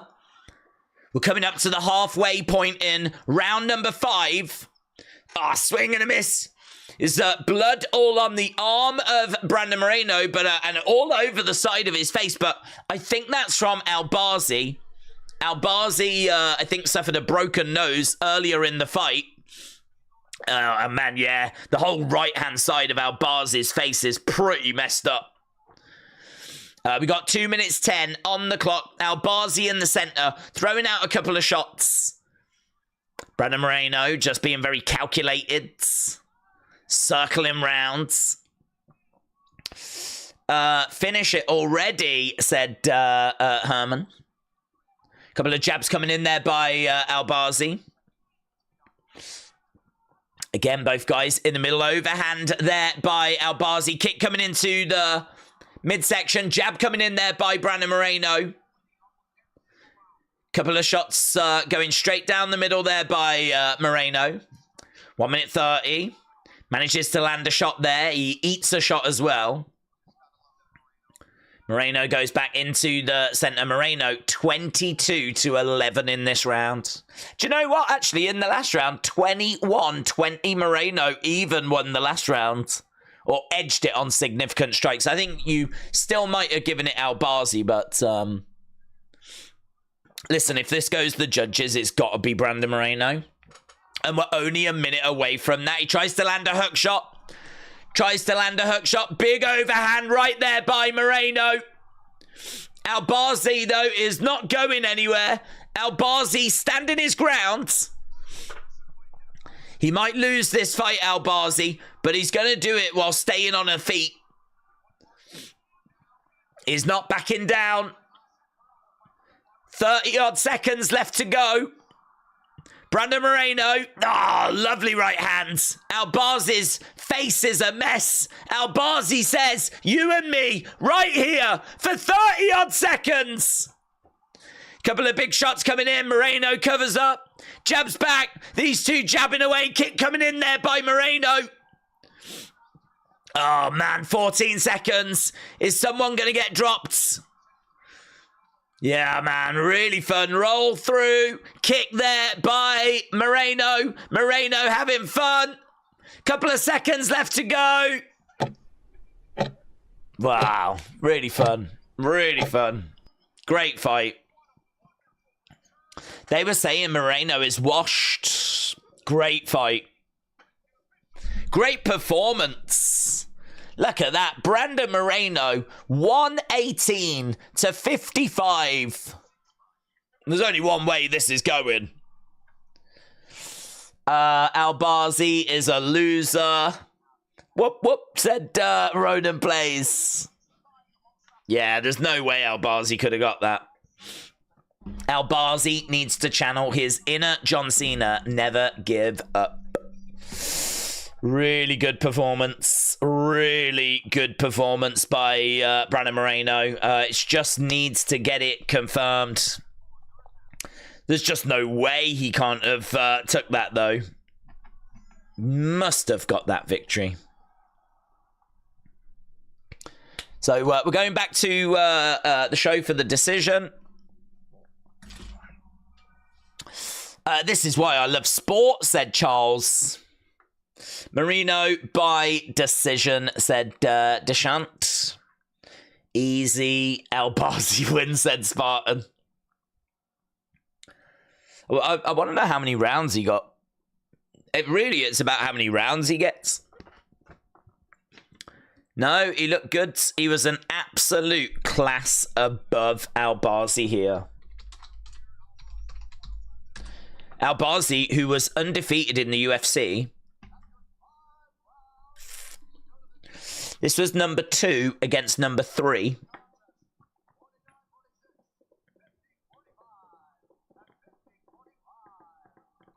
(49-46), 50-45, 50-45. Two of the judges gave Brandon Moreno every single round.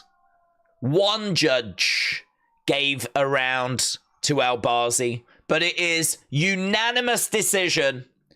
Brandon Moreno is victorious in the main event. Number 2 beats number 3.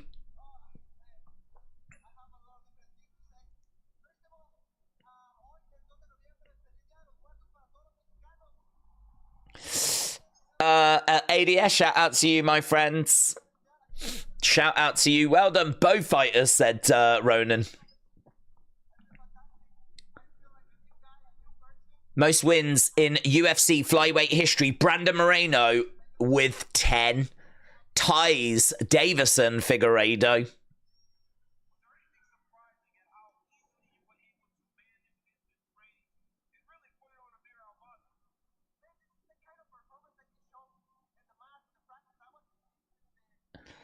People are saying Moreno is back. Henry Cejudo said vintage Brandon Moreno. Excellent performance for Brandon Moreno.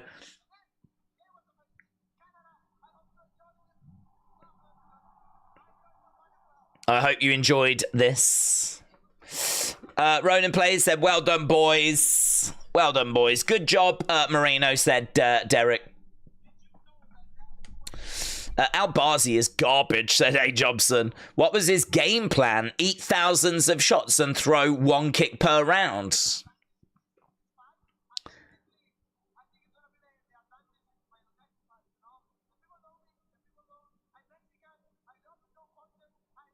I'm Mexican. I love to throw punches, says Moreno.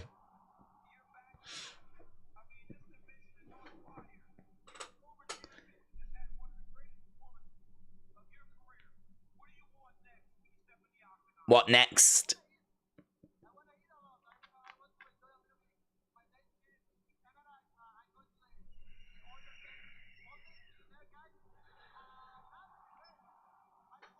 He said he's going to go to the Oilers game. He just wants to enjoy his time in Canada.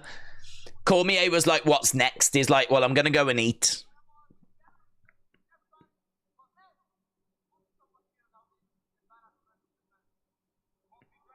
So he wants the baddest person on the planet. There we go.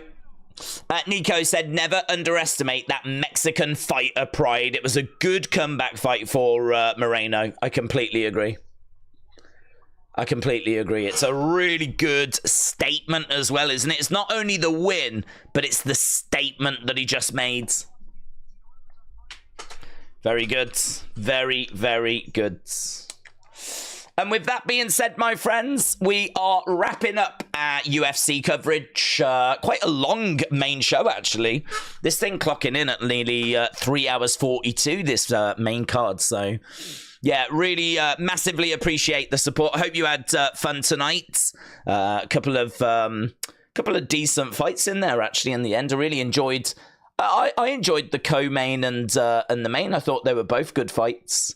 So definitely think this card gave me what I was looking for, apart from a Thug Rose win. But I'm pleased for Erin Blanchfield. I haven't got anything against her. And I'm pleased for Brandon Moreno as well. That's, as we said, a very big statement win. So there we go. Thanks a lot for joining us, guys. Really appreciate the support. Enjoy the rest of your weekends. And I will see you again next time.